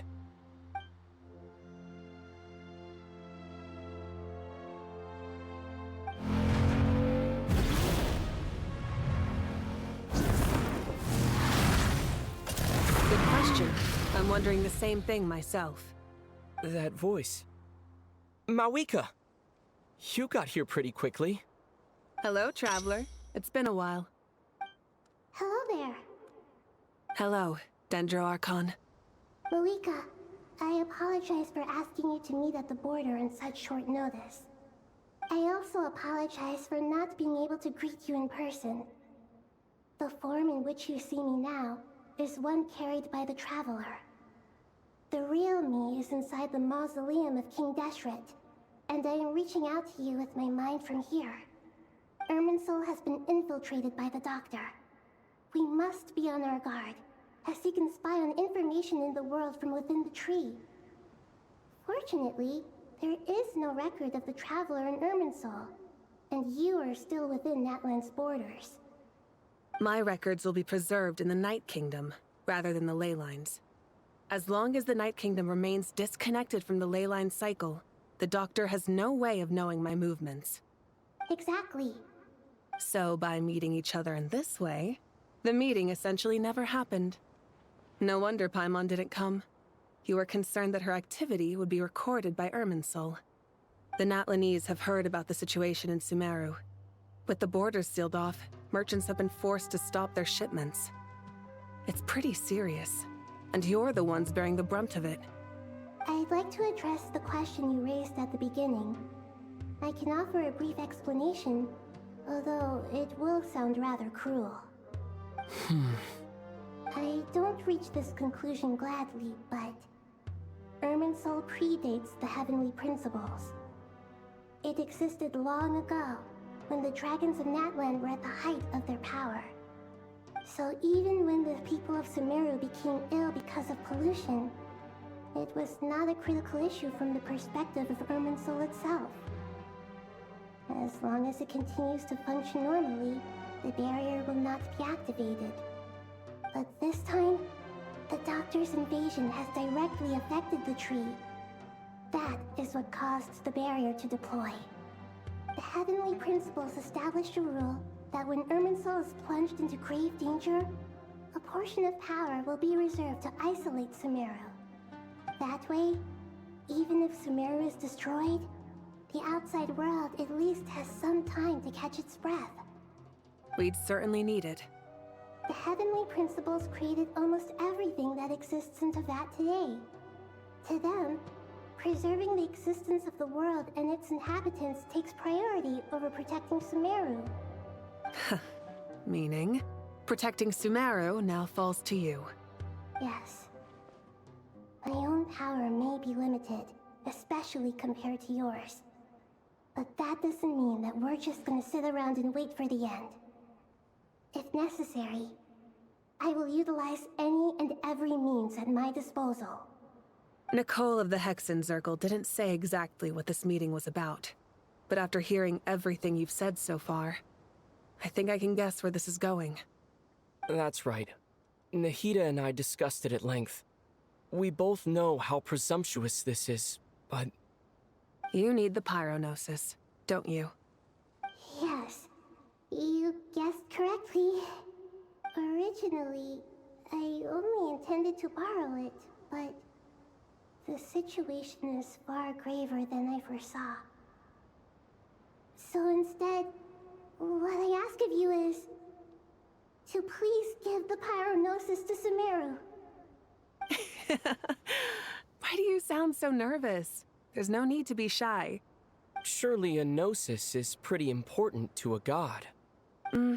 I guess, but it's not as if losing it would suddenly render us powerless. But I'm sure you don't need me to tell you that. With all the nations you've traveled to, and all the gods you've met, you must have realized that by now. As far as I'm concerned, a gnosis is basically an elemental energy enhancer. But I don't usually use it. You know me. I like to think I'm pretty strong without it. Yeah, not about to dispute that.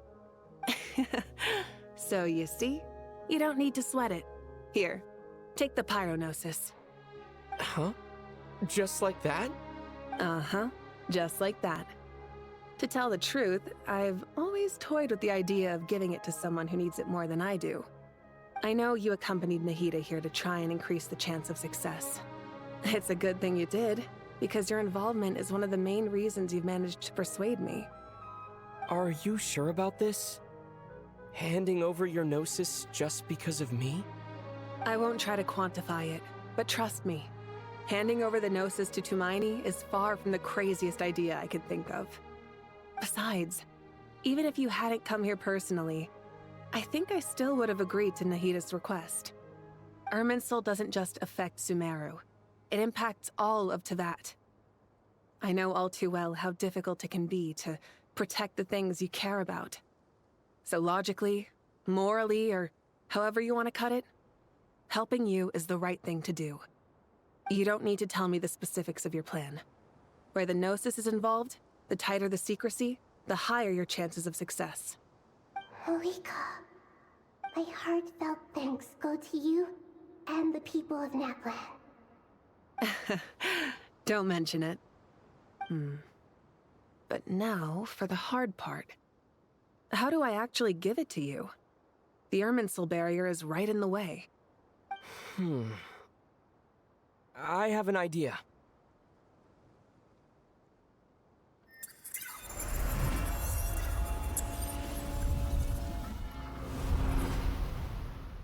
Just as I thought.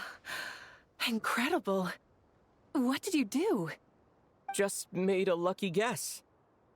This seems to happen quite a lot. Things that apply to everyone else don't seem to apply to me. I figured the same might be true here. Irminsul usually produces effects based on the records it holds. Since the Traveler is a Descender, Irminsul contains no records of him, and thus has no way to impede him. Is that right? You really are full of surprises. Catch. Whoa! Thank you, Mawika. Thank you for trusting us with something so important. All right. No need to get so formal. It's not like we're strangers. Besides, there's still one problem. You might be able to pass through the barrier, but I don't know about the Gnosis. Any other surprises for us, Traveler? Let me try something. I have the Pyrognosis in my hand. It feels strangely ordinary. Not particularly heavy, and yet this tiny thing symbolizes the mighty authority of a god. I need to think hard about my memories of Pyro. My memories of journeying through Natlan. All those important experiences I've had. The Gnosis disappeared. Traveler, are you alright? I'm fine. The Pyrognosis disappeared into my body. Just like phlogiston. Maybe it resonates with you because you've mastered the power of phlogiston. You might not be recorded in the ley lines, but you're still our Tumaini. Whew.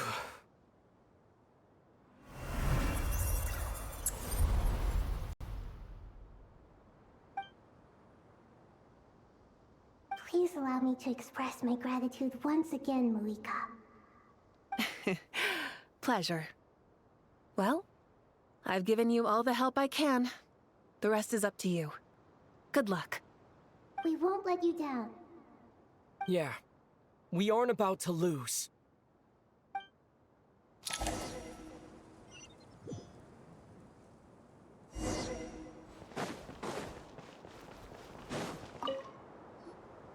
Traveler, Paimon, how are you feeling?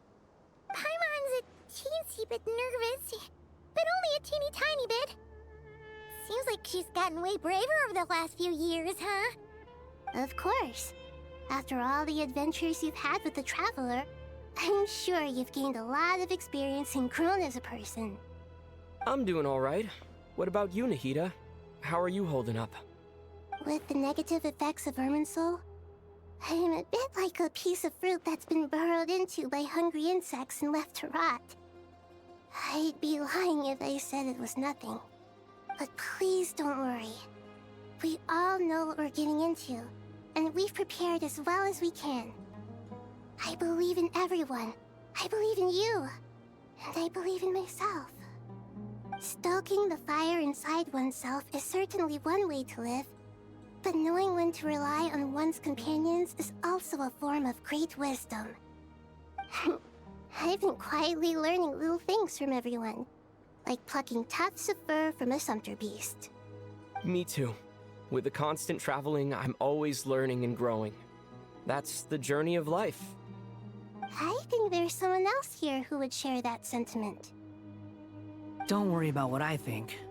I was just passing by and happened to overhear your conversation. What are you talking about, Hat Guy? This is the top floor. No one passes by the top floor. Says who? You can fly just like I can. I would have thought it makes sense to you of all people.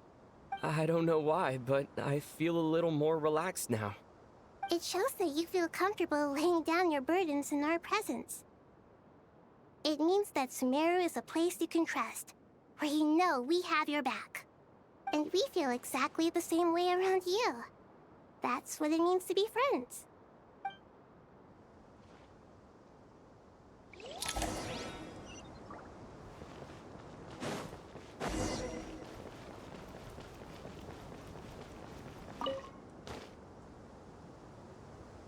Ah, it's finally done. Ugh, but I have a nagging feeling that there's something I've forgotten. Oh, there you are. Everything wrapped up on your end?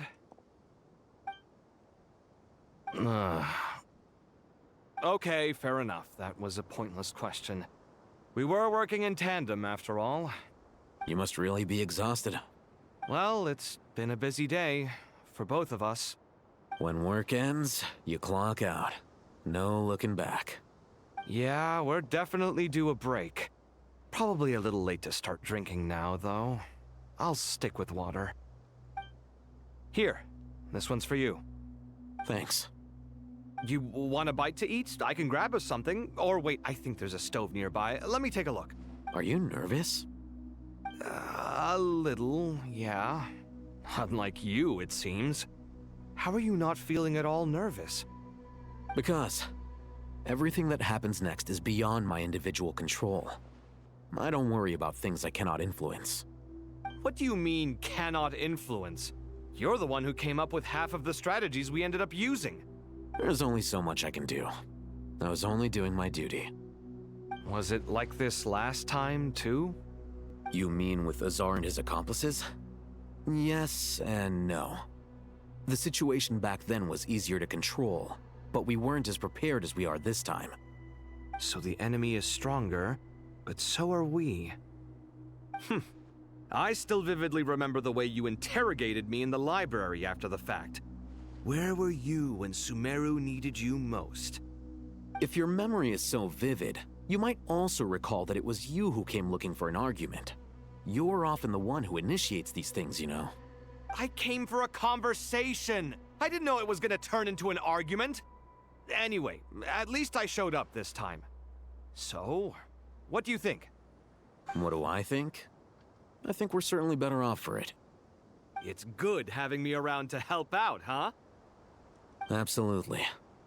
As a citizen of Sumeru, you displayed a remarkable sense of responsibility in the face of disaster.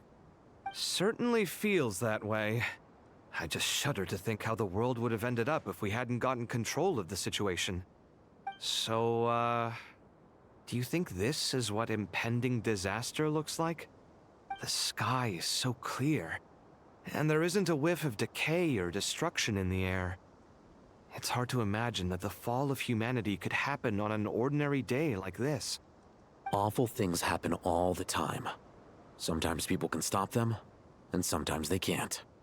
What you and I have done is increase our chances of stopping this one.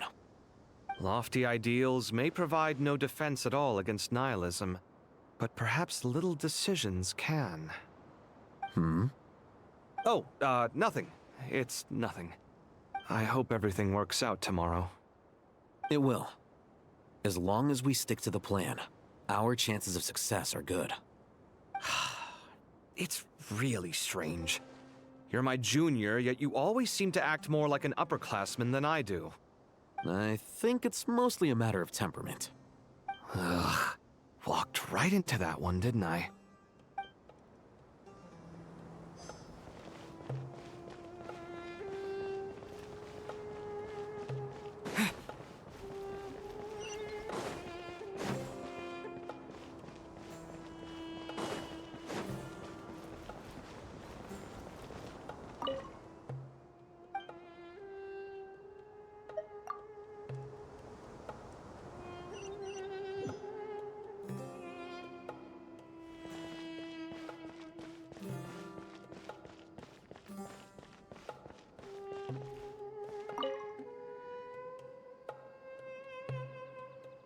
We'll make our move after sunrise tomorrow.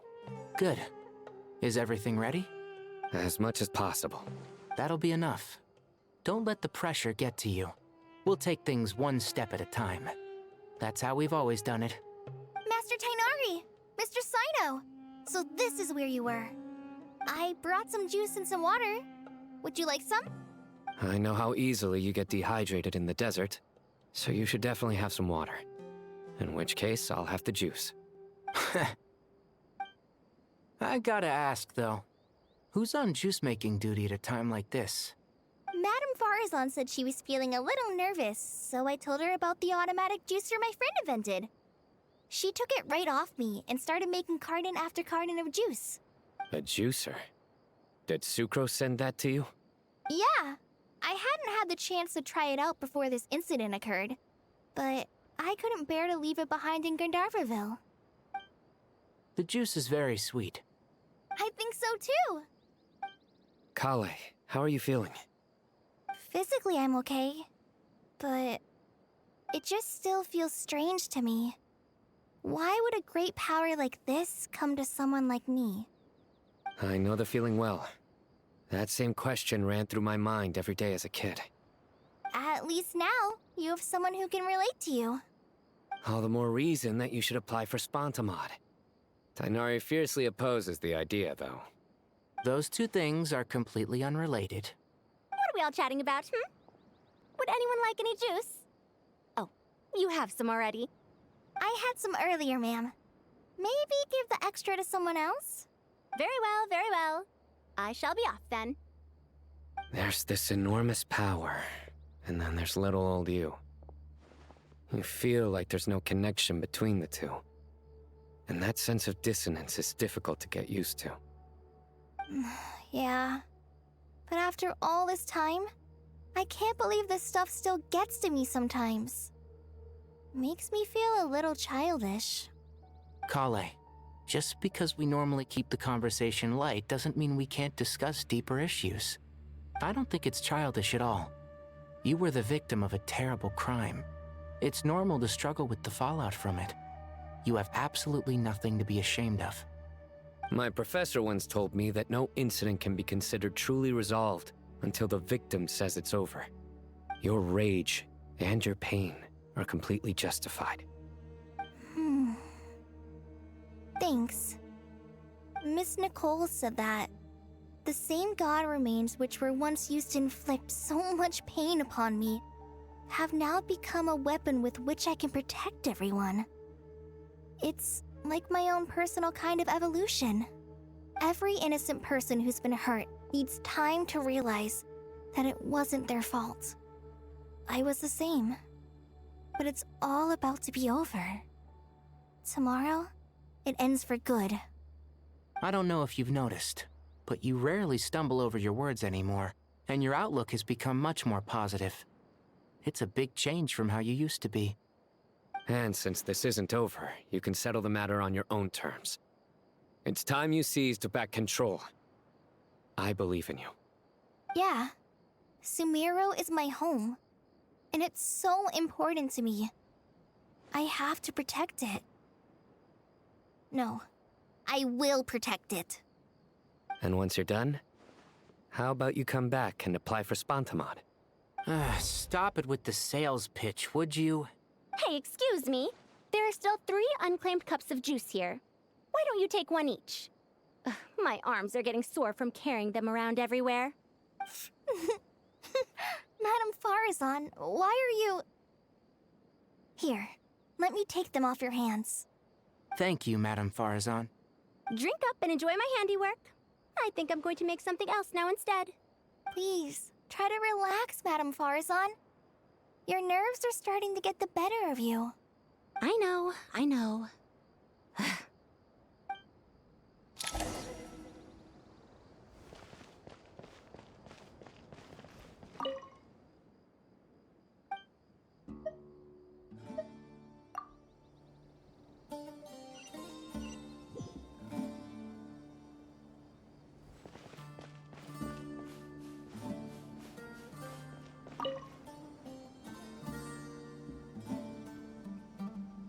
Something on your mind, Miss Nefer? Nothing in particular. It's just... right now, the future feels strange and unfamiliar. But the future has not yet arrived. How can you say how it feels? Some people know that there's an impending disaster. Others remain blissfully unaware. Each group is imagining an entirely different future while walking towards the same one. But when they get there, they'll still find they feel differently about it. People are shaped by their circumstances. Different circumstances create people with different perspectives. I've always found the perspective of the Vahumana Darshan to be a particularly incisive one. Even at the height of the crisis in Nodcry, people held diverging opinions. But things are different this time. Indeed. Regardless of faith, gender, wealth, skin color, or eye color, everyone in Sumeru knows what will happen tomorrow. The world has never been an especially fair place.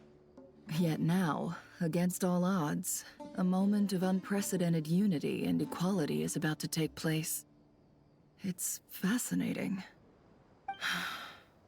If only my father could have lived to see this era. Era. To me, that term represents a much greater span of time. It can be an unsettling word. I would even say I'm afraid of it. Do angels even feel fear? Yes, at least I do. I fear the gap that grows wider with each passing day, and the never-ending flow of time. Time renders all memories insignificant, and reduces all splendor to nothing. But those memories are the one thing I do not want to lose. You're very human in that regard. If angels draw too close to humanity, our wings burn away in the bright flame of awareness, and we fall to the earth. After spending so long among humans, I have lost much of my former glory. Maybe that's a good thing. You're more human than some humans are. I've been talking to Kale a lot in recent days. We seem to be in completely opposite situations. I suppose that makes us good case studies for comparison. Case studies for who? Myself, I suppose. After comparing the two of us, I suddenly discovered that I desired more than before. It was a gentle, pleasant sensation. Just as most people pursue glory and miracles, I too am pursuing miracles of my own. Guiding humans to make the miracles in their hearts a reality. That is my miracle. It doesn't sound so bad, does it?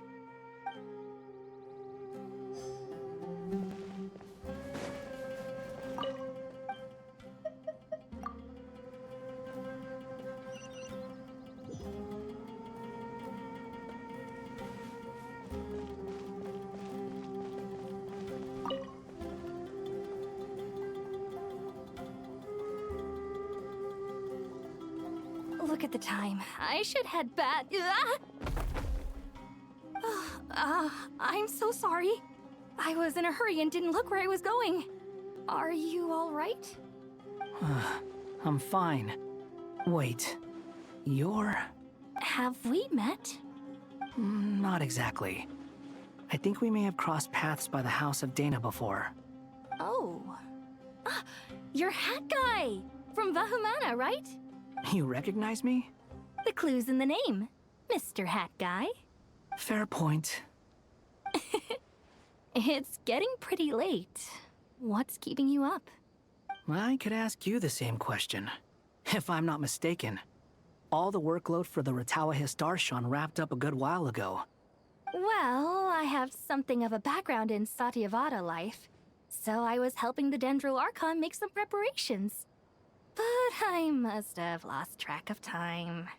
Did you find the experience enlightening at all? Honestly, it was tedious and uneventful at first.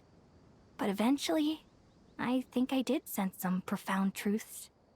But they also brought a lot of suffering with them. I was told that I even shed tears while I was meditating. Though I have no idea why. Sorry. I hope I'm not scaring you. Not at all. It just proves you're very accomplished in your research. Good night. I wish you all the best for tomorrow. Thank you, sir. You too.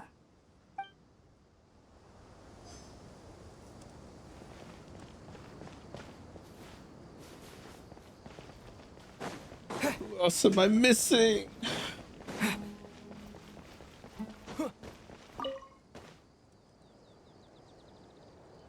Too bad we've got a fight tomorrow. I could really do with a stiff drink.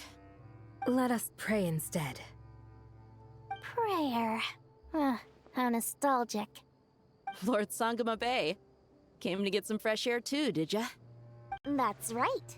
Actually, I was hoping I might run into you, Dia. I wanted to let you know that I've stocked up on that perfume you said you were so fond of. No, really? I'll take 2.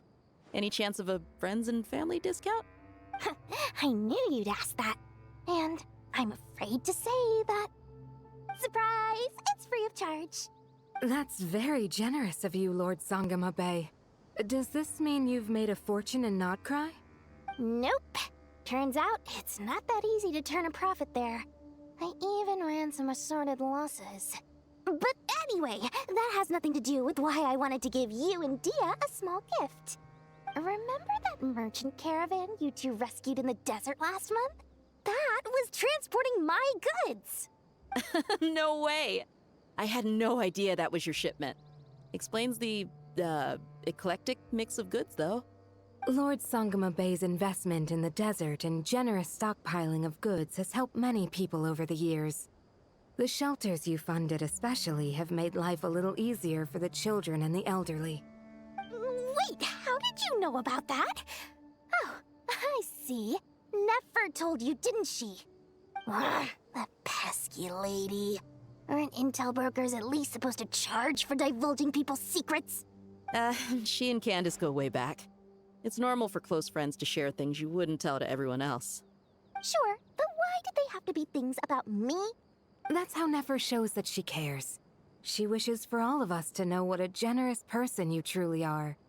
It must be hard trying to make a living far away from home. Just because we can tell what kind of person you are doesn't mean everyone else can. Well, maybe her intentions were partly good, but I don't think that's the full story. I'm sure she enjoyed knowing how much it would annoy me. I'm telling you, Nefer's got a mean streak. Definitely with you on that. Does praying help you stay calm? Defending one's home is a just cause.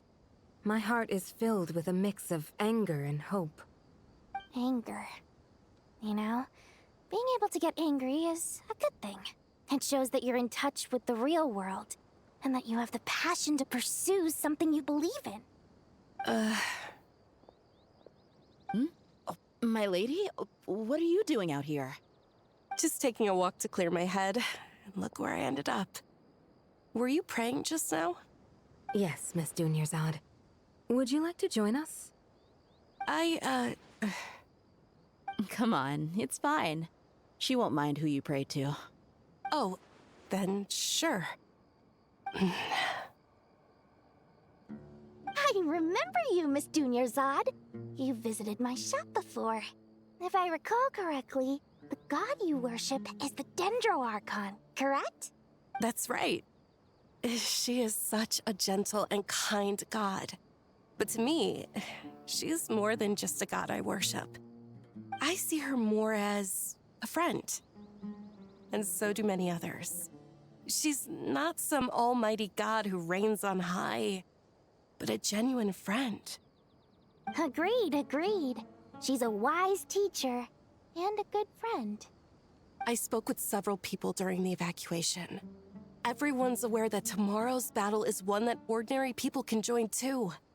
A battle to fight for our friends and our homeland. Oh, it makes me glad. I can finally do something for those who protected me. You've grown so much since we first met. Oh, a compliment? Ooh, more please. Thank you. My lady, you've always been a remarkably strong and ambitious person. It's indisputable. And that's not just a compliment. It's a statement of fact. What are you praying for? Our beliefs may not be entirely the same, but we both wish for the same thing. I pray that everyone will rise to the challenges ahead and return safe and sound. I pray for the safe return of all my companions.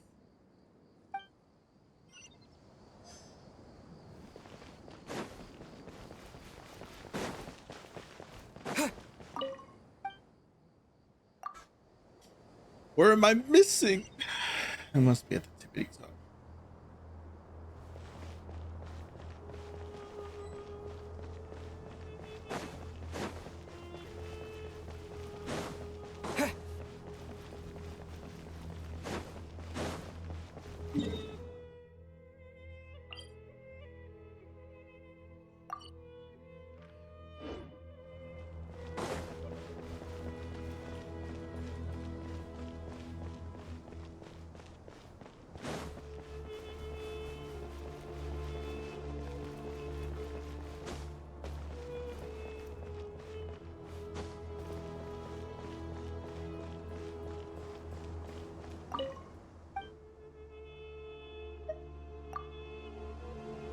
Is it Nahida? Do they want me to talk to Nahida again?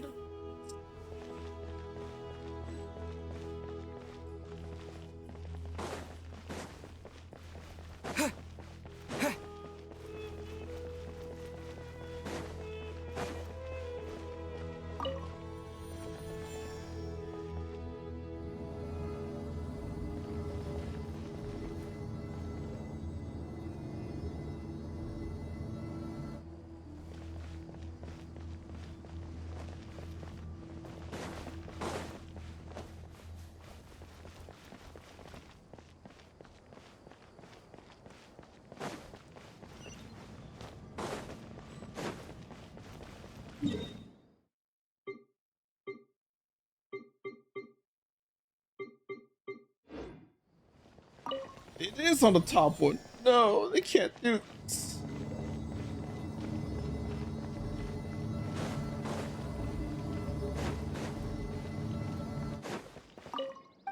They can't do this to me. Who else do they want me to talk to? Scariest freaking moment of my life.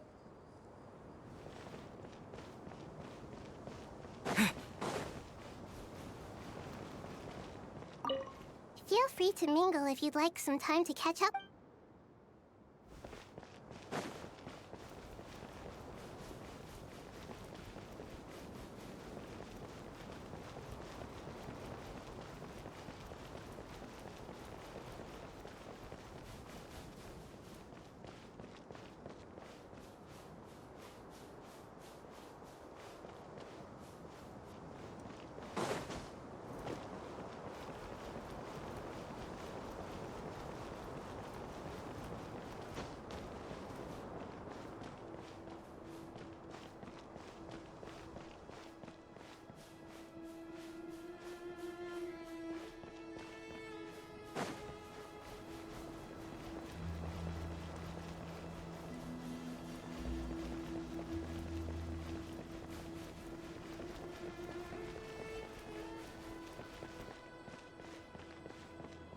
Really? Am I really getting baited by a fake objective?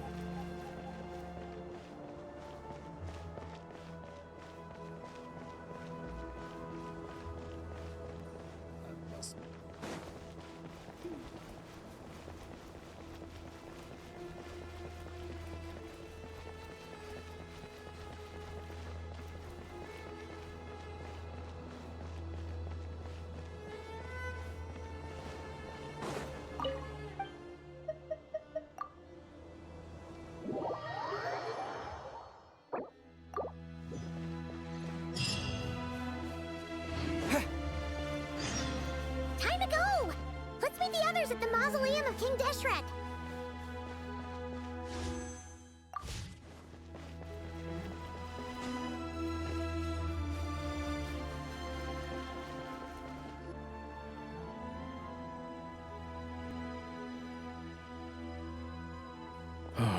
have not felt this way in a long time. Standing up high, gazing out at the rolling dunes. One cannot know what freedom truly means without first losing it. The Golden Slumber truly lives up to its name as a dreamland. Though desert sands exist there too, no mirage, no matter how glorious, can compare to true beauty. Dendro Archon, what is on your mind? I was wondering whose counsel I should seek on the questions in my heart. What kind of questions? So many. More than can be put into words. As I once said to a friend, we look, we see, and we comprehend. But the question still troubles us. What are the many disasters that this world faces, but the sum of all irresolvable questions? The biggest question you should be asking is how to seize victory. Yes. Although, I would express it differently. I must not fail. And so the question I am most curious about now is whether the path to victory will be an arduous one. What we declare to be a young sapling, we may, in fact, find to be a towering tree, if we would only cast aside our ignorance and look beyond the veil of time to see her true form. Nahida! We're here! Just in time. My preparations are almost complete. Ready when you are. We're here too. Miss Nicole! Miss Nicole! You run so fast! I thought I'd get a lot of exercise as a forest ranger, but I can barely keep up with you. Sorry, I got a little carried away. Lesser Lord Kusanali, the equipment is ready, and the modifications to Aru are all complete. As discussed during our meeting, Accessing Irminsul via the Akasha is no longer feasible at this stage. There are other options, it's just they're a little more extreme and more technologically demanding to implement. Maybe you should take it from here. The architecture and functionality of the Akasha terminals overlap considerably with Aru. There is reasonable evidence to suggest that one was developed based on the other, or that they both utilize technology of the same origin. As long as the transplant and merge operation succeeds, Aru should theoretically work on a scale greater than the Akasha and approximately equal to Irminsul. It will become the largest active computing device in all of Teyvat. A system this powerful is capable of a lot of different things. In the past, the Akasha was primarily used for one-way information transmission, but I suspect it could also serve as a central bridging hub. In the pursuit of greater knowledge, some scholars have attempted to connect their consciousness to Irminsul through the use of terminals, incense, and meditation. Correct. In academic language, scholars who reach that stage are said to have entered Satyavada life. Hypatia has performed this practice many times in the past, and she was once under my care for a period of time. Right. And this at least proves that there is a zone within Irminsul that can be connected to. that's right. Providing wisdom to the people is one of the very reasons for Irminsul's existence. I think I understand where you're going. Please, continue. In that case, I'll skip to the conclusion then. We need to further modify Aru, merge it with the Akasha, manufacture terminals, and distribute them to every single person we can reach. Every person? Even the desert folk? Yes, everyone. I've already calculated the amount of raw materials we need. So you mean we're going to get new Akasha terminals? Yes, but this time the people of Sumeru won't be using them to acquire knowledge, just to connect to Irminsul. That's the key. When we evacuated the city, we brought all the important assets from the House of Dana, in case we ended up needing them. Fortunately, this included the Akasha system's main terminal. We've checked all the relevant records, and one thing is certain. Nothing like this has ever been done on this scale before, so... Everyone in Sumeru is part of the plan. Whoever controls the people controls the situation. Since this function of Irminsul was introduced, it has only ever been made available to scholars, who don't constitute a particularly large group of people. But by expanding the scale to include all the people of Sumeru, all the individual connections will stack up to create a significant load on the system. Under normal circumstances, Irminsul would be able to cope with the additional load. But with it already being under strain from other activities, its remaining capacity is limited. Thus, it might be possible to shut it down completely by overloading it.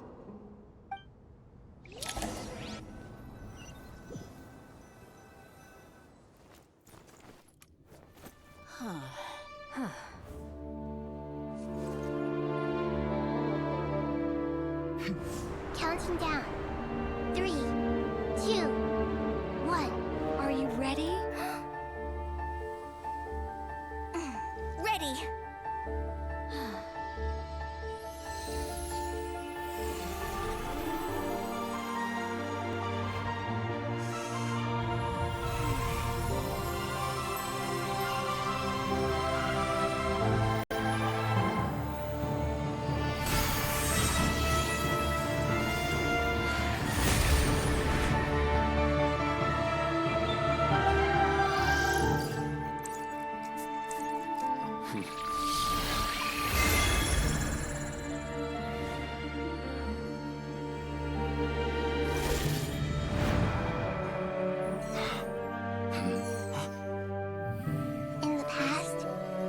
People sought knowledge, they turned to the Tree of Wisdom.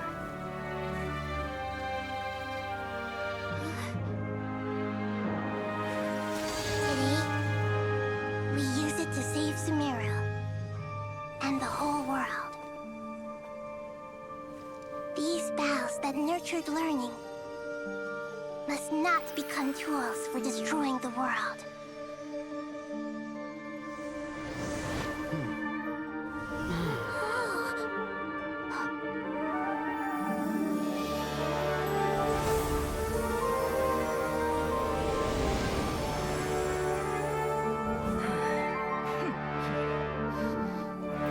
Stop.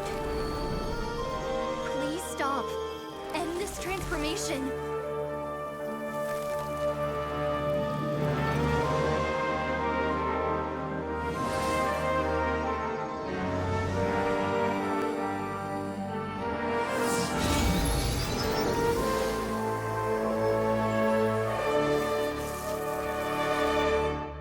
You would shut down Irminsul just to stop me? You fools. I have all the time in the world.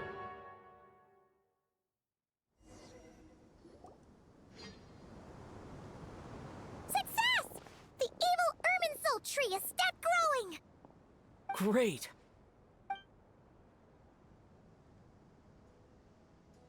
What a display of true courage! The courage to think and the courage to act! I never thought I would witness the shutdown of Irminsul with my own eyes. Perhaps this is human wisdom in action? Indeed, only humans could do such a thing. Gods are few and far between.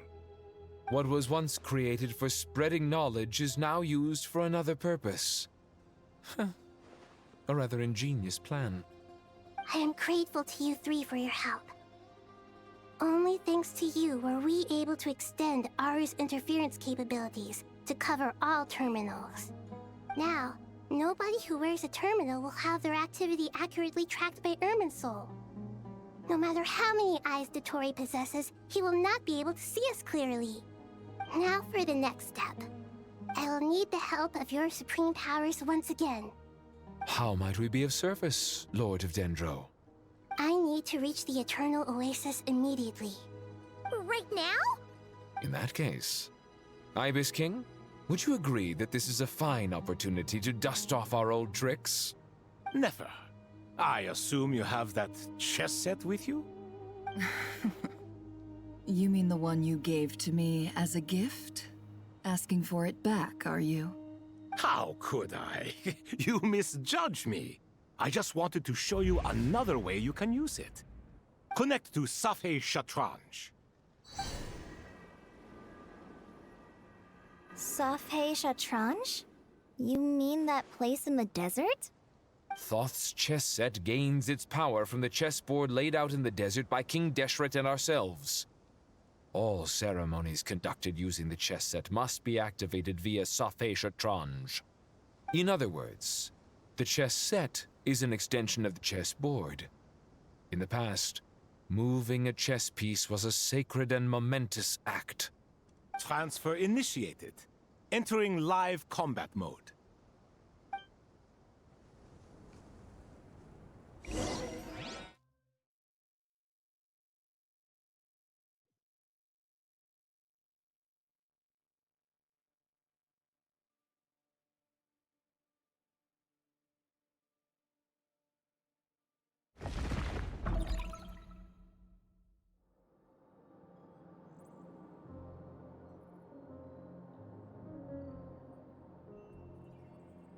We haven't heard a single word from our spy in the desert. I'm afraid he might have been captured. Never mind. But we spent years turning him. And a lot of Mora. Nothing comes for free in this world, but the loss is not without its purpose. For a small price, we have wasted a precious amount of the limited time they have. Quite a bargain, if you ask me.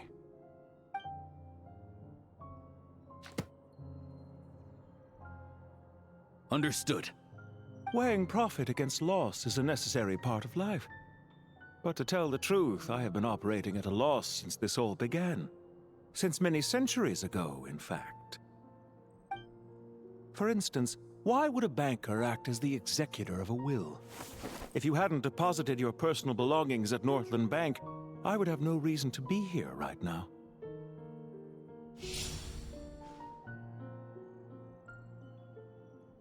Dottore, I've placed your final data backup into the ley lines as per our contract. I trust we are now square for the safe deposit fees you paid. Is it not a little petty to split hairs like this, given our amicable relationship? I consider sound bookkeeping a matter of principle. Do not forget that you only live to see this day thanks to me. In fact, every day of your life since you met me, you've been living on borrowed time. Why, that's hardly a fair assessment. I will concede that my survival was perhaps at your whim, but I became a harbinger on my own merits. Managing money is not like other professions. Mine is not a role I could have acquired based on your recommendation alone, and certainly not one I could have lasted so long in without genuine ability. The information stored in the ley lines is quite comprehensive. Rest assured, I have not forgotten how strong your pride is. Well, I presume you have no sense of fragmentation while talking with me? How could anything possibly go wrong with such strict measures in place? The remainder of your soul was split in two, with one half sent to Nodcry and the other stored in the most secure vault of the Northland Bank. Though I must say, your disdain for the other segments is quite amusing. Zandik is you, and you are Zandik. Zandik created the segments, yet you, a segment yourself, reject him.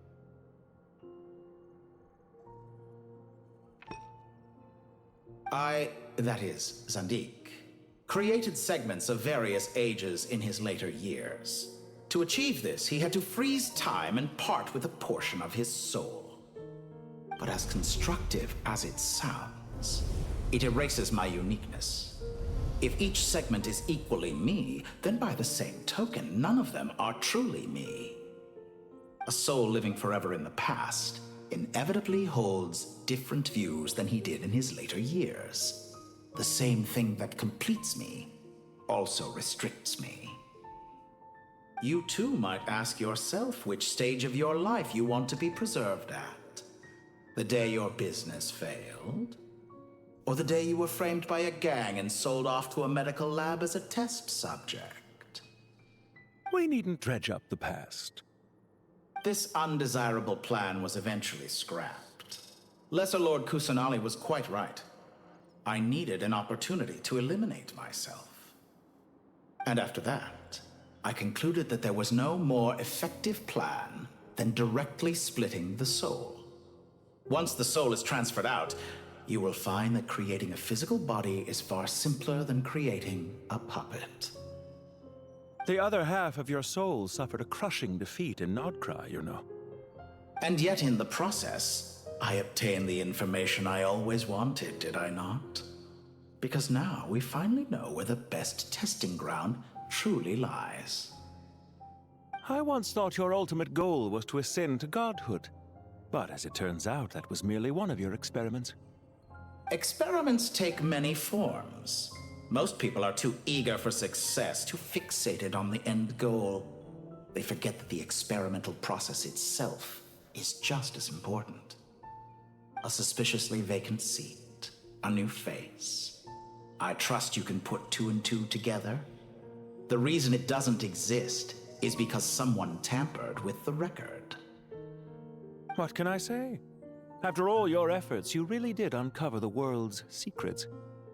So, is the new world you promised a lie? No, it never was. I am glad to be able to control Irmin's soul from within. Now I shall attempt to create a new world inside the existing one. Almost everyone faces the prospect of death, but not a single person has ever been able to experiment unrestrained in the afterlife through sheer force of will. I am the only one to have overcome this enormous challenge. Would I not be letting the world down if I didn't make the most of the opportunity to experiment? Clearly, the dividing of your soul did not affect the magnitude of your ego. Out of all the versions of you that have ever existed, this you is the most insane and the most radical. Is that why you chose to work with me? Which was it then? My insanity? Or my radicalism? Could I call myself a venture capitalist without a suitably ambitious plan to invest in? Yours happened to fit the bill quite perfectly. Well then, I must say, while I am surprised enough that you showed up at all, what surprises me more is that you chose to present yourself as my former subordinate, and not as the banker Pantalone. Why make things harder than they need to be? Exposing my true identity in a situation like this would only serve to destroy diplomatic relations between Snezhnaya and Sumeru. I daren't imagine the consequences. Showing up in the name of the original antagonist gives you the recognition you rightly deserve, while also being sensitive to Snezhnaya's predicament. It was an easy win. As for why I'm here, if you're suggesting that your credit is in the negative, I won't argue with that. Many people say that about you. I'd argue that a significant factor in your willingness to cooperate is the fact that you have but a few years of life left after my death. Living and dying together has a way of binding two parties together rather closely. Is it not true that a relationship should be judged by both the positive and negative returns it yields? So some of what I said actually made it into your head after all. It's true that I hope you don't die too soon, but don't you find that a strange thing for me to say? After all, you've already had quite a long life. Especially for a human being. Let's not pretend that you're any more innocent than I am. Are we not the same in this regard? We both despise the existing laws of this world, and neither of us enjoy being under anyone else's control. Is it really so greedy to want the world to operate by a new set of rules? Of course not, my dear friend. And as I've said before, mutual interest is the foundation for the most reliable of relationships. You can attest to that. I just hope there never comes a day when I have to work too hard to prove that. Regrader, sir. People have been spotted approaching Sumeru City. How strange. Despite your access to Irminsol's data, it appears the soldiers noticed before you did. They must have found a workaround. Well, Dottore, I trust you know what this means. The fact is... They're coming. They'll breach the city gates any moment now. But even so, I would say Ermin's soul is a wonderfully convenient thing on the whole. If you do manage to create a new world, perhaps you could plant one outside my office, too. I'll consider it. What do you need me to do? Stall them?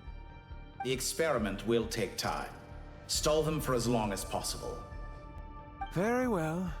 But you're really asking for the moon here. Have you heard this story? There was once a guilty man, kneeling in the center of a church while an angry mob outside waited to bring him to justice. He pleaded with the gods, begging them to grant him one final request, the chance to finish confessing his sins before he was sentenced. Many suns and moons passed, seasons changed, and still his confession continued, as if he intended to speak until the end of time. Are you suggesting I worship you as a god? Or were you hoping that I might confess my sins to you? Certainly not the latter. That would make my life miserable indeed. For someone who despises them so, you never seem to have any objections to me creating or becoming one. At first, I thought you'd be furious. Concerned I would terminate our partnership, were you? Not at all. You had reasons why our partnership must continue. Don't you find people's attitudes toward gods amusing? A god descends from the heavens and people worship it unreservedly, blindly following whatever rules are given to them. And yet, when they see an ordinary person gain godlike levels of power by virtue of their own hard work, they treat him with nothing but suspicion, even if he is a compatriot. Is that supposed to be a compliment? No. I was just thinking. I pity the man who would call you a compatriot. There's no need to be so self-critical.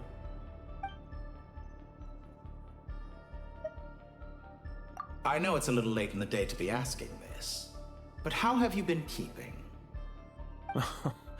I'm flattered that you would take the time out of your busy schedule to consider my well-being, Doctor. The part of your soul that went to Nodcry caused quite a stir, sending our organization back to the drawing board on numerous fronts. It was quite a headache for everyone involved. Dear me. I must have caused you no end of trouble. You certainly did. I had the rare honor of being summoned before the Tsaritsa with Pulcinella to answer for myself. A terrifying ordeal. Don't worry, I pulled through. At most, it's a public relations nightmare. I made sure of that. Now I'm curious. How did you explain yourself? Oh, it was quite simple. I just pinned the blame on someone who wasn't there to defend himself. I could hardly be expected to defy the demands of someone as insistent as the Second Harbinger, now could I? How you slander me. You know full well that I am perfectly amenable to reason. There's no question that you are partly to blame for the ruin of my reputation over the years. Do you have anything lined up for when this is all over? Hard to say. Field work always takes quite a toll on me, as you know. Once I'm back at Snezhnaya, I'll start with a well-earned cigarette. Why are you so eager to ruin your lungs after I went to the trouble of replacing them for you? If you have an issue with it, feel free to try to stop me.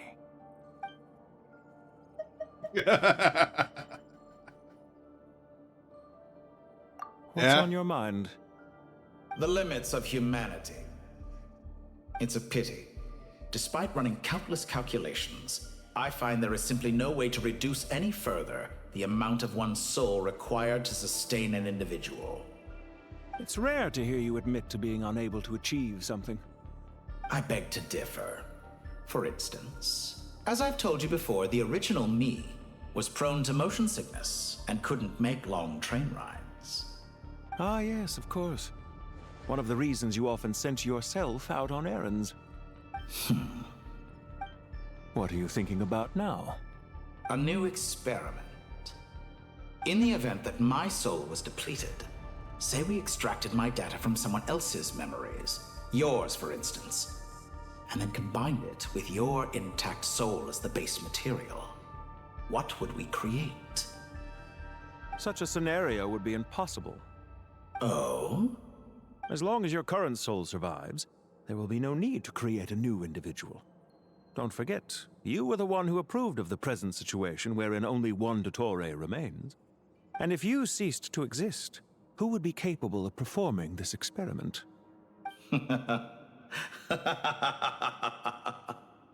Since the day I met you, you've always excelled at talking your way out of a quandary.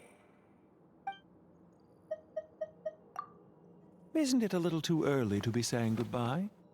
Not that I wish to keep you from your business, of course. Very well. Let's leave the conversation there for now.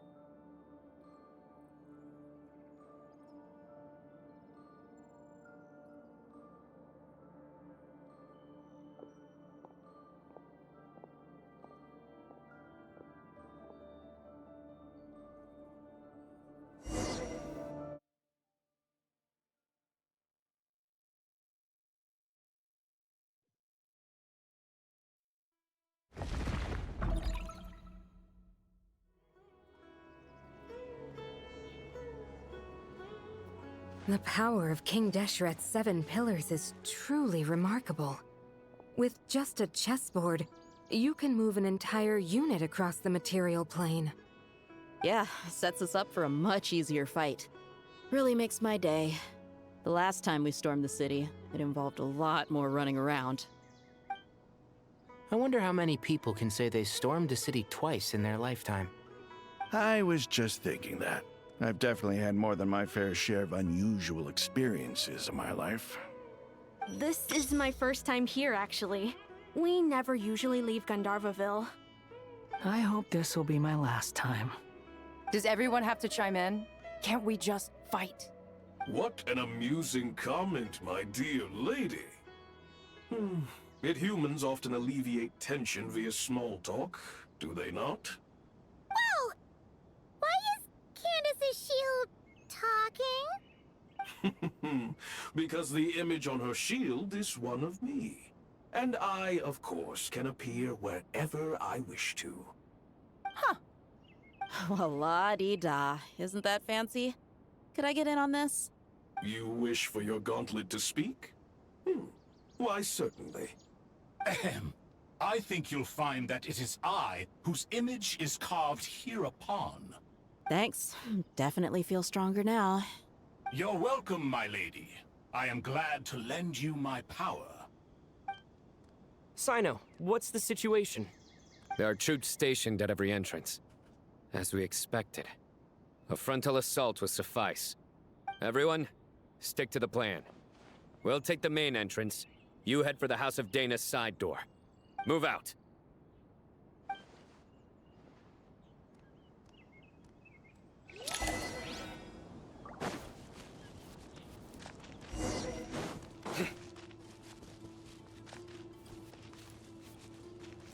Out of my way! Take this! Watch out! Get lost! Thank you, Jet. You gotta be more careful. If you're not ready to put your life on the line, you can't be certain of defeating your opponent. She's right. Keep your wits about you, Rana.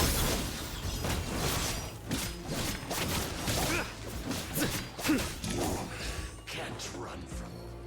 Take them out and secure the harbor. Reinforcements will arrive by water. Consider it done. Show no mercy.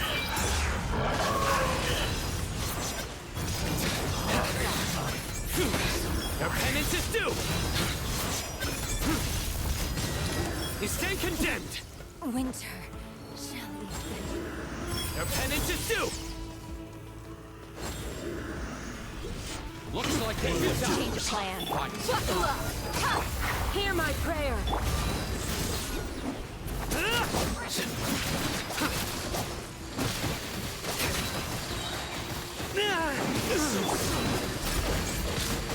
Back to it.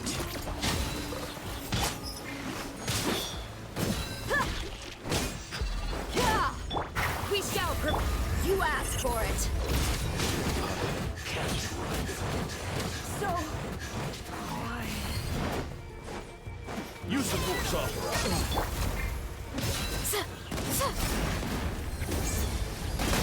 Too easy!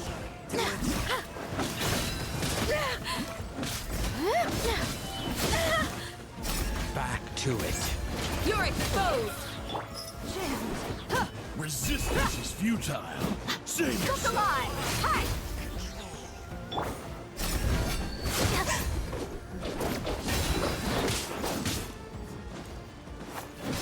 Resistance. Send.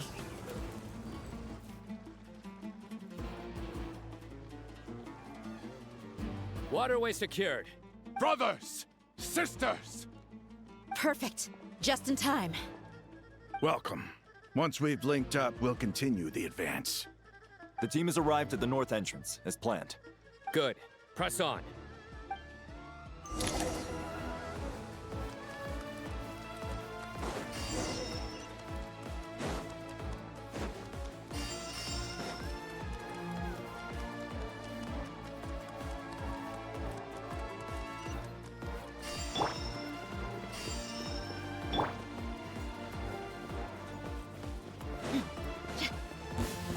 There you go! Grant us your blessing! Your sins weigh upon your soul.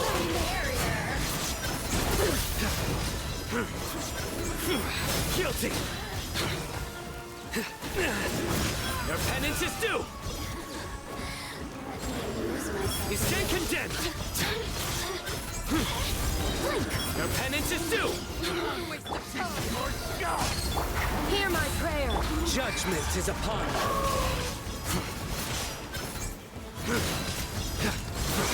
You stand condemned. Take too long. Your penance is due.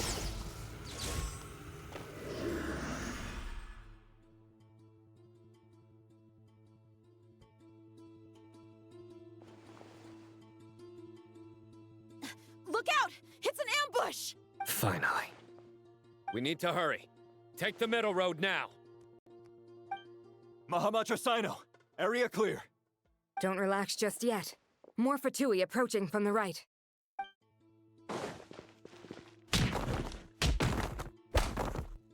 Irminsul cannot track our movements. If necessary, we could split up. Don't worry. We'll wipe them all out. As you can see, our people came raring to go. Good, good. How are things with the Traveler? Can Tainari keep him safe? Don't underestimate Tainari just because he's a forest watcher. He can handle it. All right. You know that's not what I meant.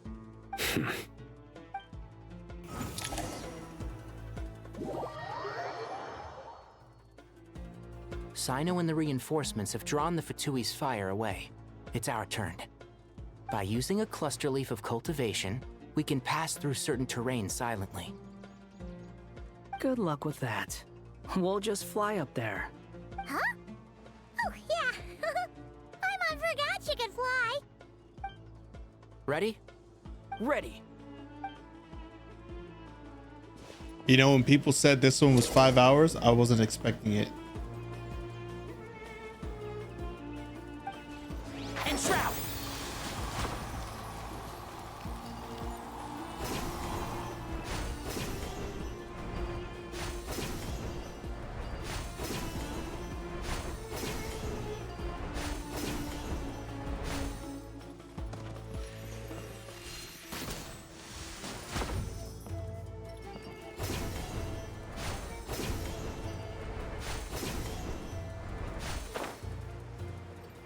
Keep up.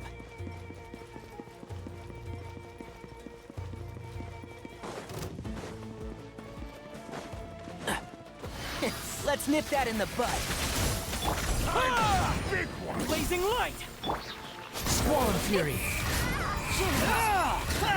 That's far enough!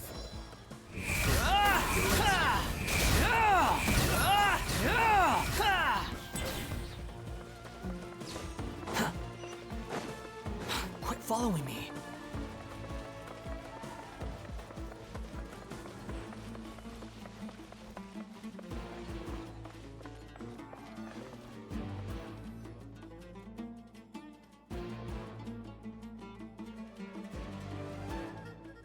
Fatui soldiers up ahead.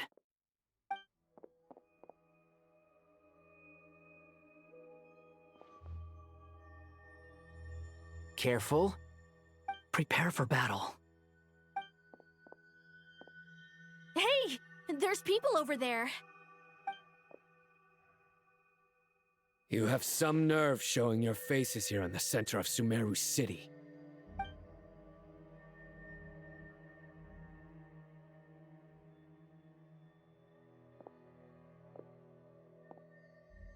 You're right on schedule. Well, this guy sure as heck isn't your average Fatui sergeant. They've stationed quite a few people nearby. It definitely looks like they were waiting for us. But something feels off. Everything about this guy feels too deliberate. I highly doubt he's just a subordinate of Dottores. And he's no mere sergeant. Whatever his rank is, it's high. Much higher than we thought. So you've been waiting for us. But it looks like you're geared up for a conversation, rather than a battle. Very clever, General Mahamatra Sino. I know you're the one in charge of this siege, and I look forward to making a deal with you. A siege? Sumeru City belongs to us! Historically, yes. But things can always change. We have quite a sizable force with us, you know. For instance... There's a Fatui ambush at the north gate. Can you handle him? We can for now. Yes, I'm quite sure both sides can hold their ground for the time being. The battle has not yet reached its climax. But what happens next? Do you enjoy watching bloodshed? Surely some of those here are people you count as friends. Once a war begins, some people must die. I doubt you wish that fate upon anyone you know. Wait a second. It's a trick. He's not even there. Silence! He disappeared. What was that? A ghost? Curses! He was never there to begin with. That was just a shadow projected there to lure us in. Enough talk! Attack! I apologize for being unable to accompany you at this crucial moment, but I am compelled to leave for reasons beyond my control. Please excuse me. Sumeru's General Mahamatra is quite ruthless. It's a good thing I wasn't there in person. Your illusion held them up for a time just fine. But now that they have seen through it, they will realize you were just a decoy. Decoy or not, what matters now is that they will be heading your way imminently. Not imminently. They are already here.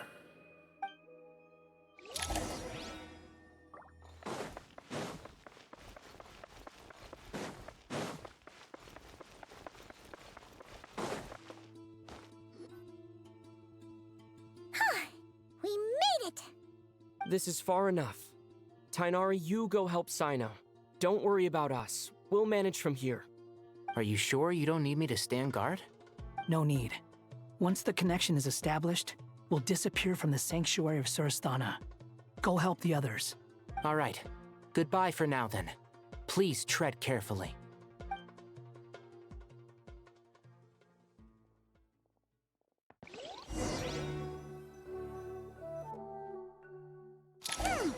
Now where's the interface Nahida mentioned? Come on, where's it hiding? Found it. It's over here. We can connect to the inside of Irminsul through the Sanctuary of Surasthana's built-in security system. You should be pretty familiar with the process. Is it the same route as last time? For the most part. We don't need to adjust any of the parameters. Then I should be fine. And Paimon? Once you're both ready, we'll set off. Wait! The stakes are way higher this time, right? Maybe Paimon should stay outside and help the others. Then, you can focus on the fight without having to worry about Paimon. Huh? Why are you staring at me like that? It's nothing. I just suddenly realized how much you've grown. Hey, you've grown quite a lot yourself. Don't you two start getting into it again. Well, anyway, Paimon thinks she's pretty knowledgeable. Who's the best guide in Teyvat again? And don't forget, Paimon's a college student now. If we say Alhatham's not a weirdo, it's hard to explain how he came up with the idea of you applying to the academia. But for all that he counts, you're doing surprisingly well in your studies. Just goes to show how important it is to have someone supporting you. And Paimon's not the only one. Let's not forget that you only became a student because of Nahida's personal recommendation. That's fair. I have learned a lot in Sumeru. Oh yeah. Did you ever come up with that ugly nickname you promised me? What? No way! We're friends now! Paimon gave up on giving you one ages ago. Anyway, isn't Hat Guy enough of a nickname for you? Fine. Suit yourself. We need to go. Paimon, if you're staying, look after yourself. Will do. Paimon's gonna link up with Tainari and Sino. You guys are the ones who need to be careful. We will be. Bye for now.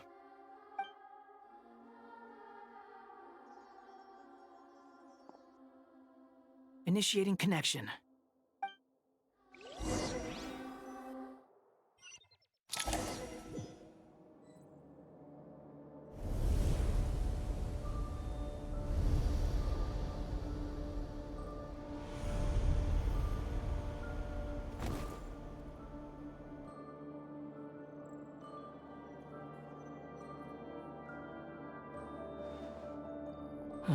Well, here we are again. Come to think of it, I still don't even know where we're going. Thanks to our terminals, it should be impossible for Irminsul to read. I can... Don't tell me. Only you need to know. That way, whatever happens to me next, it won't affect your progress. Listen to me. Your safety is just as important as mine. Don't even think about sacrificing yourself for the greater good. We came here together, and we're leaving together. All right, if you insist. I won't argue with you.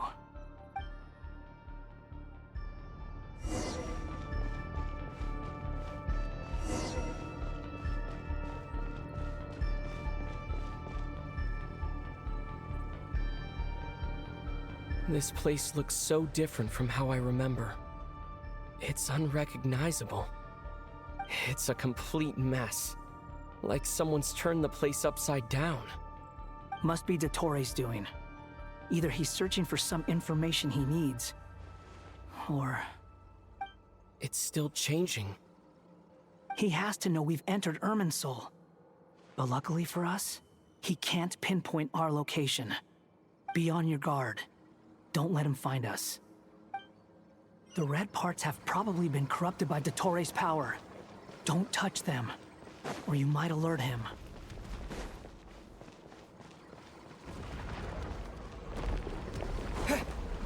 He's looking for us. Tread carefully. That wall could be a problem. Fortunately, it looks breakable. Give it a shot.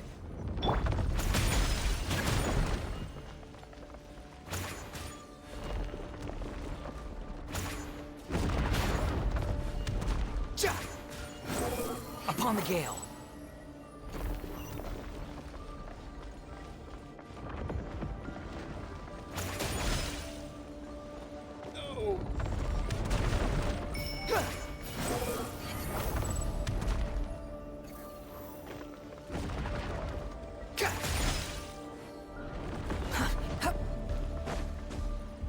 The wind rises.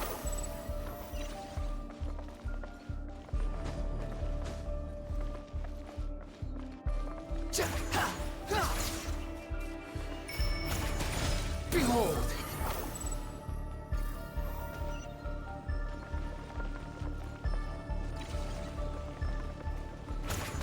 The wind rises.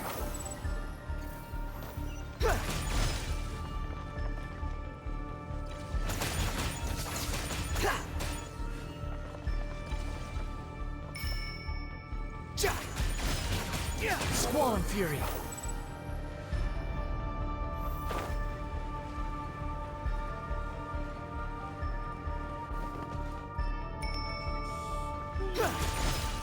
Behold! The same old trick again? Are you kidding me? Let's handle it just like we did before. This cheap trick isn't gonna stop us. Oh no, it's a trap. Is that why he was using the same trick over and over? To get us to lower our guard?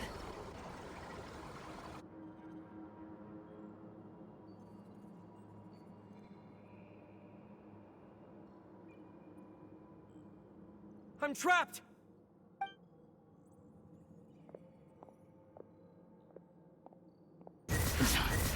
Why won't this thing budge? Hello? Hello? Can you hear me? Nicole, is that you? Yes, it's me. I'm monitoring your progress from inside the Eternal Oasis, and I have to say, this terminal is simply marvelous. It makes tracking you so much easier. I couldn't see anything at first, but now that you two are inside, I can use your location with support from the terminals to get a partial view of the situation inside Irminsul. It's not the clearest image, but it's better than not being able to help at all. So, here I am.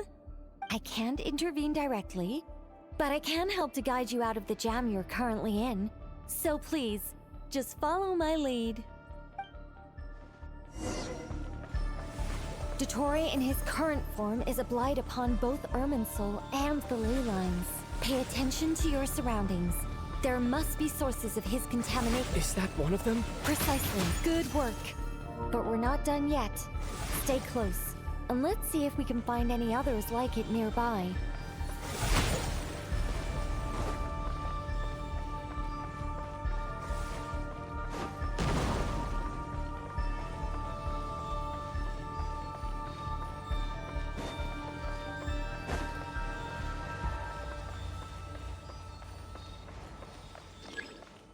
The wind rises. This must be another one. Agreed. Now... Wait! Watch out! It's Dottore. I think he's found us. The seal is broken. Quick! Get out of there! And where exactly do you think you can run to? What is that? Pursuers! That's gotta be it! Run! Don't let that thing touch you! Dodge that attack!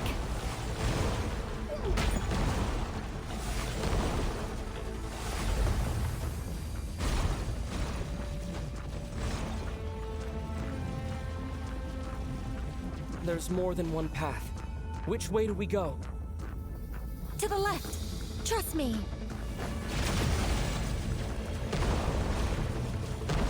Fleeing like vermin.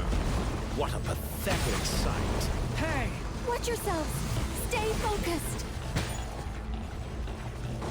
There's a cliff ahead. Jump! More of those corruption sources. Destroy them as you did before, and open the exit as quickly as possible. They're relentless. Is he trying to wear us down? We'll just have to destroy these too.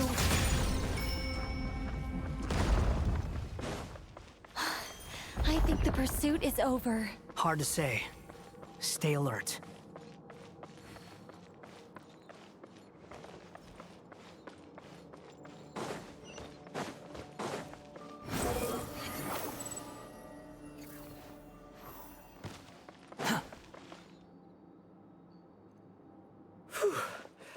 I think we've made it to relative safety. Goodness. That was tough. You doing okay? I'll be fine. Don't worry. Take a short rest, and then... Nicole? Nicole! The connection's been cut. But that means... Look at you supporting one another. How very touching.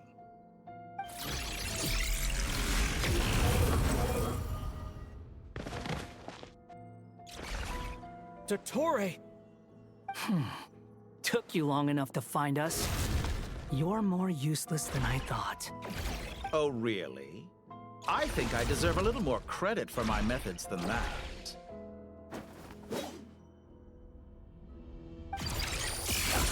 Rather than hunting you down, I chose to let you roam free. I indulged your presumption that I was unable to track your movements, played along with your clever little plan, Fleeing is for animals, but I rather enjoy watching you flee. Some things lose the will to run altogether as soon as you put them in a cage. If that's true, then why did you come looking for us? Because I wanted to observe you up close, of course. Don't misunderstand me, I'm not here for a fight. Is it so unusual that I wish to greet my old acquaintances in person? After all, it's been a while. Scaramouche. Why are you so afraid? I have done nothing unprecedented in discovering the truth. Nor did I go to any great lengths to uncover your story. You made a bold series of moves in deciding to erase yourself. And with the power of this great chronicling device called Irmin's Soul, you were able to achieve something quite remarkable. Once most people form an opinion about someone, it tends to imprison their mind. Yet you managed to erase every trace of your existence. A novel take on death indeed. However, this meant that you stood out to me all the more when I saw you in Nodcry. I didn't even have to go looking for you. Just the sight of you was enough for me to intuit the truth. For someone in my position, connecting the dots was a trivial affair. It would have been more surprising if I hadn't managed to piece it together. You seem very pleased with yourself for figuring it out. I'm sure you'd even be more delighted to learn the full extent of your crimes. That would hardly be necessary. Besides, isn't there something that concerns you more right now? Something that fills you with dread? Let me put your mind at ease. I have no intention whatsoever of restoring any of the records you deleted. For one thing, it would be exceptionally difficult. But more to the point, I doubt that the prospect of losing your current life is all that frightening to you. Because in your case, the cruelest twist of fate is that you'll never again have the chance to make up for any of your mistakes. Isn't it? Dottore?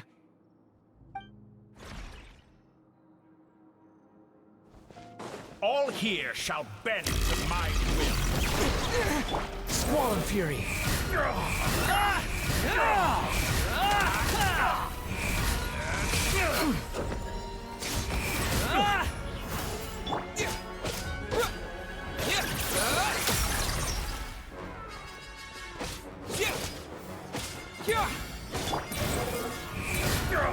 I'm afraid you'll need to do better than that to take me down. I expected you to have grown stronger. Ah, how foolish of me. I forgot that you lack any means to increase your power.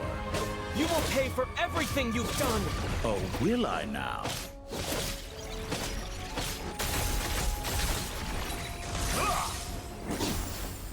Behold!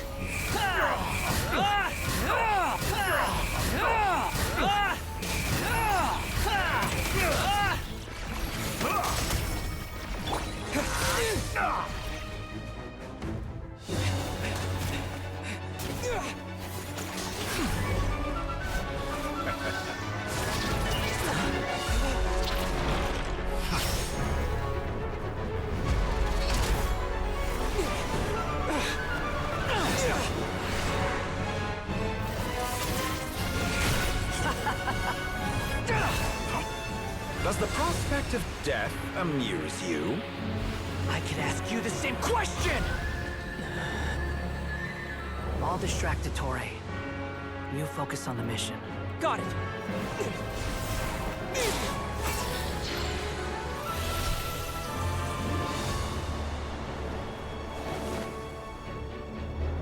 For the hopes and dreams of the masses.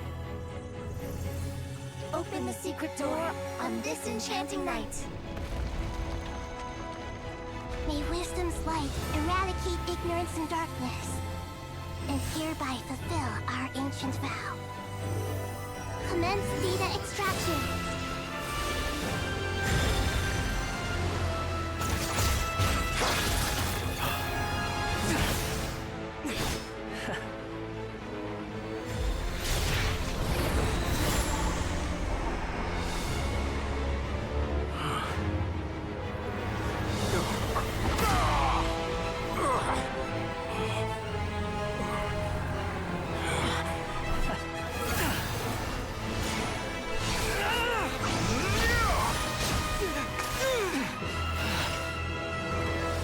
You cling to outdated ideals and stand in the way of progress.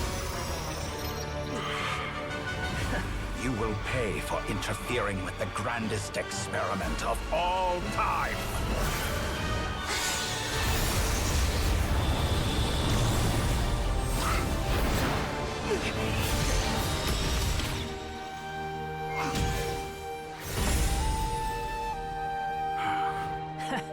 Good timing. Dottore, as clever as you are, you fail to understand wisdom. Wisdom takes many forms, but the path you have chosen eschews them all. Huh.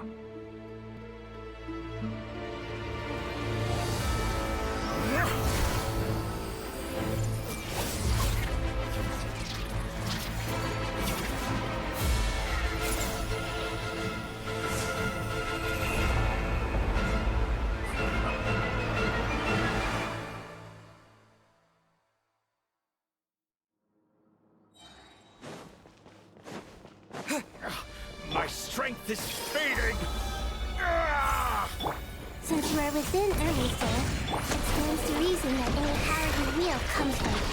You're extracting the information from Irminsul just to strip me of my power. I will find his weakness.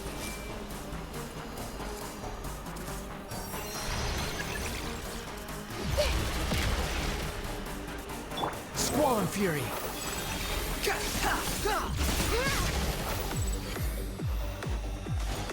I admire your attempt to introduce a new variant, but it's nowhere near enough.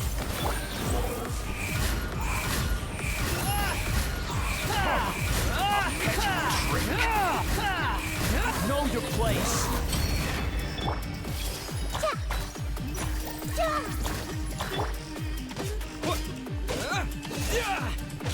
Honed and flip! The wind rises.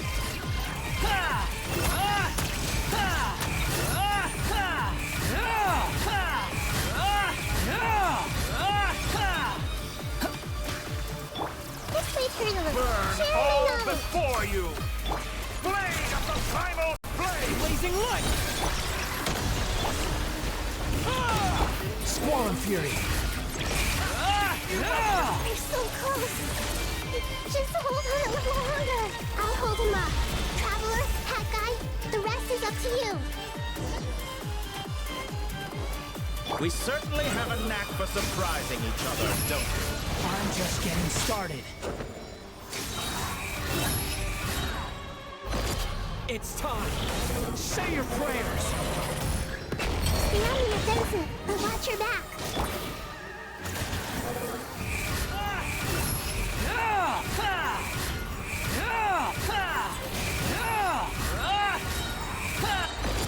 It's time. Say your prayers.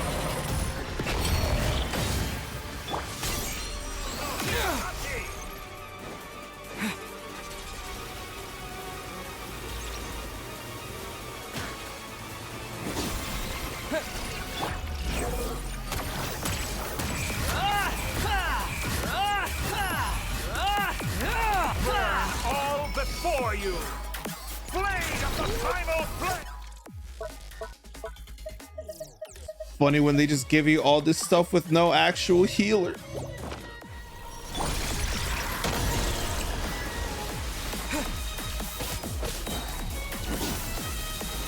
The wind rises.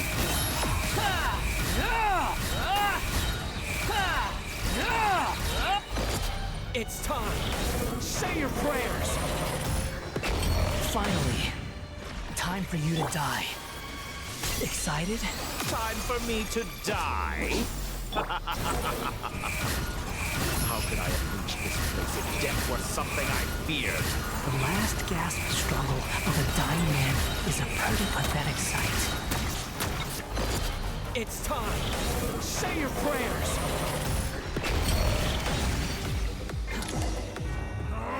That's enough!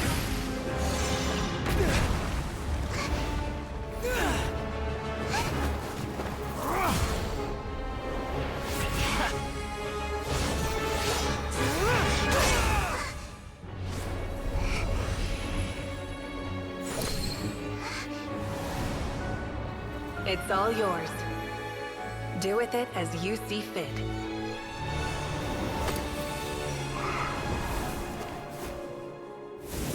Just as you say, this world is home to some archaic things. And as you suppose, you are a formidable opponent. You have long coveted the secrets of wisdom. So now, I will demonstrate true wisdom in action. I invoke my supreme authority as the keeper of Irminsul. Commend me or condemn me. But give your verdict now!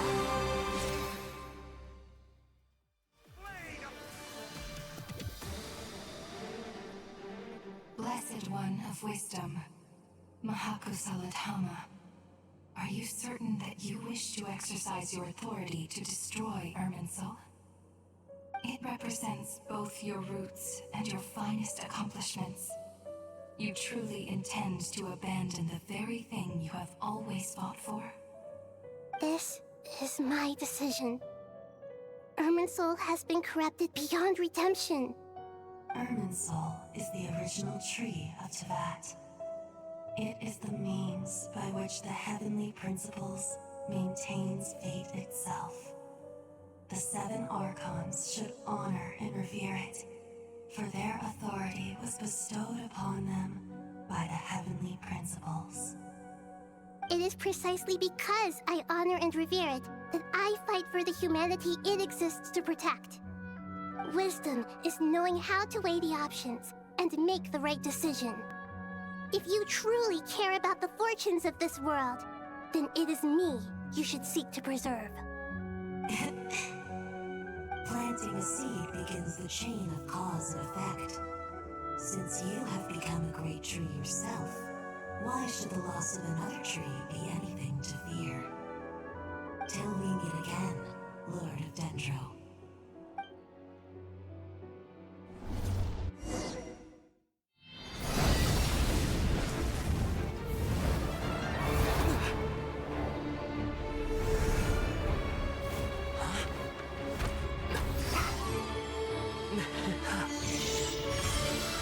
The first flame. The pure, cleansing fire.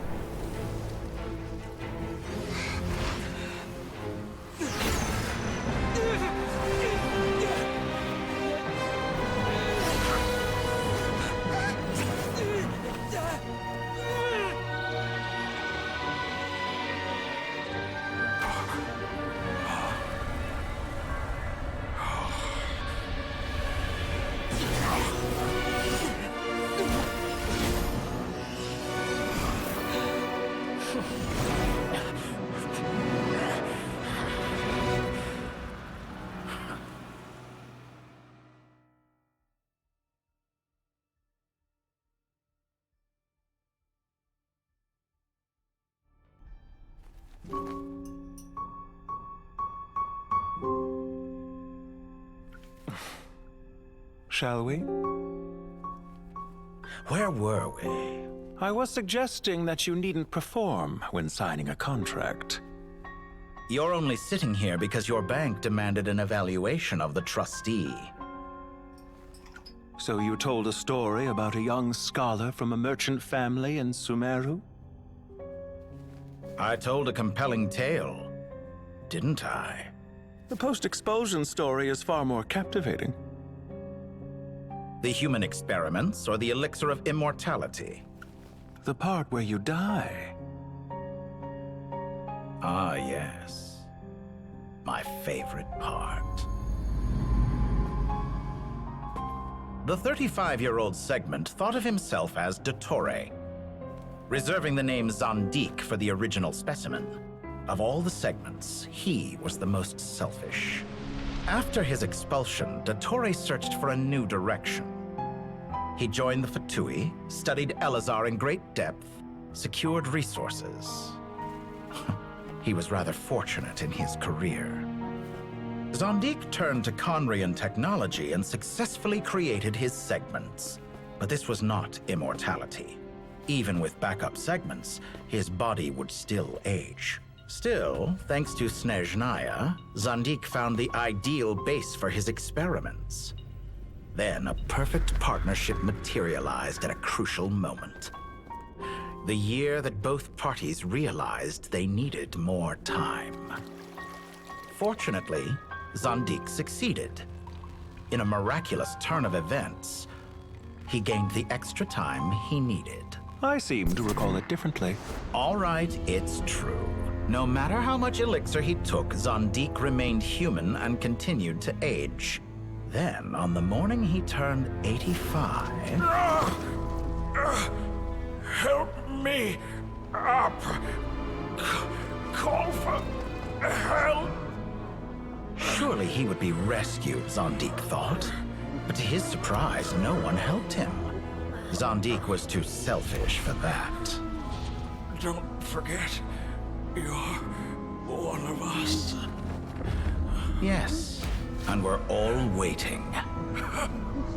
Waiting for me to die. Pantalone arrived for a meeting and happened to witness what followed. He found it unsettling. I never said that. But the Zandiks were unfazed. It was a rare opportunity for self-dissection.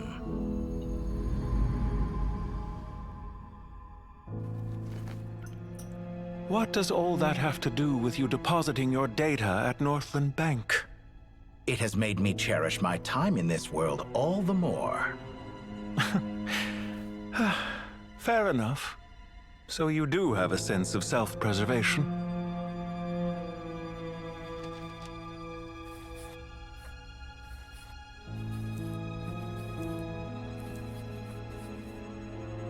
What do you mean?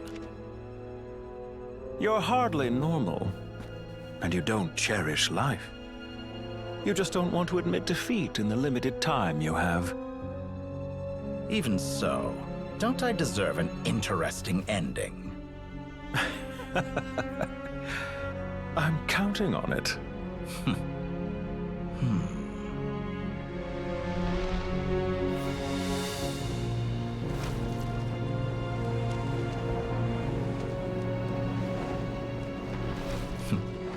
If nothing else, I expect my funeral will be a grand affair indeed.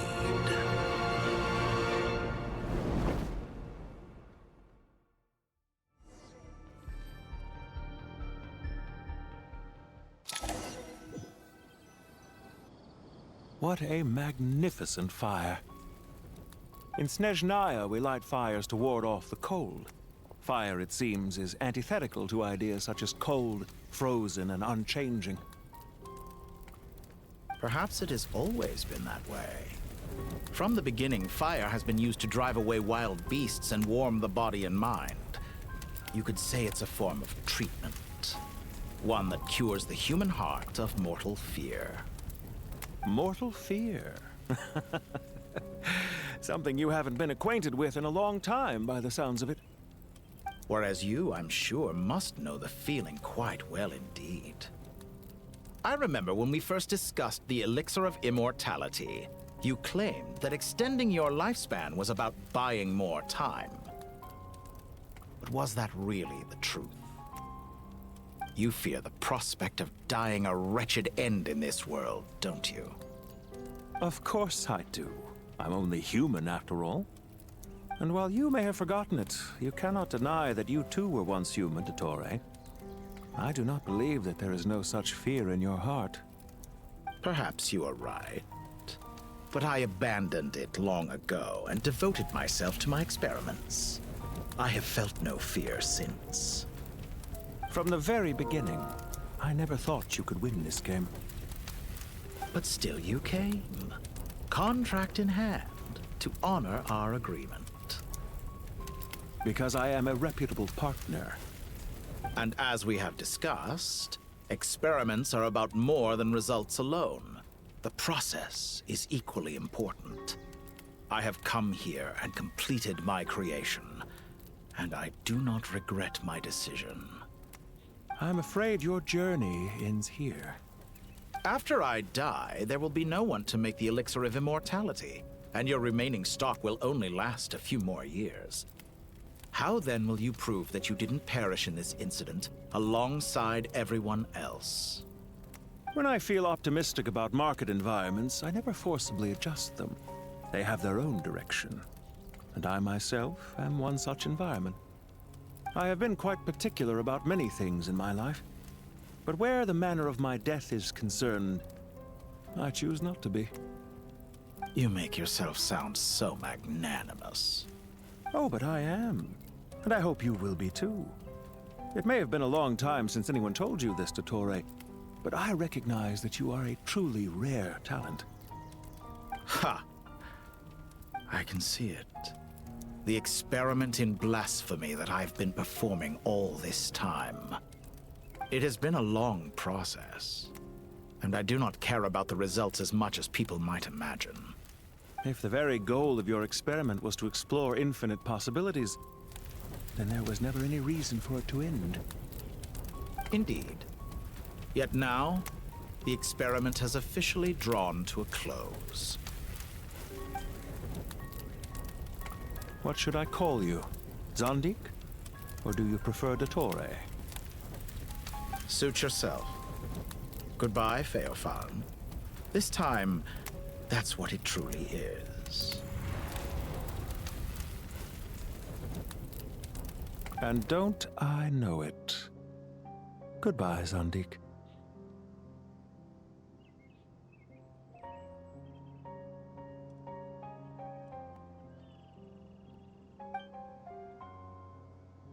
I could have carried out many more experiments, but to me, Lord of Dendro, this outcome is certainly not the worst. I believe you. But unfortunately, this is where it all ends for you. This experiment does not belong to you, nor do any of the results. Experiment? It sounds like you're trying to outdo me in my own field. Wisdom is conveying information in terms that people can clearly understand. You know exactly what I mean. Indeed. I can see no further outcomes. Ha! You have a formidable mind, and you are braver than I thought. Setting fire to the very thing your survival depends on. Your previous threat was empty, but this time, it is real. When necessary, wisdom can be as fierce as an inferno. Some of the flames that incinerate you come from within yourself. Perhaps you are right. You see what lies at the bottom of the human heart, and that is your wisdom. Here is where your journey comes to an end. All that is yet unknown belongs to those of us who will carry on living. It seems I have unwittingly been your arch-enemy all along. But now, it's all over.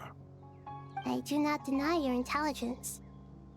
But what you refer to as experiments, I would never describe in those terms. They are events that take place in the real world, and they are so much more than mere data.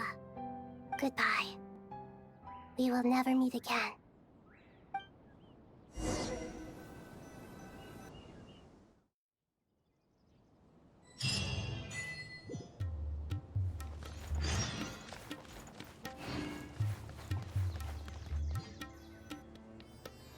Well, that's the last of them. Everyone on the list is already back where they should be. It was a long, hard road, but we finally finished escorting everyone back. I just pray that we'll never need to leave again. I hope we can stay here forever in this peaceful paradise of our own choosing. Paradise. In the annals of the Temple of Silence, that word carries great significance. It represents the hopes and desires of the gods. Their longing for a place to rest. I wouldn't think gods need such a place. People always think they're the only ones who can lose their homes. They forget that gods too need a place to reside. As the Goat King once said, "The god without his people shall cease to exist." Gods need their believers every bit as much as their believers need them. Only we can truly understand how much the desert faith has faded over the centuries. But we still talk about the gods as though they're part of our lives. Given the myriad ways in which gods and humans interact, I'd say they really are. How else could Dunyarzad consider the Dendro Archon a friend? Well, that sounds about right to me. Describing them as friends sure makes us feel a whole lot closer. If you told me a few years back that I'd have this many friends, I'd have called you a liar. Belief is a choice, just like friendship. We've made our choices through battle. The right ones, wouldn't you say? I'll be heading back to the Temple of Silence. I heard the Goat King and the Ibis King decided to pay us a visit. How about you? It's back to Aru Village for us. Still plenty of supplies to distribute and people to help. Until next time, old friend. As long as you can find the time, you're always welcome to visit us in Aru Village. Right back at you. Make sure to drop by the Temple of Silence the next time you're free. Where it is that 2 of the other 7 pillars, Shezapank and Bennu, might also be dropping by. Since you're wearing the symbols of their power, it'd only be fitting if you came to see them for yourselves. Dropping by? That makes it sound like they're visiting a neighbor's home. Well, the temple was founded by Hermanubis, so I guess to them, that's exactly what it is. Guess that's true. All right. We'll make sure to find time to stop by. Stay safe on your journey home. I will.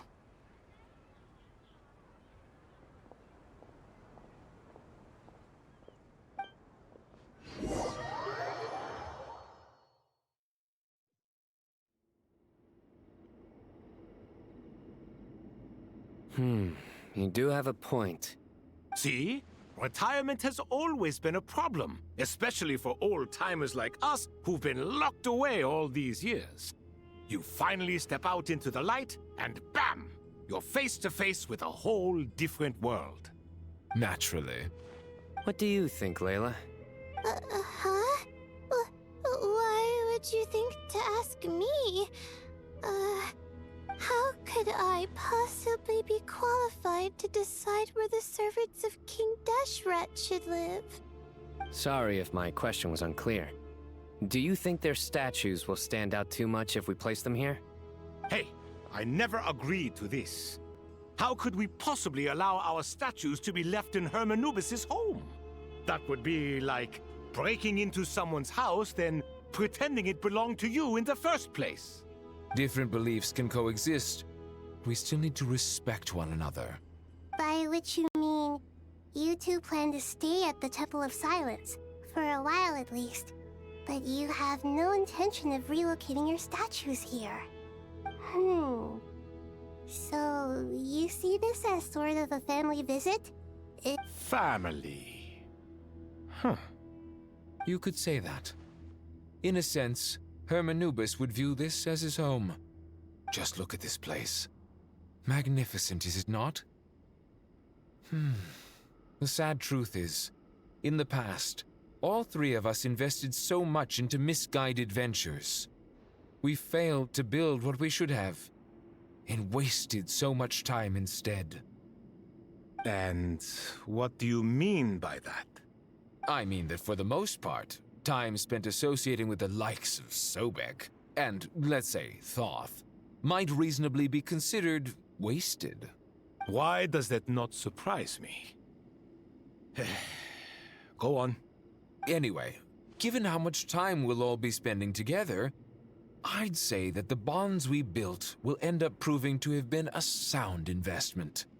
Once Sethos, the current leader of the Temple of Silence, returns, you can discuss the matter of staying here with him.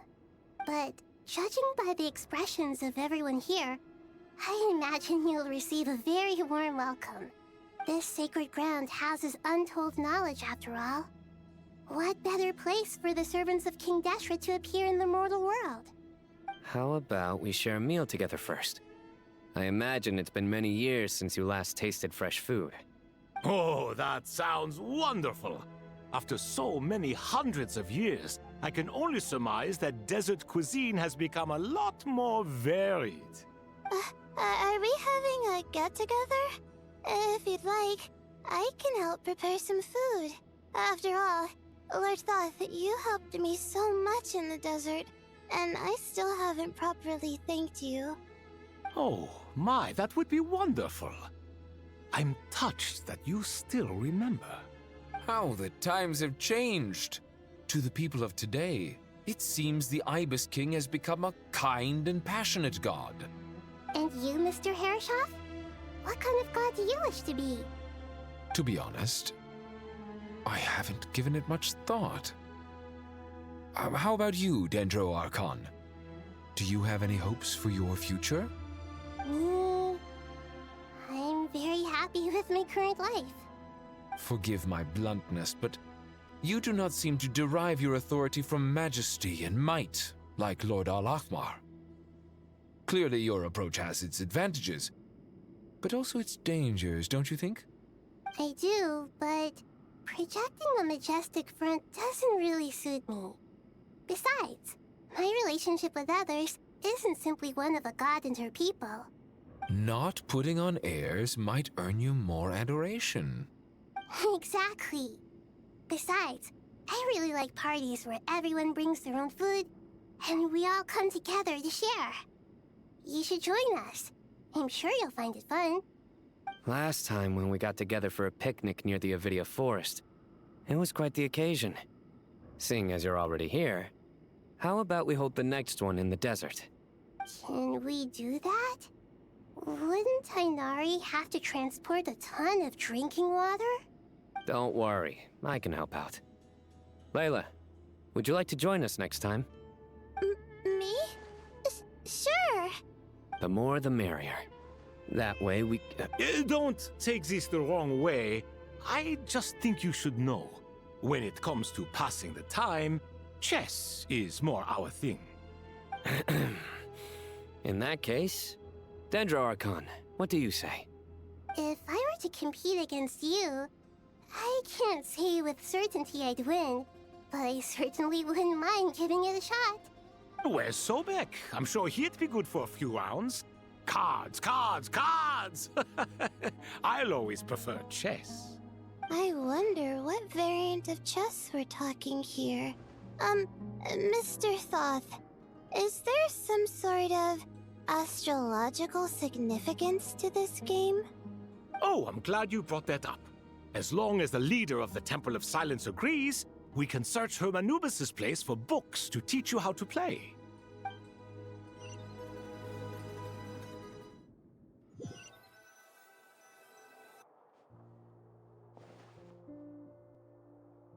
Such devastation visited on Sumeru City. So many houses destroyed or damaged in the fighting. Who could have foreseen this? Look at all of this. It's going to take me forever to tidy up. I suppose living below the academia doesn't always work out to your advantage. I would have thought a little appreciation of my sincerity and effort in helping to clean up this mess might be in order. Helping? Effort? This is your house! Of course you should be putting in the effort! If anything, I'm the one who's helping! So you see yourself as just a helper in this situation. I must admit, I'm rather shocked. If you're trying to say that since I live here too, I have an obligation to tidy up, fine, I suppose I do. Wait a second, stop changing the subject! Nevertheless... In the wake of a great storm, a missing roof is a predictable inconvenience. Can you stop making it seem like I care more about this house than you do? Doesn't it upset you at all to see your home in this state? I won't pretend it's ideal, but that's no reason to be upset. This is the roof over your head, your shelter from the cold. The furniture is scattered, the paintings have fallen off the walls, the windows are shattered. Don't you feel even a little disheartened? The way I see it, these problems are easily solved. Ugh, this is precisely why I hate talking to you about sentimental things. It's like banging my head against a wall. You simply don't understand just how much work goes into making a proper home. It sounds like this is causing you a lot of anguish. You mean the house or the paintings? I mean your sentimentality. Oh, well, yes. but I'd rather not dwell on such things right now.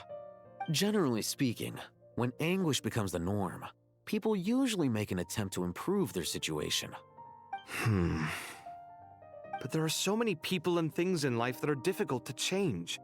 It's not like you can force them. Besides, anguish can be a source of inspiration, and I'm not sure I could break my reliance on it. I'm glad you're able to make yourself think like that.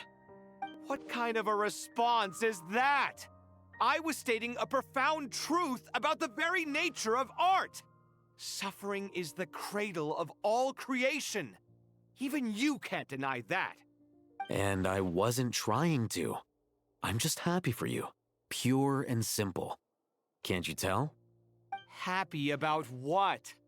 Happy that you can always find an answer that backs up your views. You... More often than not, life is a process of running into problems and then searching for answers. Yours more than most. Not everyone's so good at justifying things to themselves. It's something that you've been steadily mastering. Huh. What about you, then? What skills have you been mastering lately? Pass me that box. Huh? Okay. You may consider this my progress on the path to mastery. What? Wait a second. Isn't that box mine? Hey, it is! It must have fallen off that shelf. I'll hate them. Those are my paints and inks. Would you like me to put it in your bedroom for you? Huh? I mean, sure, if you don't mind. What kind of progress is this? Does he think he can bribe me? Not that giving me back my own things is much of a bribe. These books on the floor, they're a complete mess. And this one, didn't he say it was an out-of-print collectible? It's completely covered in dust, and some of its pages have even fallen out. Ugh, guess I should help him repair it. This one too. And this one.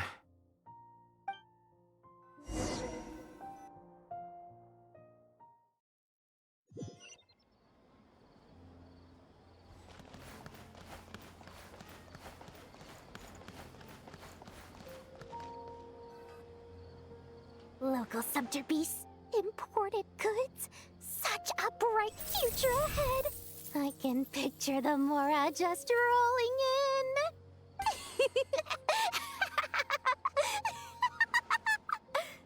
You do realize you sound like a choking cow? It's called being imposing. Can't you feel it? Are you not intimidated? Oh, I'm positively shaking in my sandals. What commands do you have for me, oh mighty Lord Sangamabe? You've got a lot of nerve, Nefer. You went and told Candace and the others everything, didn't you? Seriously, do you have any idea how differently they see me now? Surely that's a good thing. I presume they're more disposed to actually like you now, maybe even view you as a friend. You traded my secret for sympathy! Thanks to you, I've lost every last shred of my mercantile majesty. How am I supposed to make anyone think I'm a big, scary investor now? The dark days of Lord Sangamabe are behind you. Why not take this chance to make a few honest friends? Speaking of friends, since when did the notorious Lady Nefer gain such an admiration for holier-than-thou types? A moon chanter here, an angel there? Who'd have thought it? A coming together of fates, nothing more. No need to throw around accusations of admiration. Forget it. You're right about one thing at least. Making friends is never a bad thing for a merchant. So... I really took a loss this time.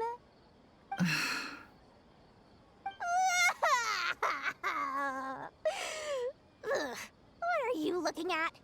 I'm trying to see if you're really crying or if those are just crocodile tears. A little birdie told me that when Lord Sangamabe makes money, the tears flow from the center of her eyes. But when she loses it, they flow from the corners. Which is it this time? Ugh, you are so annoying. I'm not talking to you anymore. Nefer! Thank goodness you're here. I've been looking everywhere for you. Huh? Well. If it isn't the House of Dana's very own librarian. What can I offer you today, Miss Katayun? Oh, no. I'm not here to buy. I'm here to bring Lady Nefer a book, and a fascinating one at that. We agreed to meet at the entrance to the mausoleum of King Deshret. One more thing. I bought this copy with my own money. It's not borrowed. Reasoning knows not time of day, but suspense always follows a blizzard. That's quite the mouthful. Huh? Isn't that the one that... It was all the rage for a while. People throughout the city were clamoring to get their hands on a copy. The names inside were all circled. Everyone thought it was a riddle. Don't bring up that book in my presence. I don't even want to hear its name. That thing was nothing but a scam. Surprisingly enough, I've actually heard of this book, though it doesn't seem of much consequence. So, what truth lies behind it? You're from the Vahumana and you're asking me what the truth is? I'd say the actual truth was about the least important part of the whole episode. I brought you this book because it probably has the most interesting backstory of any in the House of Dana's collection, at least in recent years. As for its quality, well, you can judge that for yourself. Don't tell me it's actually any good. You may not know this, Lord Sangamabe, but Lady Nefer has a fondness for books with... how should I put this? Mixed reviews? No eye for good literature, huh? Perhaps she feels that bad books hide interesting secrets? But I shouldn't put words in her mouth. It's probably fair to say she prefers the conversations that books can spark over the substance of the books themselves. Suits my style as an intel broker, wouldn't you say? Very interesting, thank you. I'll return it to you once I'm done reading. And as it happens, I have something for you, too. Incense?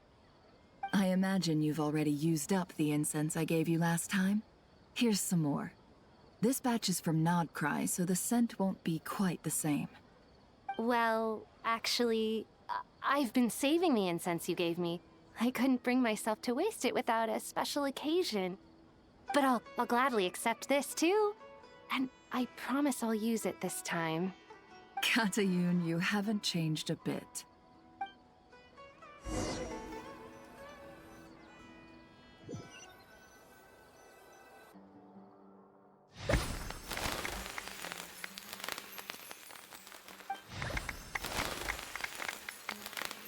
Congratulations, Kale.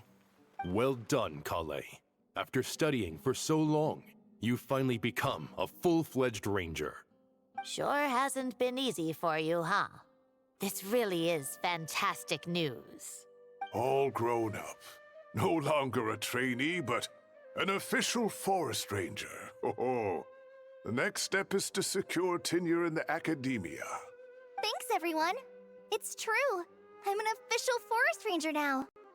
Master Tainari, thank you for your guidance and support. I wish Mr. Sino were here so I could thank him too. Sino had a matter to attend to at the Temple of Silence. I don't imagine he'll be back for some time. But don't worry, we can celebrate together once he's finished. I'm afraid the party will have to wait. Kale still has some matters to attend to first. Kale? Is everything all right? No, it's not what you think. There's nothing wrong with my health. I just have a few things I need to deal with. I've made plans with the Traveler and Paimon to visit Mondstadt. Master Tainari and Mr. Sino will be accompanying us too. Well, that's a relief. Let's get together when everyone's back. I'm sure you'll be doing even better by then. Of course. I have a feeling you're right.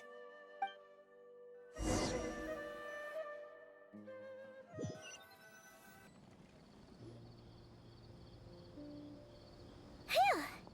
After all that catching up on sleep and food, Paimon's feeling full of vim and vigor again. For someone who spends so much time resting, your recovery routine is surprisingly simple. Hey! Paimon's been working her her butt off too, you know. She flew all over the city helping everyone out. Don't worry, I saw how hard you worked. Alright, we all know you're the most hardworking person in Tavad. As long as you're rested and full, that's what really matters. Paimon's been looking around the place, and it seems like the city's already on the mend. But Paimon's been wondering how Nahida's doing. We should check in on her.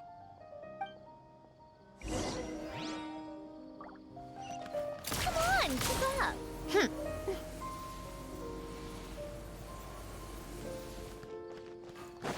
How tiresome.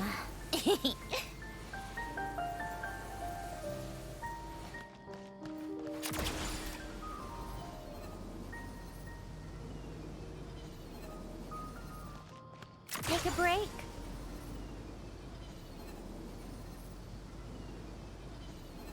Come on, keep up.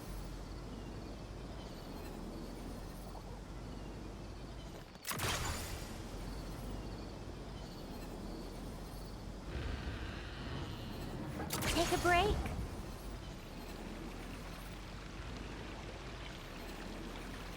How tiresome.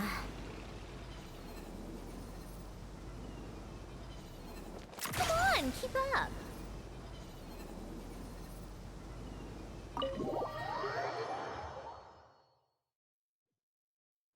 Wait, no. Got lost. How tiresome.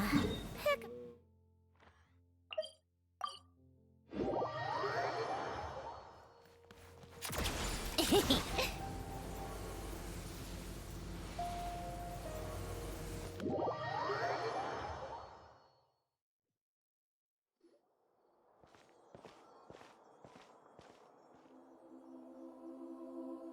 Nahida! And Hat Guy's here too! Traveler, Paimon.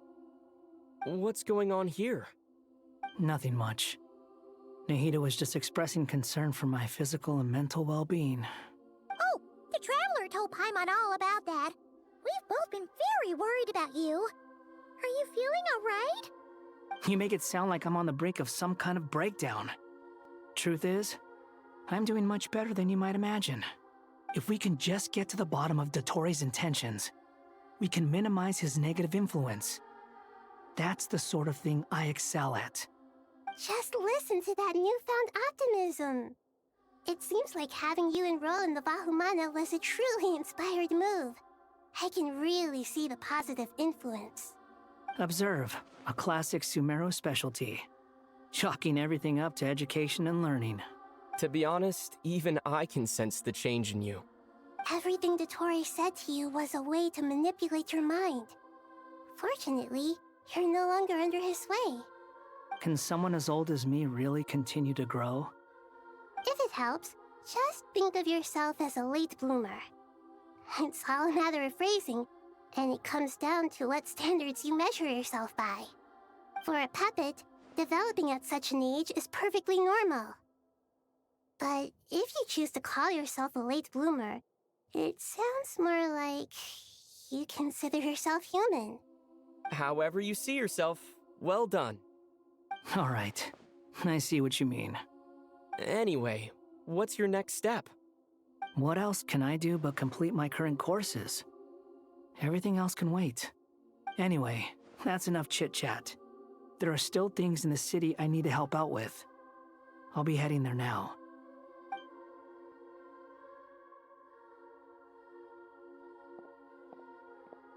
I'm so happy that Hat Guy is doing better than we thought. But what about you, Nahida? How are you holding up? The pyronosis burned down the corrupted Irminsul. The flames blazed for 7 days and 7 nights before they finally subsided. All that was left were the parts underground. Now, Aru shoulders the responsibilities that once belonged to Irminsul. The situation was contained before it got out of hand, so Tevat's most vital information has largely been preserved. Irminsul has a strong influence over you, doesn't it? How will you cope now that it's gone? There is no need to worry. Thanks to Nicole's extraordinary talents, My connection to Irminsul has been severed and transposed onto Aru. Angels can do things like that? They can. Such abilities are precisely what makes them so powerful.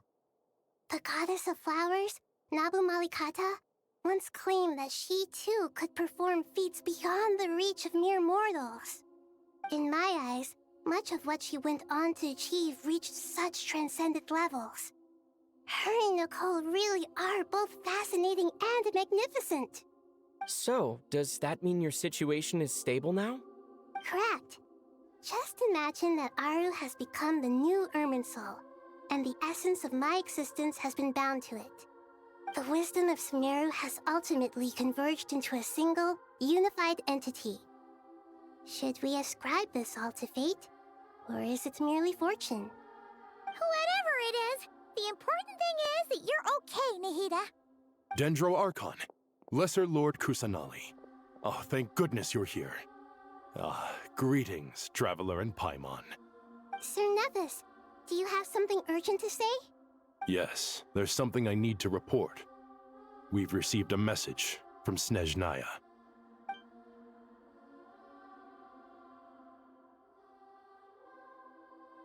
The Fatui Harbinger, the Rooster, sends us his sympathies, along with all the usual pleasantries.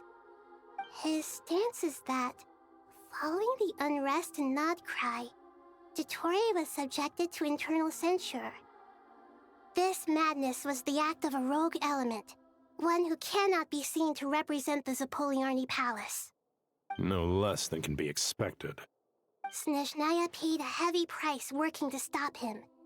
They even lost one of their own Harbingers. The letter goes on to say that even so, Snezhnaya cannot claim to be blameless. Apparently, they will deal with Dottore's subordinates in accordance with Snezhnayan law, holding all those involved in his crimes accountable. Additionally, they are supplying relief funds and supplies, which are already en route. They hope this will aid in Sumeru's reconstruction. Sounds like he's got an answer for everything. True, but as diplomatic rhetoric goes, it's highly effective. Completely watertight, both in logic and sentiment. This disaster has had a profound impact on Sumeru. There is much that I will keep in my heart. The matter of Dottore can be seen as settled for now. We are sure to cross paths again in the future, and in that light, Snezhnaya would do well to uphold their responsibilities and keep a tight rein over their actions. With Irminsul burned, the flow of fate now carries many more possibilities. I will be watching carefully. Perhaps we can move on to a less serious matter? Dendro Archon, will you eat with us once this matter is dealt with? Everyone wishes to celebrate together. Your presence would be most welcome. Of course! Junior Zod, Sino, and Hypatia all told me the same thing. If there isn't enough room for everyone, we can arrange back-to-back feasts. What a wonderful idea. That just leaves the question of what we should eat. Not more tomatoes, surely. More? Dendro Archon, what do you mean by more tomatoes? Those good friends of yours are always talking about tomatoes. Sometimes when I'm walking through the city, I can even hear them arguing in the fields. Since you see them so often, you must hear about tomatoes even more than I do. Tomatoes. Tomatoes. The word has a certain magic to it. Like the autumn fur of a sumpter beast swirling in the wind, sometimes flying up my nose. Tomatoes. What can we make with tomatoes? Wait, why tomatoes? Take your time, there's no need to rush. The Traveler, Paimon, and I still have somewhere we need to visit. You'll have plenty of time to think it over before I return. Does this mean you're going to Natlan? Meeting them there in person. It will require a long journey. I know. But this is necessary. I must go myself. Traveler, Paimon, we'll set off as soon as you're ready. Is that alright? Sure, we'll be ready whenever you are. You'll hear no objections from Paimon! We should grab some snacks along the way, though. It'll be just like going on a long holiday. Wonderful. I'm looking forward to this so much.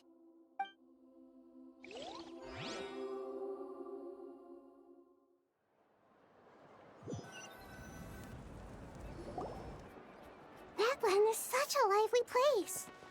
It's super cheerful and positive, too. I can see that. There are people outside exercising at all hours. Such a healthy way of life. You came. Welcome, welcome. You must be hungry from your journey. Would you like something to eat? Oh, thanks, but no thanks. We've been eating the whole way here. We had a mushroom platter, Sap's meat stew, butter braised chicken, Hadasara pudding. Paimon's positively stuffed. All right. No need for all that detail. I'm starting to get hungry myself. Maybe later then. We can wait till everyone's got an appetite. Then I'll head out for a meal together. Sounds like a plan. Let's find somewhere to sit down.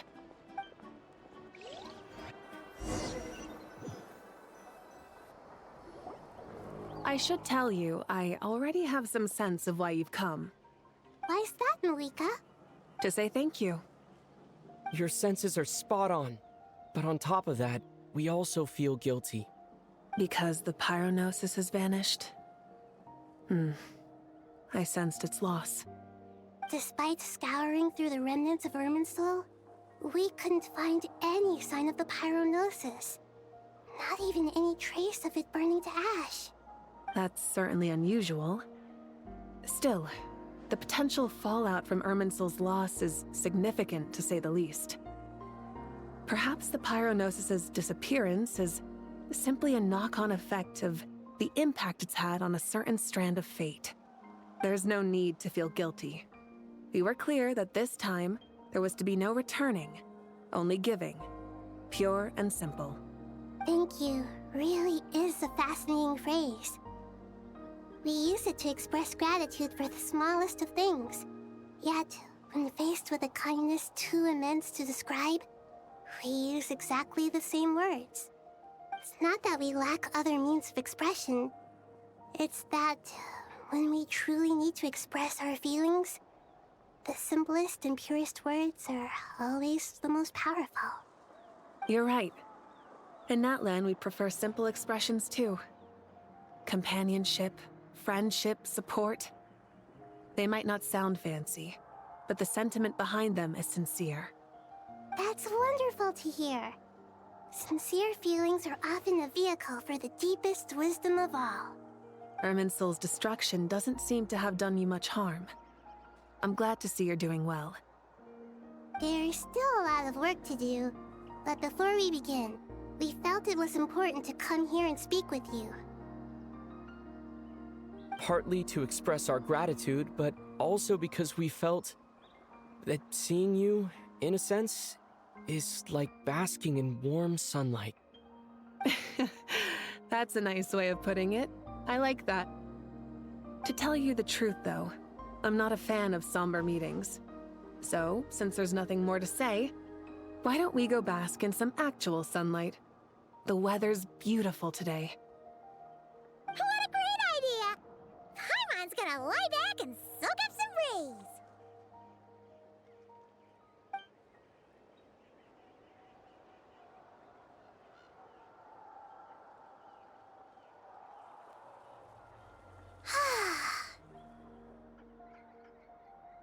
In that case, I think I'll lie down for a bit too before we head to our next stop. And where might that be? Mondstadt. Paimon and I are gonna head back there with Kale and the gang.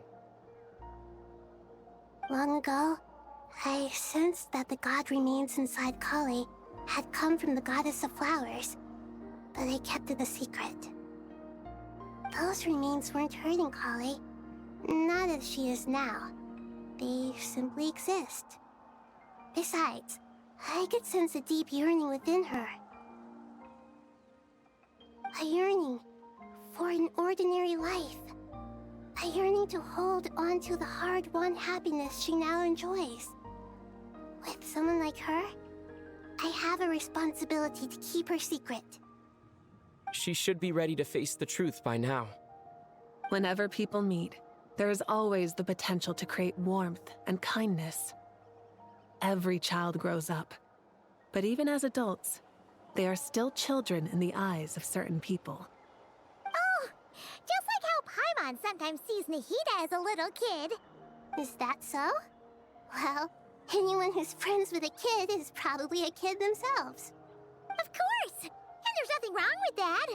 When we get back, we'll actually be hanging out with another of our friends who happens to be a kid. Or more like looking after, in her case. Anyway, we'll always be there to watch out for our friends. Dear Sucrose, when you receive this letter, I'll probably be as busy as always. But busy with wonderful things. That's because I'm no longer a trainee. I'm now an official forest ranger. Impressive, right? Sino said that official rangers sound much tougher than trainees. Though he did say it was already pretty tough to start out with. You probably heard that something big happened in Sumeru recently. Don't worry, it's all been taken care of. We're heading to Mondstadt soon, so if you're free, maybe we could meet up? Plus, it's not just me. A few of us are going. Hey, do you still remember that time we all got together? You know, when we all went to the Windbloom Festival? It'll be just like that.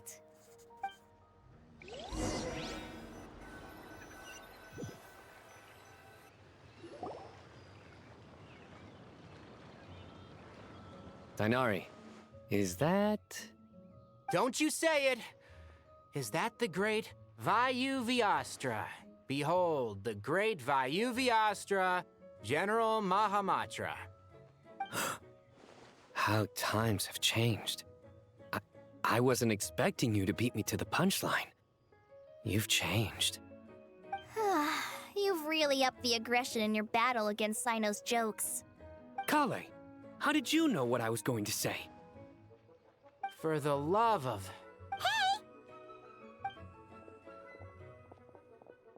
Traveler! Paimon! You're right on time! I hope we haven't kept you waiting. Kalei! Sucrose! It's been so long! How have you been? I've been well. Everything's going great. What about you? Are you still busy? Not at the moment. Oh, right! That juicer you gave us works amazing! Farzan loves it! Seriously? That's wonderful. I don't suppose you drew up a detailed test report. Oh, what fruits did you use? How was the texture of the final product? Sucrose, you might want to try asking your questions one at a time. Albedo! Paimon didn't see you there! It's been a while since all of us were together like this. How about we follow the same plan as last time? Good idea, my friend. You never disappoint. So, what are your identities this time? Don't remind him. First things first. Allow me to introduce our very own official Forest Ranger Kale. The rest of us are simply her humble travel companions. This sounds like one of those mushy stories that gets people hooked on some corny, heartwarming premise. Oh, is our story not heartwarming? If I recall correctly, there was even a scene like this in King of Invocations.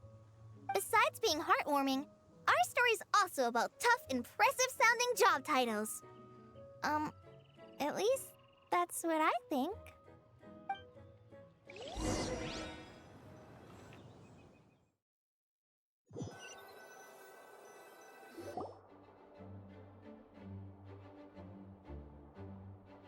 Oh, you're here already? I'm still giving Dodeko a little trim. I won't be a moment. A trim? Does Dodoko need haircuts too? Of course. It's important to know how to take loving care of the apples of your eye. All of these trivial matters get left to me. It's because I'm an angel, and angels are, in a way, the guardians of all Teyvat. Oh, right! Well, that's definitely an impressive-sounding job title. What are you writing? I'm just brainstorming some cool-sounding lines. Oh, write them on these card backs. Of course. Clearly, my lines are pretty amazing, wouldn't you say? Miss Nicole? Kale? You seem a little nervous. I was just wondering, who was the person you mentioned who needed their wish fulfilled? Wish? What do you mean? Miss Nicole asked if we could meet up in Mondstadt once everything was over. She said a friend of hers had a wish that needed my help to come true. Well, you never mentioned that before. All we knew was that you'd arranged to meet in Mondstadt. But we thought it had something to do with the god remains. To be fair, everything I told you was true. Anyway, my friend is waiting. Come on, let's pay her a visit.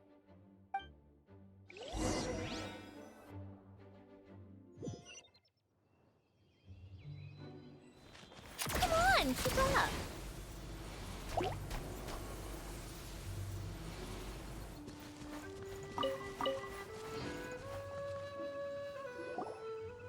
Huh? You're... Surprised? I bet you weren't expecting to meet a woman like me beneath this beautiful tree in a faraway land. An oasis will spring from the place where a Djinn resides. That saying falls somewhat flat here in Mondstadt, given that everywhere is already so lush and green. Lilupar! What are you doing here? I made friends with Miss Nicole. I asked her to bring me here and then invite Kale to come. The prologue to this story is that I have a wish. It has stirred within my heart for centuries, millennia even. Originally, it was merely Al-Akhmar's lie, but now it has become reality. Could this be... related to the goddess of flowers? My dear young lady, my mistress left her final trace in this world upon you. I can't tell you how glad I am to see you here. And now I have seen you, and peered into your heart. You have experienced hardships and suffered setbacks. The torment an ordinary person might expect to face has befallen you threefold. This is the source of your resilience. But, beneath all this, I've witnessed the seeds of desire. You yearn to return to the simple life you once knew, do you not? I do. I want to throw away everything that isn't mine. But how do you decide what is yours? The scars that others carve into your flesh? The kindness and love they inscribe? Are these things not yours as well? They are. This is something I've talked about with Miss Nicole. Miss Nicole said I should learn how to adjust my standards. I just want to live as an ordinary human.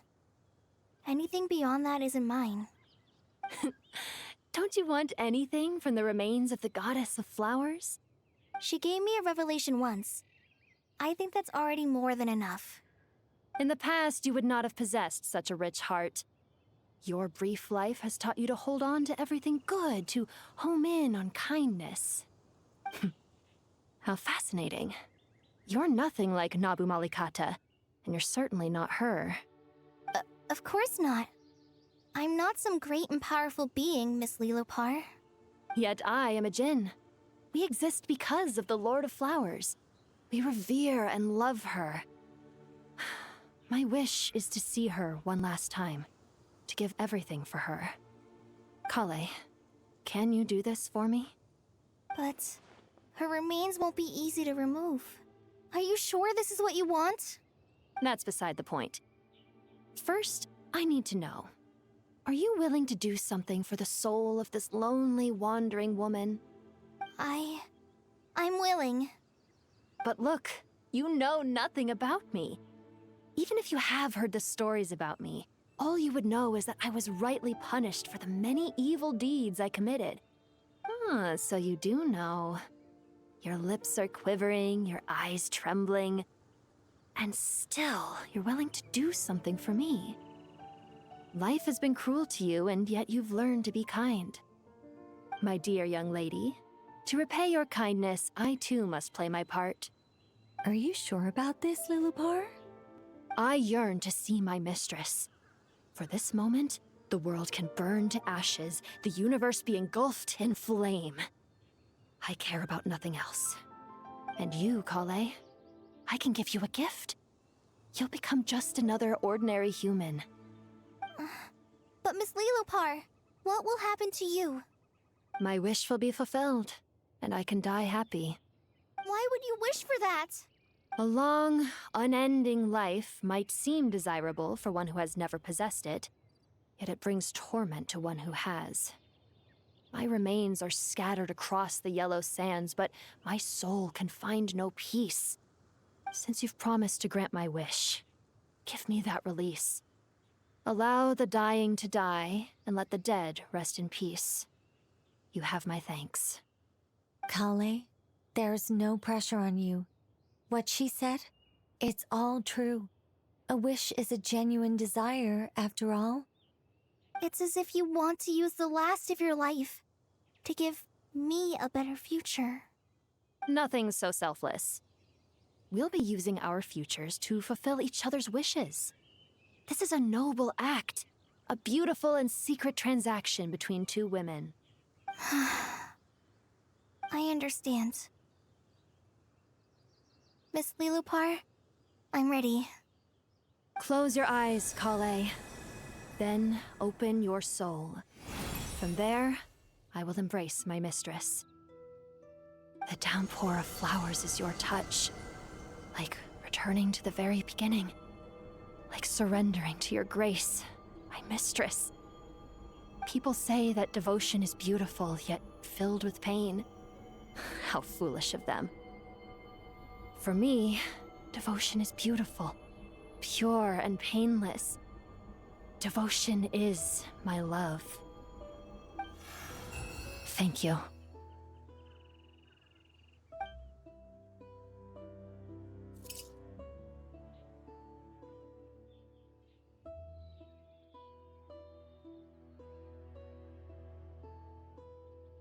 Lilopar!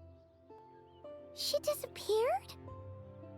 She left, carrying the blessing of flowers. Kale, are you alright? I'm fine. Now that the remains are gone, I don't actually feel any different at all.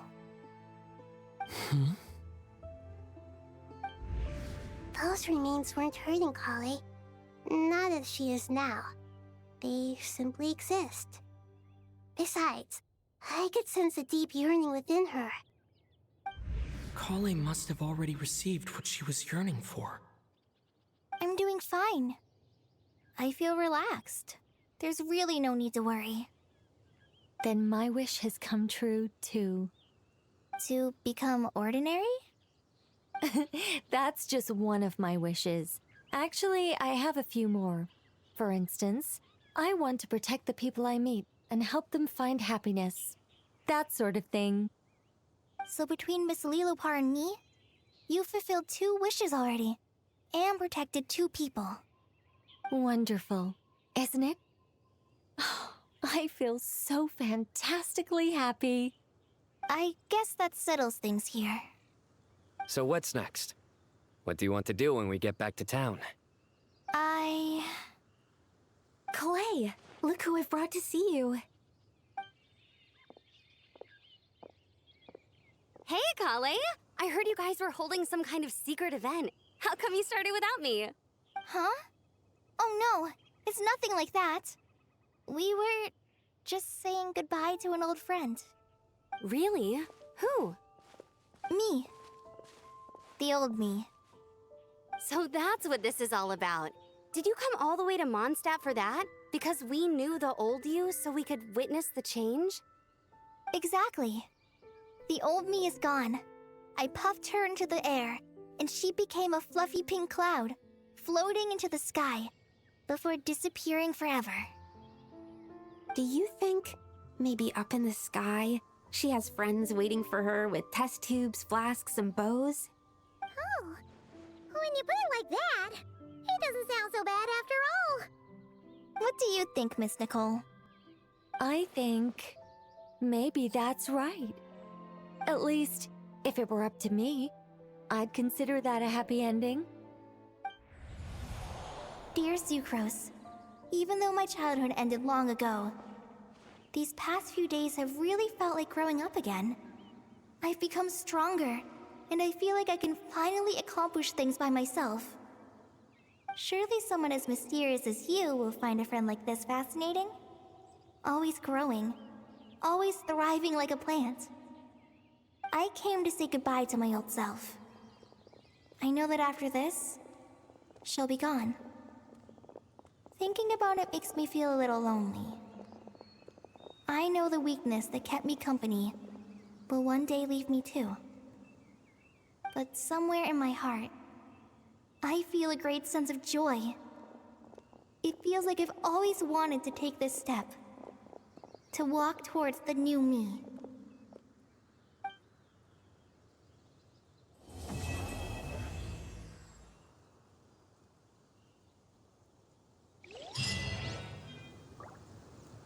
Wow. What do we even say? What do we even say? Should I have waited 3 months to do this? I wasn't expecting this to be almost 7 hours. They keep doing this and not cry. I low-key wish they would stop. We still have the Fontaine event. Thank you for Welcome to the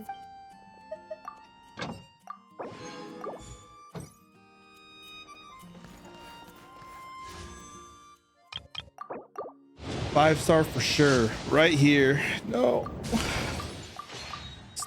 It's never a 5-star.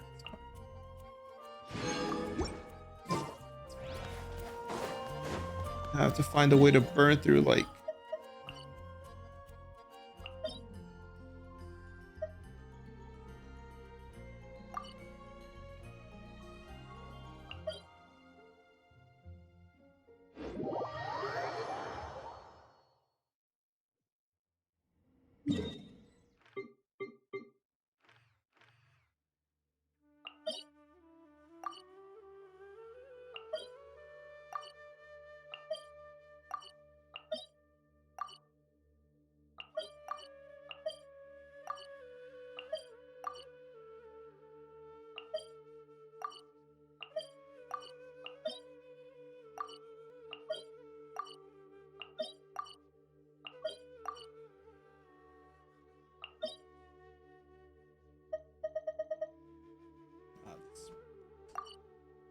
to find a way to burn through like 15 bits. It's fine. Not Cry story, great. I enjoyed the Kale story. I wasn't expecting it to be like 20% about her, but it is good. Good character. Right here. Rest in peace, Lilipar. Back for one quest, dead in the same quest. to ashes. Indo.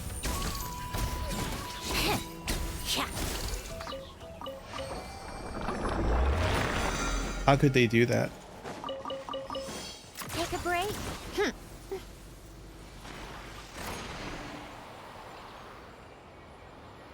I saw Jet. Wasn't expecting her voice to be like that, but it's also kind of fitting.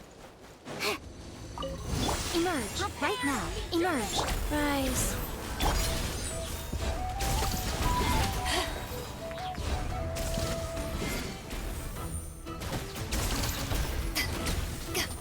Eyes on me! Jammed. Indo. Come on, keep up.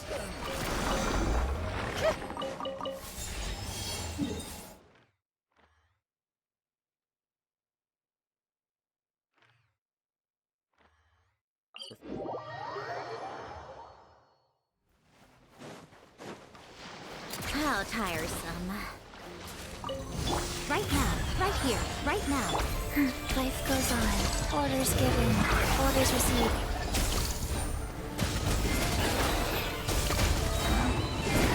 Power that ended fight! Take a break. Come on, keep up. Take a break.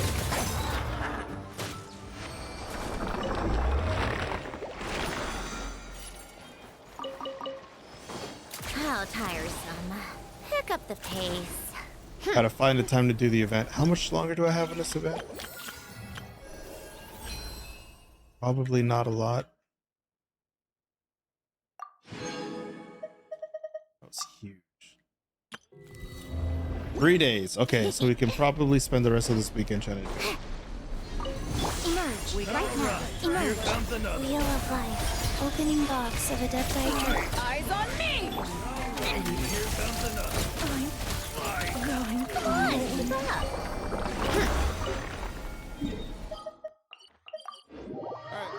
That. I need to take a break. I need to go eat something. Definitely need to go eat something. Export this, then hopefully play more games. I'll be back. That's it. Genshin more or less caught up. I don't even know what other story we have.